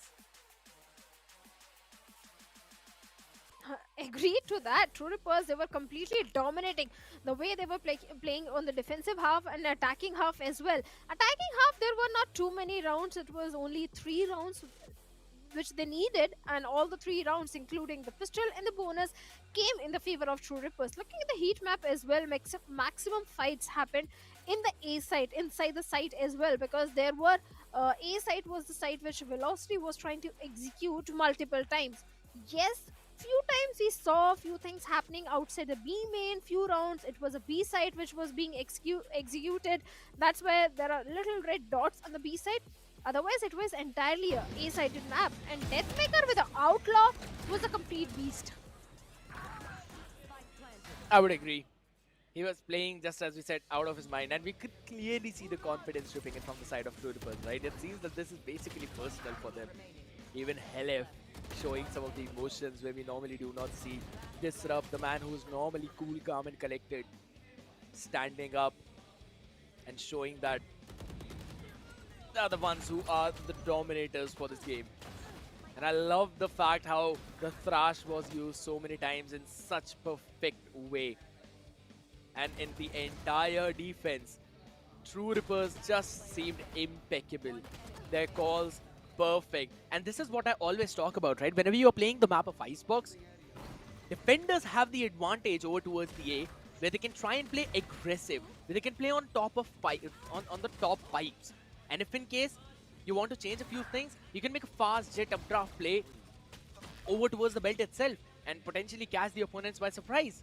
Now these are the kind of plays that we normally do not see from most of the teams. I mean, even the matchup that happened between Revenant and Orangutan, we did not see any of those shenanigans come into play. But this time, as soon as we saw with True Rippers and Velocity, we clearly saw True Rippers having such an idea of the fundamentals of this and how it eventually works. They always had the idea of what really needed to do. And that is exactly what you need to know on this map in order to pull a successful defensive. There were a lot of loopholes onto the side of Velocity. But at the same time, I still feel that True Rippers just outclassed them on this. And we clearly need mental reset for Velocity players to potentially move on to the next map of Split, because that seems more like a True Rippers thing. Yes, 100% agreed. Split is kind of bring the plus of True Rippers, but Icebox is also not that shabby for the plus of Velocity Gaming, because every single time we have Venka playing on the map of Icebox, he has gone Jet. He is always a Jet player of Icebox, and this time he went for a Gecko. Yes, they go for Velocity, also goes for the double Sentinel composition, but single Initiator, single Controller, and single Duelist. But this time they went double Sentinel and double Initiator composition. They were, for sure, they were to experiment something, and that experiment failed majorly. Now the main question is, can they get the map of Split? If no, then Velocity is moving into the lower brackets. It is their pick, so we can give them the edge. We can just give them that slight bit of an edge, bit of a leeway as well, that yeah, it's possible that they'd be able to close it. But seeing how True Rippers normally that map, it just feels it's strong for True Rippers at this point. It feels difficult. It also like we might as well hop on for another 2-0 series. This one, no one would have expected it, because again on the map of Icebox, these teams they exchange blow for blow, but how they exchange blow for blow previously to what they did right now is miles apart. It's not 5 feet apart, it's 5 light years apart, and that's much True Rippers outclass the side of Velocity. So I want to see the adjustment gonna come on to the next one, because again it's the map plate. We see quite a lot of those compositions as well. Even if we are looking at the International League, VCT, even Masters, if you want to have the reference of be the double duelist compositions as well, or maybe you just play with the double smokes, or you want to run the Cypher into the Viper, where your Cypher kind of plays in with those cages and tries to lurk up, and the Viper ball goes directly towards the case right now. I kind of like the idea of different competence, but it all boils down to the exact same thing. What kind of initiators are you run on? Are you going to run a Gecko? Are you going to stay back, stick with the Sky? Going to pick up the Breach? Depends. Well, yes, certainly it depends. Lot of composition. Velocity is going to bring up of Icebox, not Icebox split. Icebox 100% they were doing something and that didn't work. But previously, when we saw Velocity against the Revenant on the map of split, they went for it. I agree, Skyflies are perfect on the map of split, but they went for a fade composition where there was a breach, fade, Cypher, and Omen. And that matchup also went into the over favoring the players of Revenant. I'm sorry, City. So there is a really big possibility that yes, Velocity can convert the maplet in their favor because their stats in the maplet are not that shabby. There's still chance of a series going to the decider.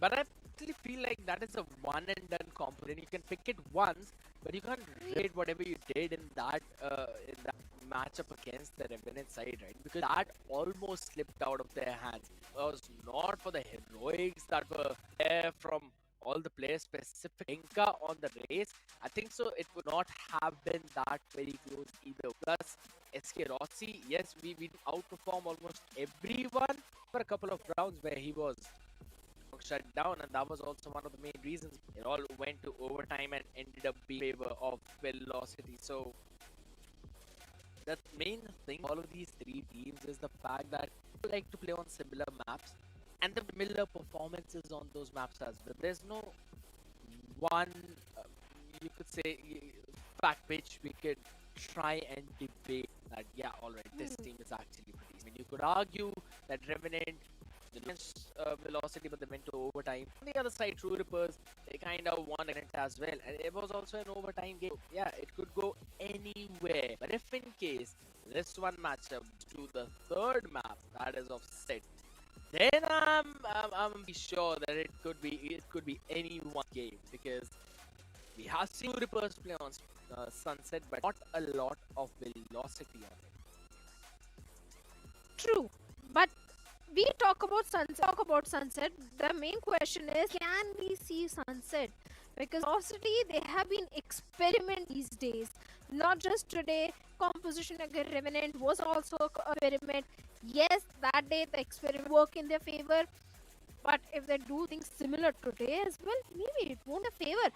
It all boils down to what Twitter is going to bring into the picture, how they're going to use the composition, how confident they are on that particular agent. Because on Jet, on Icebox was fantastic, but today on Gecko, he was getting those values, those skills needed to be there from his side. But now, speaking of the history between True Rippers and Velocity Gaming, whenever these two teams have gone against each other, the map was split. Every single time, True Rippers have got the victory in their pockets. So it could be a revenge matchup also for the Plus of Velocity.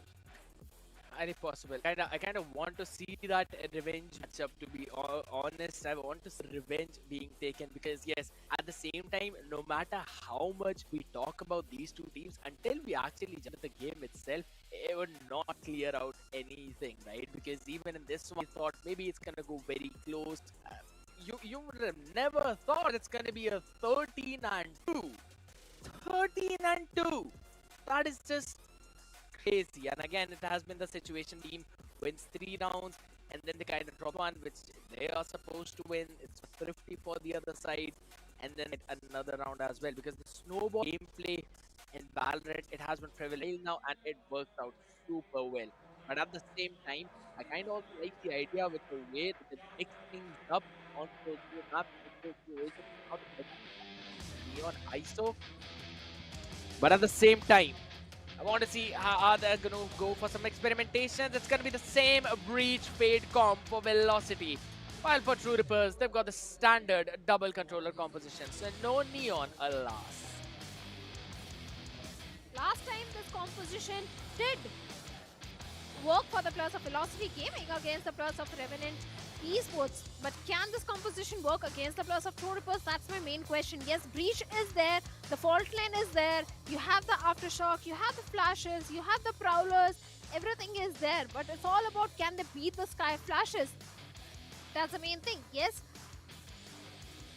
True Rippers, they are going for the default vanilla composition on the map of Split. No experiment from their side, because True Rippers, they want to go for the upper brackets. They are like, we are not going to experiment anything at this point. We just want to have a smooth run.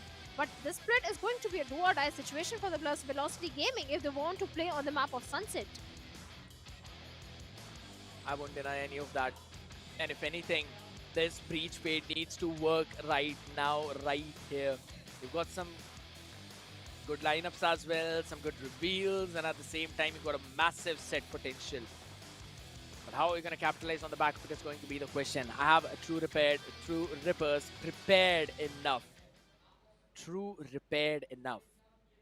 No, that does not sound good at all. That does not sound good at all. But what sounds good, or what looks pretty good, is of course the garden that's in front of us.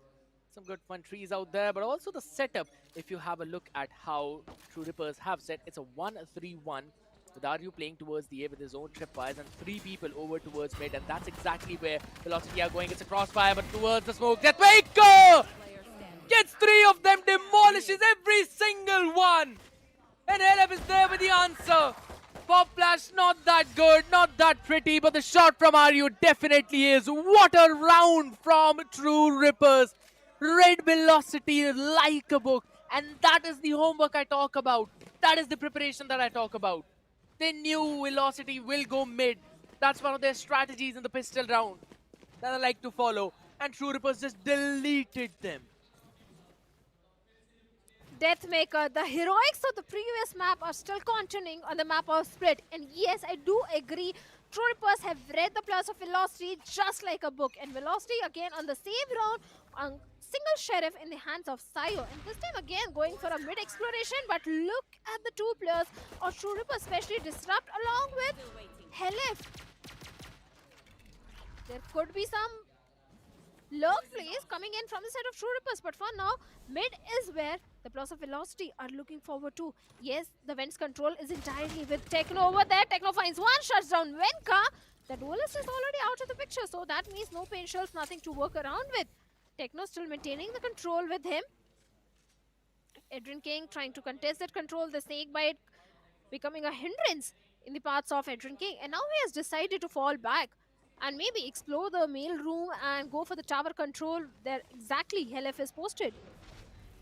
They're just maintaining that space, but I like the idea from True Rippers as well. They're covering all the different avenues. They're making sure that they force out those long-range fights whatsoever, because it's understandable VLT would want to take those close-range fights, and that's what True Rippers are not giving them. Horn goes in with a fault line as well. Position of Helef impeccable. Techno playing inside the smoke. Jumping right clicks 1 for 1, and Helef with the mow down. Switches to the ghost. Takes care of Sayo. Gets a 3k in the round. And it's just True Rippers yet again shining like a bright star.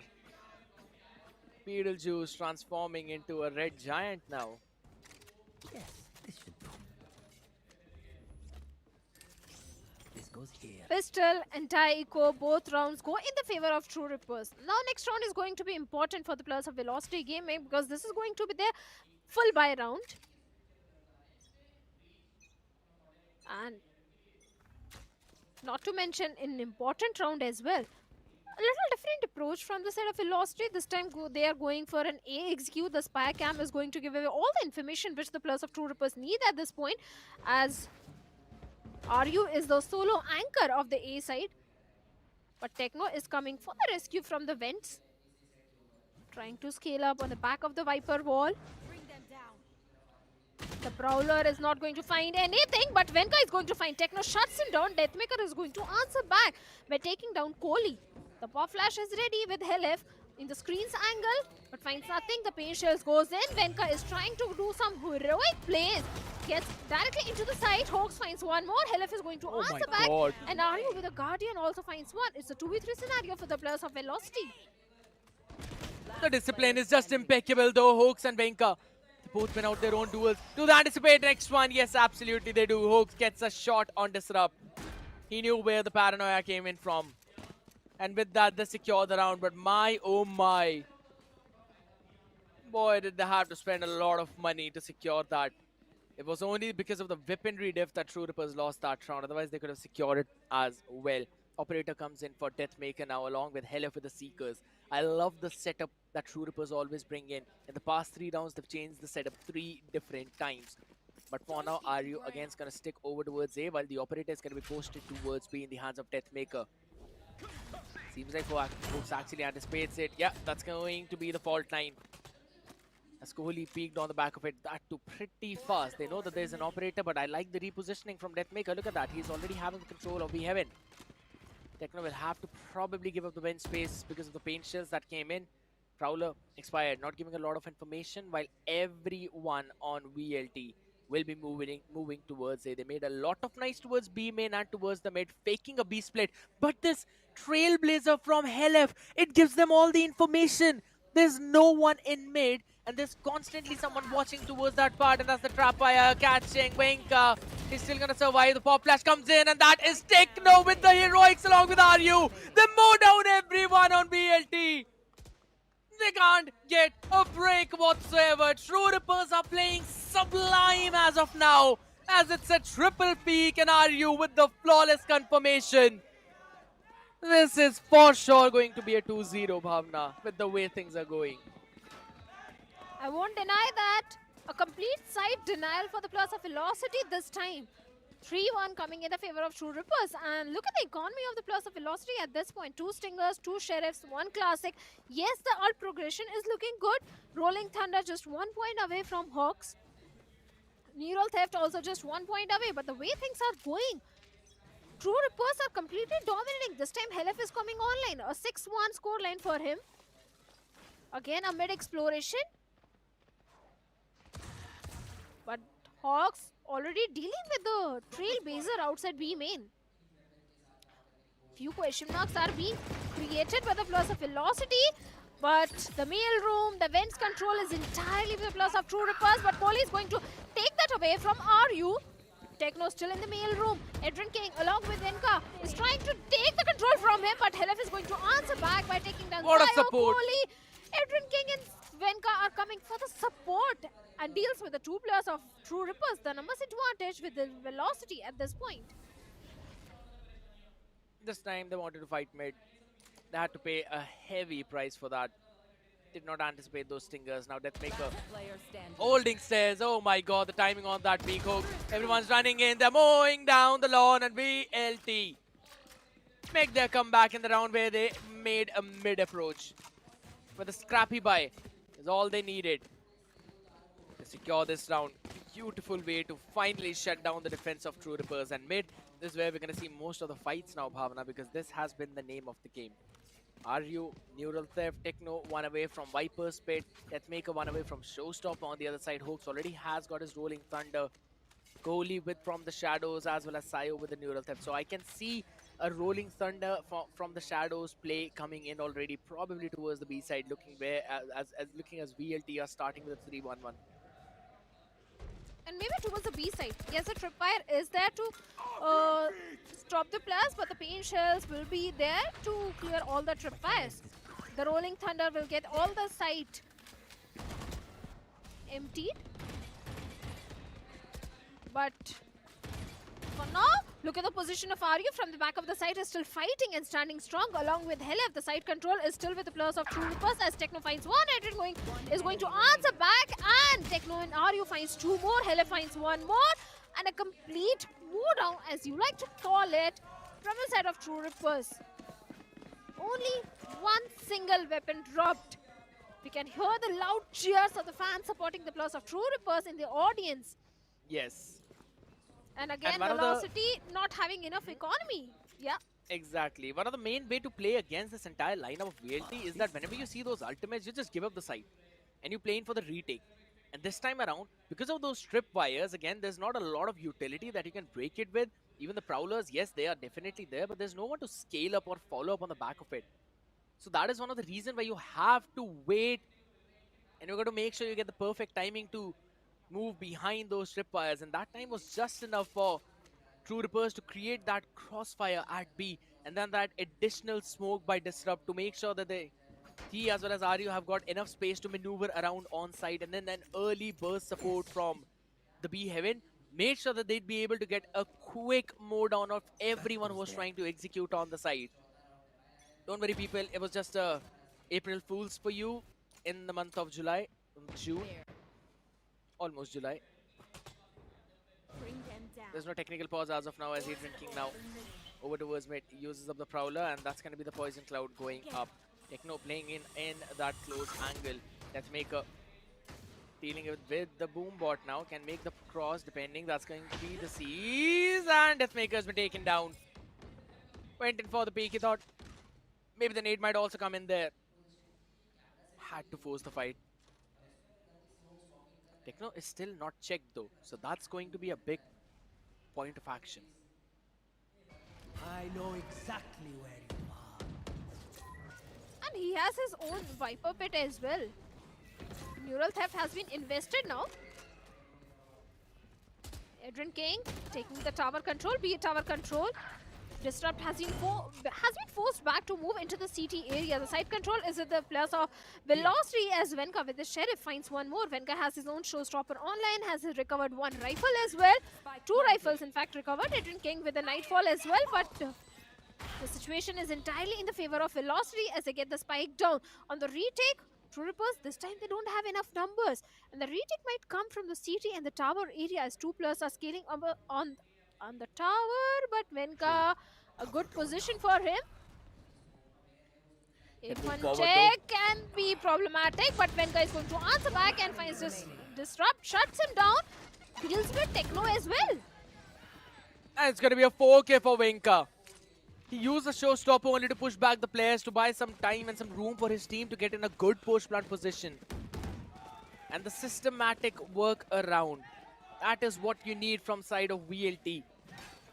They have the opportunities of finding the success in mid, and that is what they're trying to capitalize on.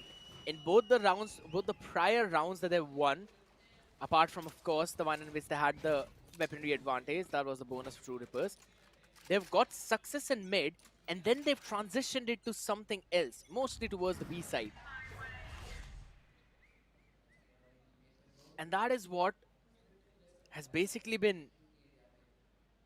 not working for True Rippers, and to stop that, we're seeing a tripwire in mid already by RU, and then there's a Viper Spit by Techno to hold that fort down, while RU himself is again playing towards the B Heaven, and apparently there's a tripwire over towards the B main as well.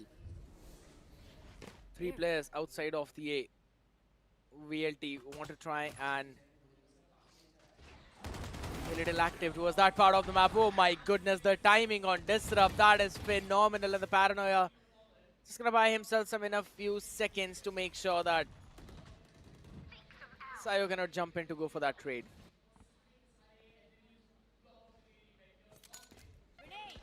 Yeah, Venka already out of the picture. So there is no duelist for Velocity in this particular round. The mid exploration can't be the key this time because, like you pointed out, there is a Viper Pit. And now the plus of Velocity are moving towards the B side.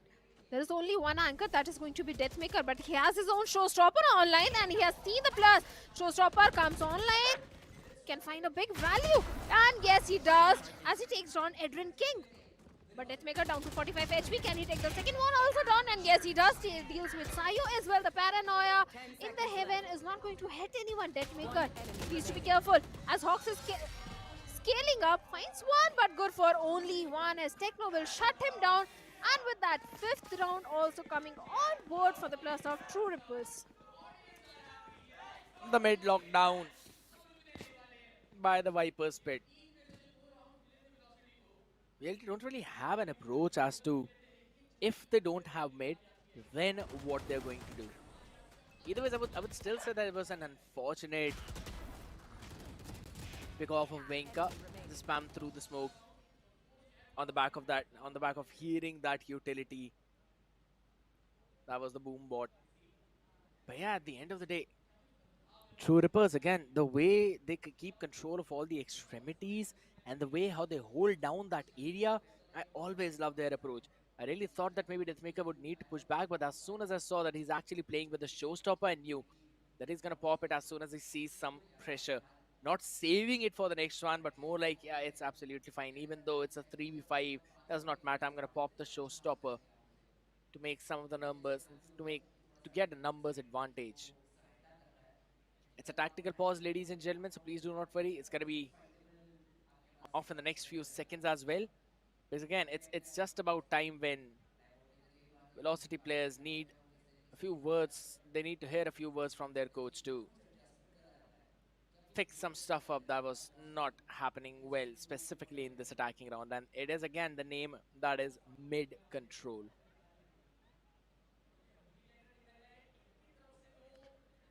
Yes, like you pointed out, the mid control is something which Velocity wants to take, but every single time the three-way crossfire which True Rippers are building in the mid is not going easy for the players of Velocity. Every single time the mid control is being denied. Two players in the main room, one player in the vents. If one player is in the main room, one player is hiding behind the boxes. It's always three players in the mid. So the entire defense of True Rippers is quite heavy in the mid.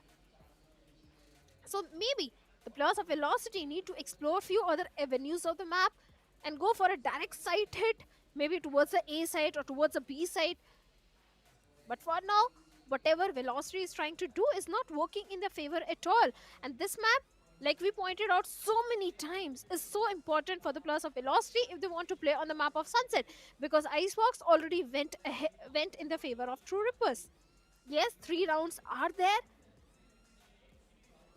Well, but they need to have a lead. I'm sorry, people are light. It's a technical pause as well now. After the tactical pause, we're gonna be fixing things. Do not worry.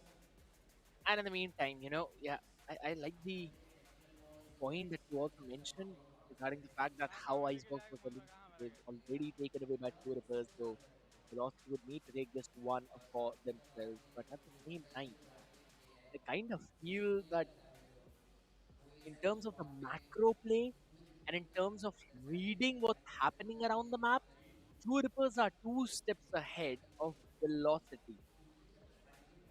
So that's something I think got to be worried about, and they need to change their default play a bit because their default has been read perfectly, and that is again mid control, mid fight. Whenever it's two rippers winning that mid fight, it's them having the advantage and transitioning it to the round win. Whenever it is VLT winning the mid fight, then we see while velocity going in for that transition towards the round win. So still feel that the one who controls the mid avenue, the one who controls the stairs, maybe the mail room, also the wind, will actually be able to control the entire pace of this round because just for that mid hold, we could see the players that are supposed to be on site actually playing pretty aggressively as well because they know that there's no one's going to come in from the other avenue or maybe from the heaven from any of those sides. So I kind of like the approach that is being from the side of True Rippers. But at the same time, finally, ladies and gentlemen, we'll be jumping into the round now. Bhavna, there's a Nightfall available for Adrian King, an important tool. Yes, the Nightfall is there with Adrian King. Might come handy to get some map control or get the site control. But again, mid exploration is coming from the two players. The vents control can be established, but Deathmaker's position is going to be important. As he finds Adrian King, shuts him down. So the Nightfall is already out of the equation. The only ultimate which Velocity has.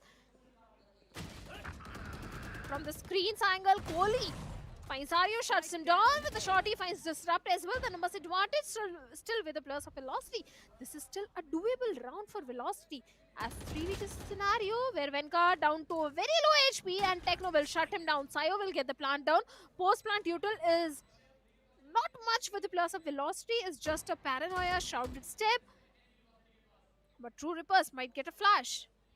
And the pop flash play maybe can reward True Rippers with one more round as Helef is trying to find the place. Oh, right Finally, on he scene. saw one, saw Kohli. Techno deals with him. It's only Sayo down to him. A 1v2 situation. All he needs to do is buy some time, manage to isolate the fight and deals with both the players. The fourth round coming on board for Velocity. Just unaware, True Rippers. They saw Kohli. They had no clue where Sayo was. Playing behind the screen, round to perfection. A Velocity clutch coming into play. And with that, they're still in this fight because now they forced True Rippers for a save. It was supposed to be a True Rippers round, but yet again, beautiful approach from Velocity. Just sheer tenacity that's coming in from this team. Now you could see them controlling the pace as they move fast forward over towards the side where the paranoia has been used up. And True Rippers are playing it for the full retake over towards the A. They stacked up 3 people towards the B, but are still holding down onto the main avenues of ramp as well as the screens. So not yet giving up on those entry points for the side. The only one that they would really need to fight on for is going to be the heaven drop. But I don't quite like that place. So yeah, either way, it's going to be them moving around. Kohli holding his angle in that cubby. Positioning of hooks is impeccable and it's super important. Kohli's gonna dodge that paint shells and that's the fault line which I was talking about. But wait a second, Helef and Techno, they actually get a pick of their own. Disrupt as well answers back and now Hawks would have to move forward. There's not enough time. Adrian King has been taken down and it's a firing squad on the other side with just the pistols. You can deal with one but not four. 3 seconds remaining. Hawks needed to just kill one, but he was way too far away. And with that, True Rippers denying the equalizer with a thrifty for themselves. Both these teams know how to pull off a thrifty round. True Rippers pulled off a very good thrifty round. And the entire supporters of True Rippers are pretty happy at the venue. Helef just 1 point away from his own Seekers. Neural Theft is there. From the Shadows is also there on the other side. This time the economy of VLT is not looking good at all. Yes, the Guardian is there. Stinger is there. That's all they have to work around with. Again, Velocity going for the mid exploration. But this time the mid has been left quite open. It's only Techno in the vents. Yeah, he kind of understands that there's a bit of pressure there. So we'll be moving back just because of that aggressive camera that Sayo put.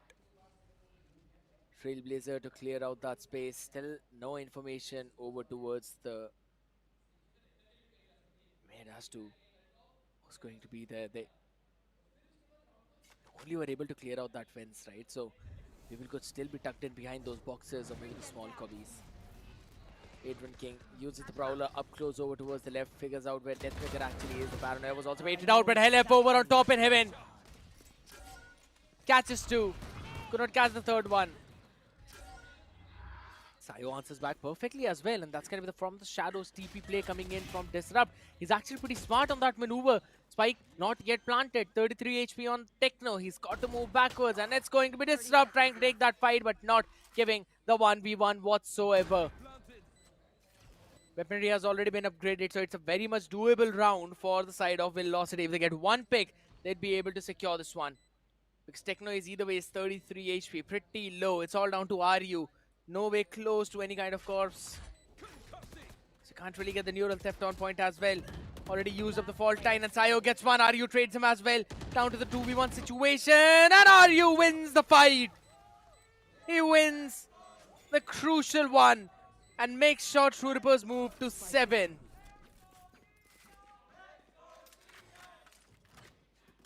Seven 4. Either is going to be a 7-5 or a 8-4. For the first half, the last round of the first half, where Showstopper is available with the plus of Velocity. I'm sorry, this time, yes, Velocity didn't have good economy, but still they recovered the weapons. It was a 2v3 situation where one player was already down to 33 HP. It was a doable round, but True Rippers did manage to convert it in their favor. Showstopper, Rolling Thunder, 2 big ultimates with the plus of Velocity. On the basis of that, there is a possibility of a 7-5 happening. This time again, mid-heavy defense from True Rippers. And Venka is the one trying to go a little aggressive along with Adrian King. Just now holding on to the fort. The Prowler, the Paranoia being exchanged. Just the basic utility as of now, because again, True Rippers are also creating a pinch. They've got a Paranoia for one, Flash as well to go in for those repeaks. They've got a lot of utility to set Techno up. A trap setup in mid itself, along with the snake bite too. That is insane. The cage goes out and Helef gets two before you could get anyone. Venka trades him, but Techno comes out. And with that, he gets another one. The spike is down out in the open, in the wild. Kohli one away. Oh my goodness, Deathmaker, the timing. That is so unfortunate. He's got to concede that space now, but he still has got that operator. It's going to be the Rolling Thunder invested. Goes in for the paint shells as well. And the shot connects on to Kohli. How was he able to do that? It is mind-boggling. And Helef comes in for the save. Gets a 3K in the round. And makes sure the True Rippers are moving in a massive advantage of 8 and 4 on the attacking side. It's a big advantage, like you said. 4 rounds extra in the favor of True Rippers. 8-4 and Velocity 4 rounds deficit. And that too on the defensive side now. It's not going to be easy in the defense for Velocity to pull off rounds, come to an equalizer. That is certainly proving to a challenging map for the players of Velocity Gaming at this point. True Rippers are looking very confident. Every single time there was a mid exploration and the mid defense of True Rippers was so strong that Velocity was not able to breach into it. This time, A side has been left pretty much open. 4 players towards the B side, so that means A has to be on the retake. Is just only one player, Sayo, who is checking all the heaven angles with that spy cam. Velocity was somewhere expecting a B hit. They were actually expecting a mid push out. That's why we could see a trap fire that has been placed for the Vents angle. But it's all down an A heaven. Push towards an A split into the site itself. And a lot of utility for now remaining for both the teams. Boombot use up, clear out the screen's angle, and Deathmaker is gonna just scale up on the back of it. He's gonna get so much information if he peeks. He does, but Kohli is there for the answer. You can see, but then you are not going to be left alive to tell anything to anyone as Venka and Sayo went out their own crucial duels. LF is good for one. But it's a 2v4 situation. A lot to be done by Disrupt and Helef, and not a lot to work around with Adrian King with a wrap around. But Disrupt gets 2. Smoke dissipates. Gets a headshot dinged as well. And it's Adrian King. Shuts him down perfectly. Almost 7 seconds for the spike defusal. But Velocity get the pistol that they required. Like you said, it was important for the players of Velocity to get the pistol in their hands. And with the pistol, the entire eco should also go in the favor of Velocity. After that, if Velocity is able to convert the bonus round, we can see an equalizer coming in. But we also saw how good True Rippers are with their eco rounds. They know how to pull off a thrifty round. So that is something that Velocity needs to watch out for. 2 Sheriff, 3 Classic in the hands of True Rippers, and this time a mid exploration. And Velocity is doing something similar what True Rippers did. A 3-stack mid. Prowler goes in and Techno finds Hogs. This is a big opening which True Rippers has created for themselves. Deathmaker just moving his vision, looking down on floor to avoid getting headshotted from that angle. But Judge in the hands of Venka in the mail room. So obviously you do not want to go in for the exploration of that part. Velocity have already given up the space over towards the vent either way. So they're absolutely fine fighting it, but Deathmaker finds Adrian King. The upgraded weaponry now drops it down for RU because he's down tag 30. Doable. Oh my goodness, that Judge right onto the face, and that was the weaponry lost. Snake White with the paint shell combination, but Venka uses the satchels to move up forward. This man does the unthinkable. And he is unreasonable, ending the round with a 4K. Just 2 points away from his own showstopper. 2 points shy from his own showstopper. The micro decision making when you think that it's Wenka, he might retreat. No, it's Wenka. He will charge forward. And he certainly did. Got a 3k as well. A bonus round for the players of Velocity. And True Rippers full buy round coming in. This is going to be important again for the players of Velocity. If they manage to convert the bonus round as well, there is a high chance of an equalizer coming in. A little slow approach from the side of True Rippers. Going aggressive, but Venka again with a judge. And a paranoia finds LF, shuts him down. Early advantage to the players of Velocity. The site entry has completely been denied. But look at that. The heaven control has completely been given up. And are you? Venka was trying to take a jump peek. And now got punished. You learn the pattern, you just shoot on your instinct. But you look at the entire spread of True Rippers right now. There's still Techno going to explore B main, and he knows that there's no one pushing out from there. Deathmaker down to just 5 HP. Will be concussed as well. Or you could say will be dazed as well with the fault line, but not yet traded though. Disrupt was in mid now, already rendezvousing with his teammates directly outside of the Sivers angle. They really want to go in for this full-fledged A execute, but Smokes along with the Paranoia as well, tries to get in the tag, but on the other side, Hoax trying to go in for his own flashes play, catches one, needs to buy time for his team.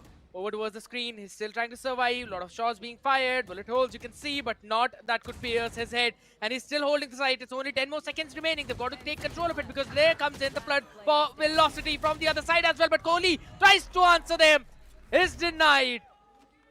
And it's going to be Techno and Deathmaker with a combined HP of 18 to win True Rippers their round on attack. The 9th round coming on board for the players of True Rippers. Velocity, yes, they did give up a very good fight against True Rippers, but still, they are trailing behind by a few rounds. A slow, steady approach coming from the side of Velocity. This time the showstopper is there with Venka. And in the map of split, Venka is definitely coming online. Look at the scoreline. 15-10. This time could be a mid approach again from the side of True Rippers. They are kind of anticipating an aggressive play because Venka has got a showstopper. Normally teams, they do like to go for any kind of aggressive approach. So that's why they're just holding their angles. They do not want to be caught in any kind of nasty Velocity shenanigans. Velocity on the other side as well. They've decided that this time that they're not going to fight for mid whatsoever. They'll be holding their spaces down towards the side, anchoring it.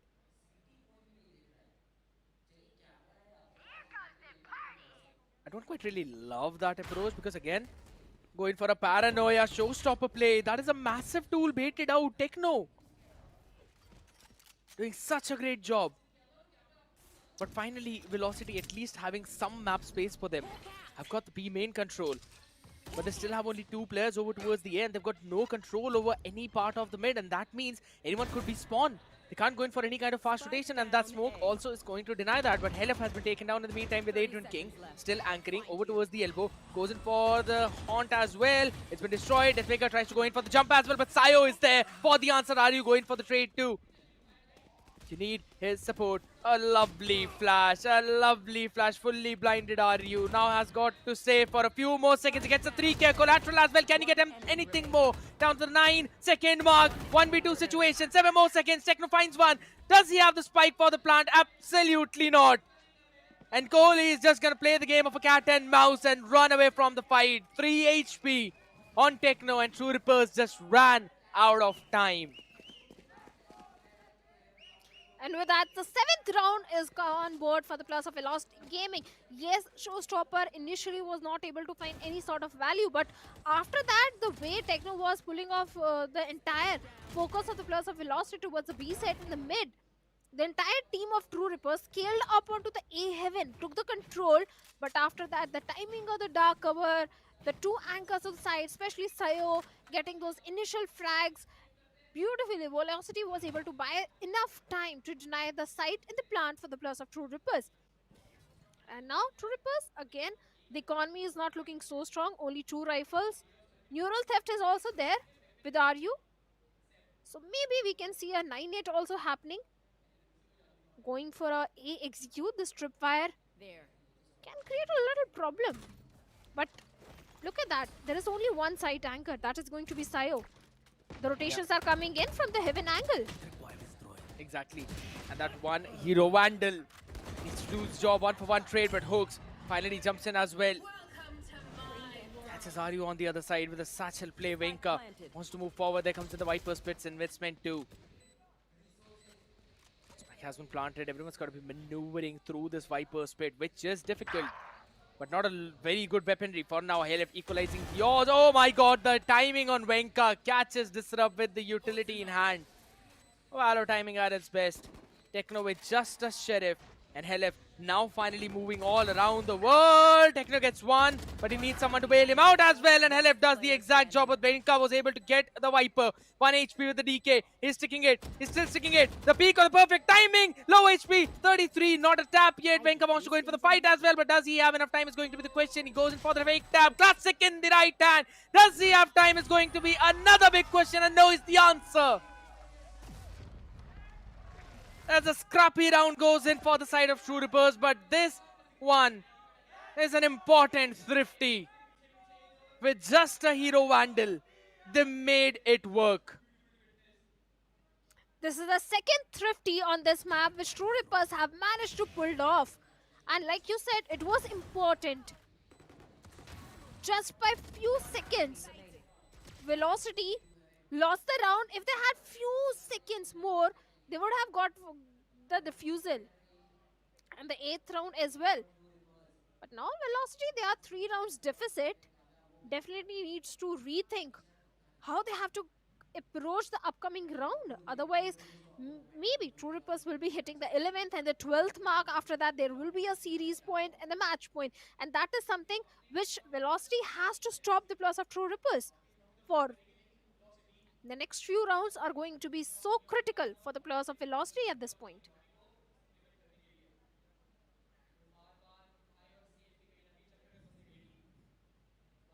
Critical indeed. Dire might as well be. Because these kinds of rounds are the ones that are backbreakers.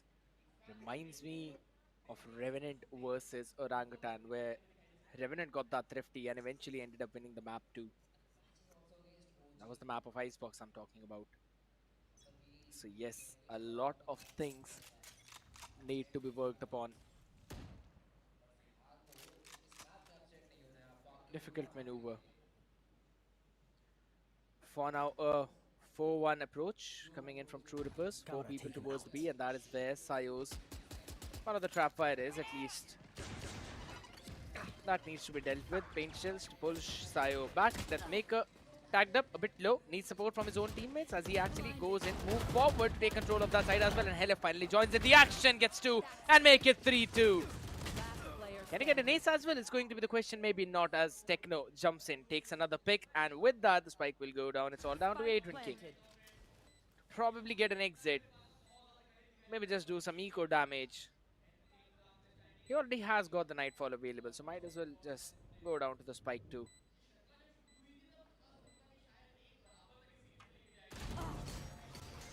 And Disrupt won't even allow that as he deals with Adrian King.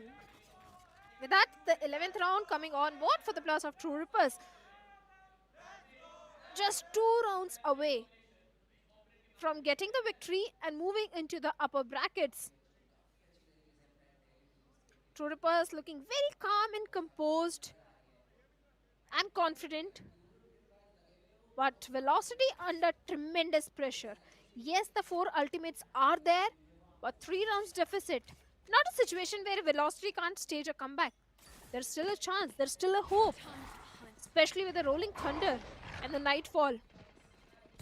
A little aggressive approach of True Rippers towards the A side, where only one anchor is there, that is going to be Hawks. A perfect flash. Despite that, Deathmaker has been taken down. Halef is going to find the trade onto Hawks. A 3v4 situation. Helef also deals with one more player. Venka is out of the picture. Helef is going for the plant. On the It's just retake, Helef. it's going to be 2v4 situation. Yeah, it's just a Helef show, man. It's just a Helef show. Gets another one with Techno for the wrap-up. This man is unstoppable.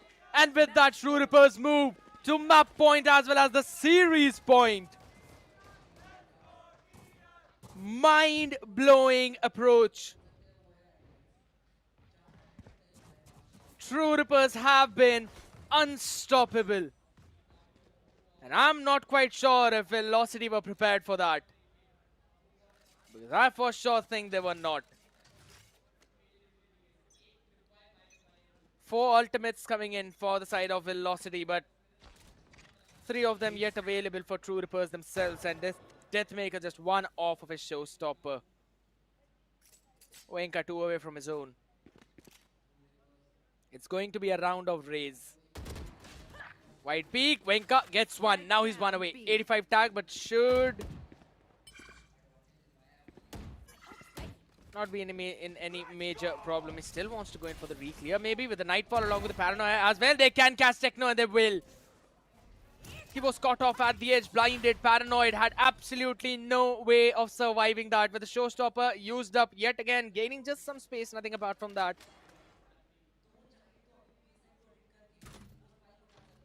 Spike out in the open in the wild, but since Disrupt has got from the shadows, that's the reason why Velocity are not focusing on camping on that Spike, because it can be picked up whenever necessary. Doubled up over towards the left corner, showstopper being used up over towards the side to try and clear some of that space. Caught in the trap fire, sends it, destroys the trap fire itself. Deathmaker now taking that space, but can anyone from his team follow up on it is going to be the question. It was the Rolling Thunder that was invested first. The Nightfall now comes in over towards the side, but it's only DM alone out here keeping 5 people. Can he survive is going to be the question, because it's just a 2v5 situation technically. A 1v5 over on towards that side. They need to try and deal with him, and Venka does the job with a 3k in his hand. Another round coming for the players of Velocity seems like, but they need to get the defusal as well. Disrupt and Aryu, all they have to do is buy some time. The tripwires again becoming problematic, and maybe they won't be able to get that defuse as Aryu deals with Venka Sayo. Hawks is going to answer back as he takes down Aryu. Hawks is going, sticking for the defuse. Disrupt finds 2 more. Now it's a 1v1 situation. Disrupt is the only man standing, and oh my god! What a clutch by True Rippers! Disrupt and Aryu in a 2v5. The re-wrap of Disrupt over towards the heaven. Mind-blowing. Aryu getting 2 from a corner where he was forced out of the paint shells. This is just absolutely crazy. This is madness. If this is the way True Rippers are going to play in the playoffs, I might as well have to eat my own words back. I'll take it away. Maybe not Revenant, maybe not Velocity, maybe not even Orangutan. It might be True Rippers for Indian Ascension representatives.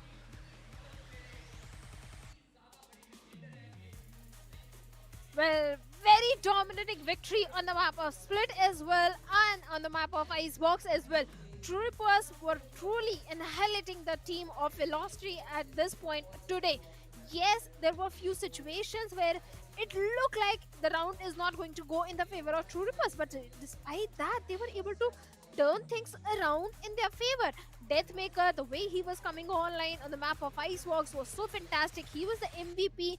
On the map of Split, it was Techno and Helef popping off really good. Yes, Velocity gave good competition on the map of Split, but Icebox, Velocity, they just experimented, and the experiment didn't work in their favor at all. In fact, it failed majorly.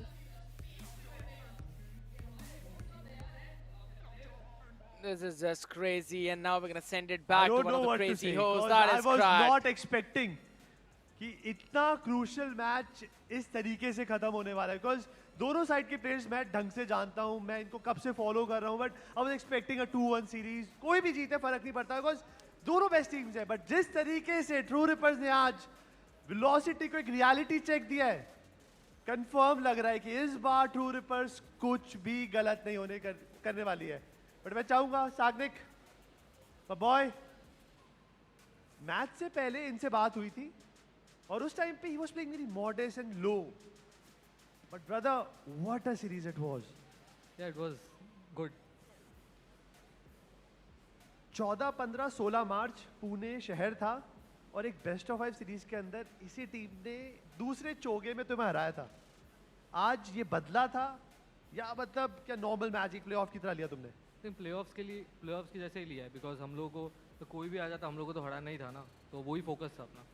आज कितना struggle feel हुआ? Because हमने देखा है अब जैसे 14-15 match में आपने हार ली थी, MLT से भी आप हाल ही में कप 2 में हारे थे। उस टाइम पे मैंने आपके चेहरे पे देखा था, वो कहते हैं ना एक शिकस्त थी कि मैं कर नहीं पा रहा हूँ कुछ। आज ऐसी टीम के सामने जो इतनी वेल स्ट्रक्चर्ड है, उनको आपने फेयर एंड स्क्वायर हराया, तो मतलब कितना कॉन्फिडेंट आप अपने आप में फील कर, अपने प्लेयर्स पे फील कर रहे हैं? आई मीन हम लोग का प्रैक्टिस सेशन भी बहुत अच्छा जा रहा था, तो हम लोग कॉन्फिडेंट थे एंड खुश है। सेटिस्फाइड नहीं है जब तक नहीं जीतते होपफुली, एंड बट खुश है अभी। आज का दिन तो चलो खत्म, बट कल आपकी मुलाकात होगी रेवेनेंट के साथ। उनके लिए कुछ बोलना चाहते हो कैमरे में कि भाई पैरा, रॉसी, स्किल्स, कुछ बोलोगे? I mean good luck, hope we have a good match tomorrow. कितना सेफ्टी कुछ तो, बट अपनी टीम के लिए specially DM, RU, Disturb, Techno, आज क्या खेले इनके कुछ? आई मीन इनसेन, मतलब जो हम लोग ने बात किया था जो मैप्स में कैसे खेलना है, everyone stood up, gave their more than their 100%, so I'm really proud of everyone, like insane game over। एक बार जोरदार तालियां ट्रू रिपर्स के लिए, हमारे play of 2 winners true reapers. But skills आप जाइए। LF, या मैन, आई नो, सही है। हाँ, बट ये थे हमारे LF of the true reapers. It was amazing till now. आज के दोनों मैचेस जो हमने एक्सपेक्ट किया था वैसा तो कुछ भी नहीं हुआ। सीरीज 1 के अंदर वी वर एक्सपेक्टिंग कि OG शायद एक आधा मैच जीत कर चीज़ों को पलट सकती थी, बट जो यहाँ पर हुआ वहाँ से तो बिल्कुल एक्सपेक्टेशन नहीं थी कि भाई वेलोसिटी इतना क्लीन स्प्लिट आने वाली है। बट अभी भी इनकी जर्नी खत्म नहीं हुई है, they are still in lower bracket, अभी भी वो सांसें जिंदा हैं। लेट्स सी कि आने वाले मैचेस जो कल होंगे, परसों होंगे, उसके अंदर ये टीम्स कैसा खेलती हैं, बट वो तो हमें समय ही बताएगा। बट अभी के लिए हम जा रहे हैं एक छोटी सी ब्रेक के बाद हमारे जो एक्सपर्ट्स हैं वो आपका इंतजार कर रहे हैं।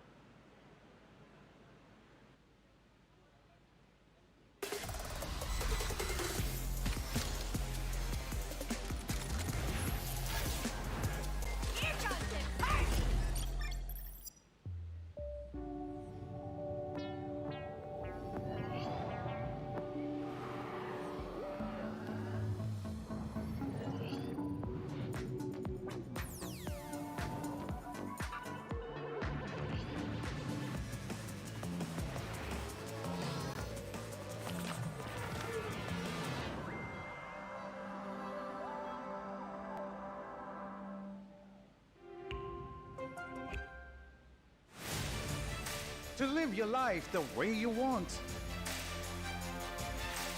Compete like the toughest challenger. Dance like there's no tomorrow. Celebrate every second you are alive. Life has no rule books, but we can give you a stage.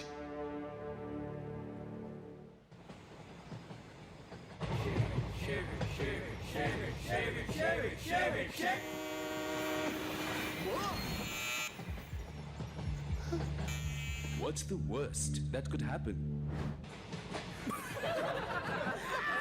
What's the best that could happen?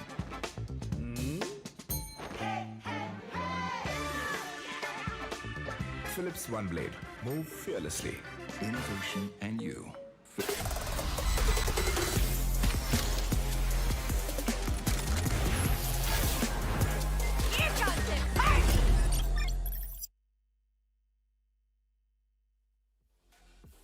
Seems like today can be termed as the day of unexpected events, because this series ending at a 2-0 was something no one thought of. It is mind-blowing, but at the same time you could clearly see the way True Rippers have prepared. They mentioned that they have done very well in the scrims itself. They were pretty confident on this one, and yesterday every single player performed much more than what they were supposed to, specifically playing throughout with that plan out. I agree. The players of True Rippers were looking very confident. The way Techno was performing from the side of True Rippers on the map of Split, he was the.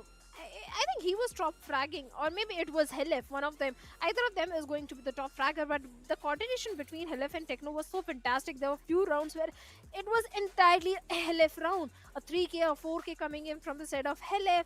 Fantastic plays from their side. But from the side of Velocity also, it was Venka on the map of Split who was coming online. Along with that, Hawks was also coming online. But the remaining 3 players, Adrian King, Kohli and Sayo, maybe it was just not their day. It seems to be that case. But what I feel is it not being a day of Velocity is one thing.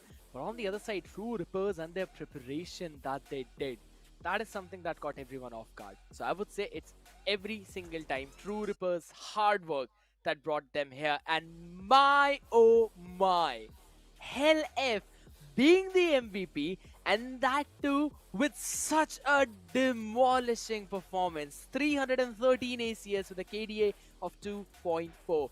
Damage per round 184.5.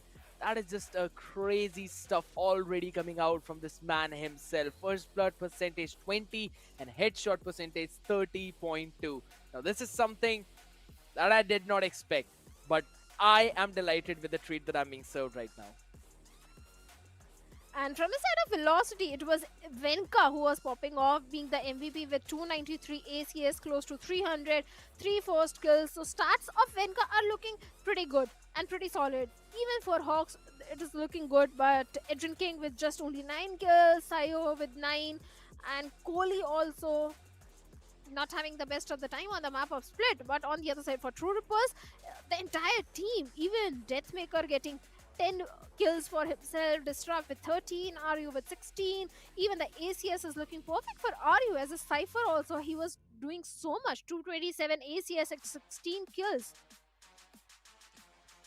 Absolutely, and we're going to have a look at the team performance as well, where True Rippers, they had 11 first kills. Velocity were not that far behind, and we see 2 thrifties for Velocity too. There was again a round where True Rippers, you could consider that as a thrifty, but I know the system mode because there was a hero rifle that was invested. But looking at the post-plant situations, right, there were 6 times when True Rippers got their plan down and they converted 5 of them. While Velocity, they only got a chance to go into that post-plant 5 times, and 3 were the times when they could end up converting it. So that is obviously something that they would need to work upon on the map of Split, specifically with the way how they want to execute the site. And again, the economical graph as well, you can see for True Rippers, it has been going up and down quite a lot, but for the side of Velocity, yeah, it was majority of this time stagnant, but as soon as we see some highs and then those trenches, you could understand that it was a time where they could not do anything just because of the fact that True Rippers were the ones who were constantly getting those rounds. They certainly were, and True Rippers got 2 thrifty rounds as well. And looking at the heat map, the majority of the fights happened towards the A site and the mid, because Velocity, they went for the mid exploration multiple times. In fact, majority of the rounds they went for the mid control, and the way mid was tagged up by 3 players of True Rippers, too many fights did happen. And when it came for True Rippers attacking half, they went for the B execute, and that's the reason we see few fights happening around the B site as well. The whole point about that is the fact that the one who got the mid was the one who got the round. I was trying to rhyme it in some way, but I could not figure out the word, so I just stuck with the basics. But it all started with right from that pistol on the defense, and with the way how True Rippers were having such a flawless read on what Velocity were trying to do. And in the midst of it all, you could clearly see all the fights going back and forth. But yes, at the end of the day, it was majority of the times True Rippers going in for those mowdowns, for those spray downs. And that is something that you always love to see if you're a True Rippers fan. Yes, Velocity gave us some hope, specifically in rounds like these where Venka showed his individual skills, individual heroics. But you can't really work on just the individuals in this game. Maybe you can, if in case you are Disrupt as well as RU.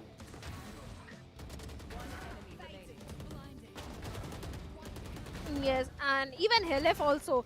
few rounds on the attacking half, the way he was popping off, the way he was coming online was so perfect. True Rippers are definitely moving into the upper brackets where they have to face the players of Revenant, where Revenant is waiting for them. The way SK Rossi was coming online today, it's not going to be easy at all for True Rippers to get a victory against Revenant at all. And that matchup is going to be interesting in itself because Revenant had a very dominating victory in the very first matchup. True Rippers also had a very dominating victory on the very first map of Icebox. Even Split was also dominating, little dominating as for True Rippers. So two teams who have dominated today, they are going to face against each other. SK Rossi versus Deathmaker. I don't know who is going to win. What about you? I have to ask you the prediction. A match made in heaven. Every single one loves to witness that. All the way go back to that prime time of, if I'm not wrong, Global Esports versus Velocity. That when used to happen. It used to be SK Rossi for Global Esports side and Deathmaker for Velocity side. And it's kinda developed into this new Revenant versus True Rippers matchup, where again it's both of these players facing off against each other. It's lovely to watch how we are basically coming back to the full circle. But I thank you for asking me that question, because I personally feel if this is the way how True Rippers are actually going to play, yes, it's going to be a close matchup. I'm still expecting that one to go for the third one, but at the same time, I feel it is going to be True Rippers that might close the series out. But for now, before moving forward, we're going to be having a look at the brackets as well, ladies and gentlemen, as it's going to be again tomorrow's matchup. Revenant up against True Rippers and Orangutan up against Velocity, trying to play for survival, which is going to be important, which is going to be go to the low brackets, and the winner of OG versus VLT will be competing against them, and from there the winning team will move into the grand finals. So it's a long journey. There is still some hope and chance for True Rippers and Revenant, even if they make some mistake in the coming matchup. But for OG and Velocity, it's a do or die situation. If they lose, they go back home.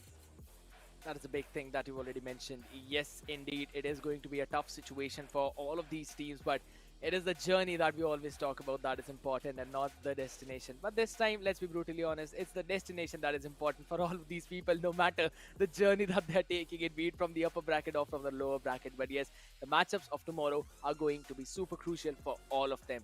You could argue with me over any fact that, yeah, it might be Revenant who might win it might be True Rippers who might win it, but one thing is for sure, that Valorant is the one that's actually winning in every single situation, because that's what we always love to see: close matchups, good quality Valorant, and that is what we are being offered, ladies and gentlemen. This is going to be it for this evening. It was me, Scared Yet, and alongside me it was Bhavna. You all were watching OMEN Valorant Challengers South Asia 2024 Split 2 with our styling partner Philips OneBlade. Thank you so much for tuning in. We'll catch you guys tomorrow at the same time. Till then, see you soon.